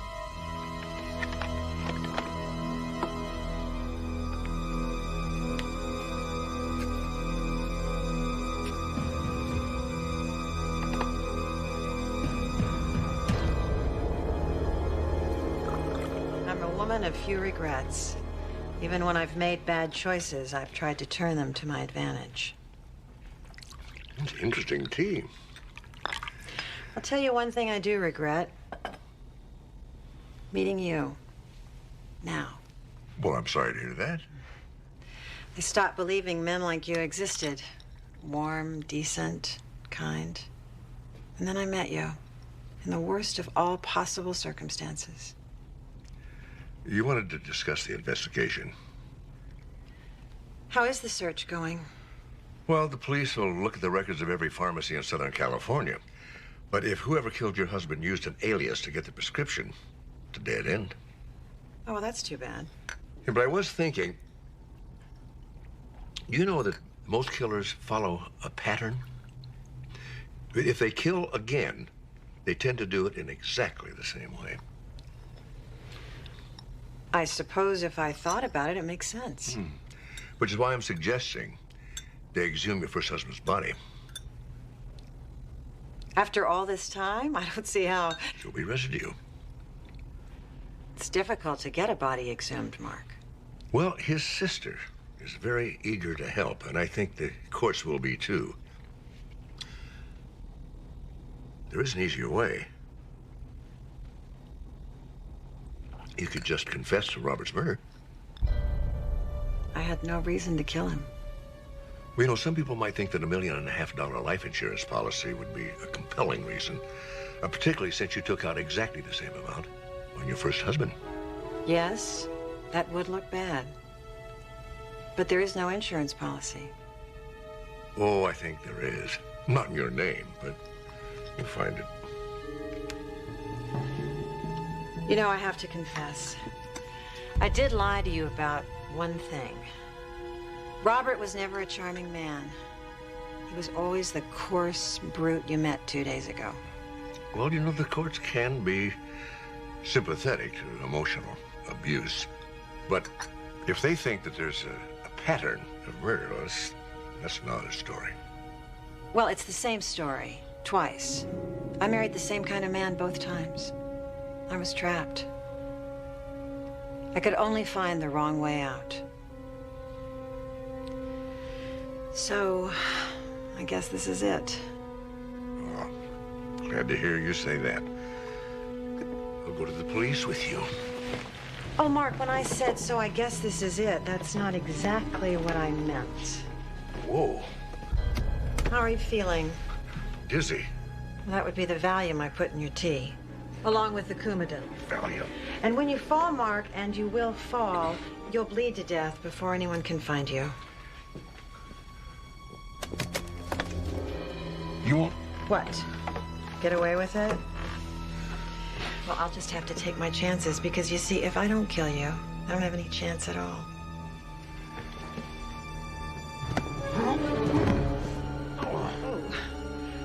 Good night, sweet prince. Too bad I didn't have an insurance policy out on you. Don't move, Claire. You're under arrest for the attempted murder of Mark Sloan. All right, Mark, hold on. I'm going to give you another dose of vitamin K. Another? You've already given him vitamin K? It's necessary for clotting. Counteracts your favorite anticoagulant. But you know that, don't you? Being a registered nurse. Oh, you've been busy. I'm going to read you your rights. Then there's a helicopter waiting to take you back to L.A., where you'll be charged with 2 counts of murder and 1 count of attempted murder. Valium? Never expected Valium. Okay, I got it under control. Oh! Whoa.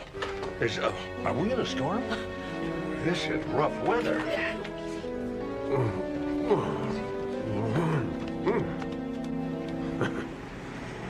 After that holding area, I'll never complain about the size of my cabin again.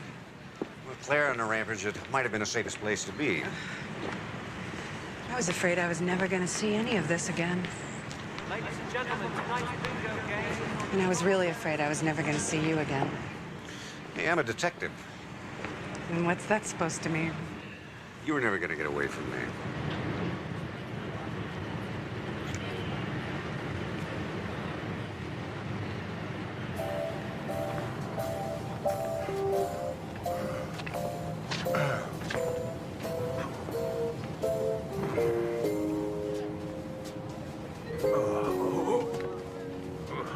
Dr. Sloan?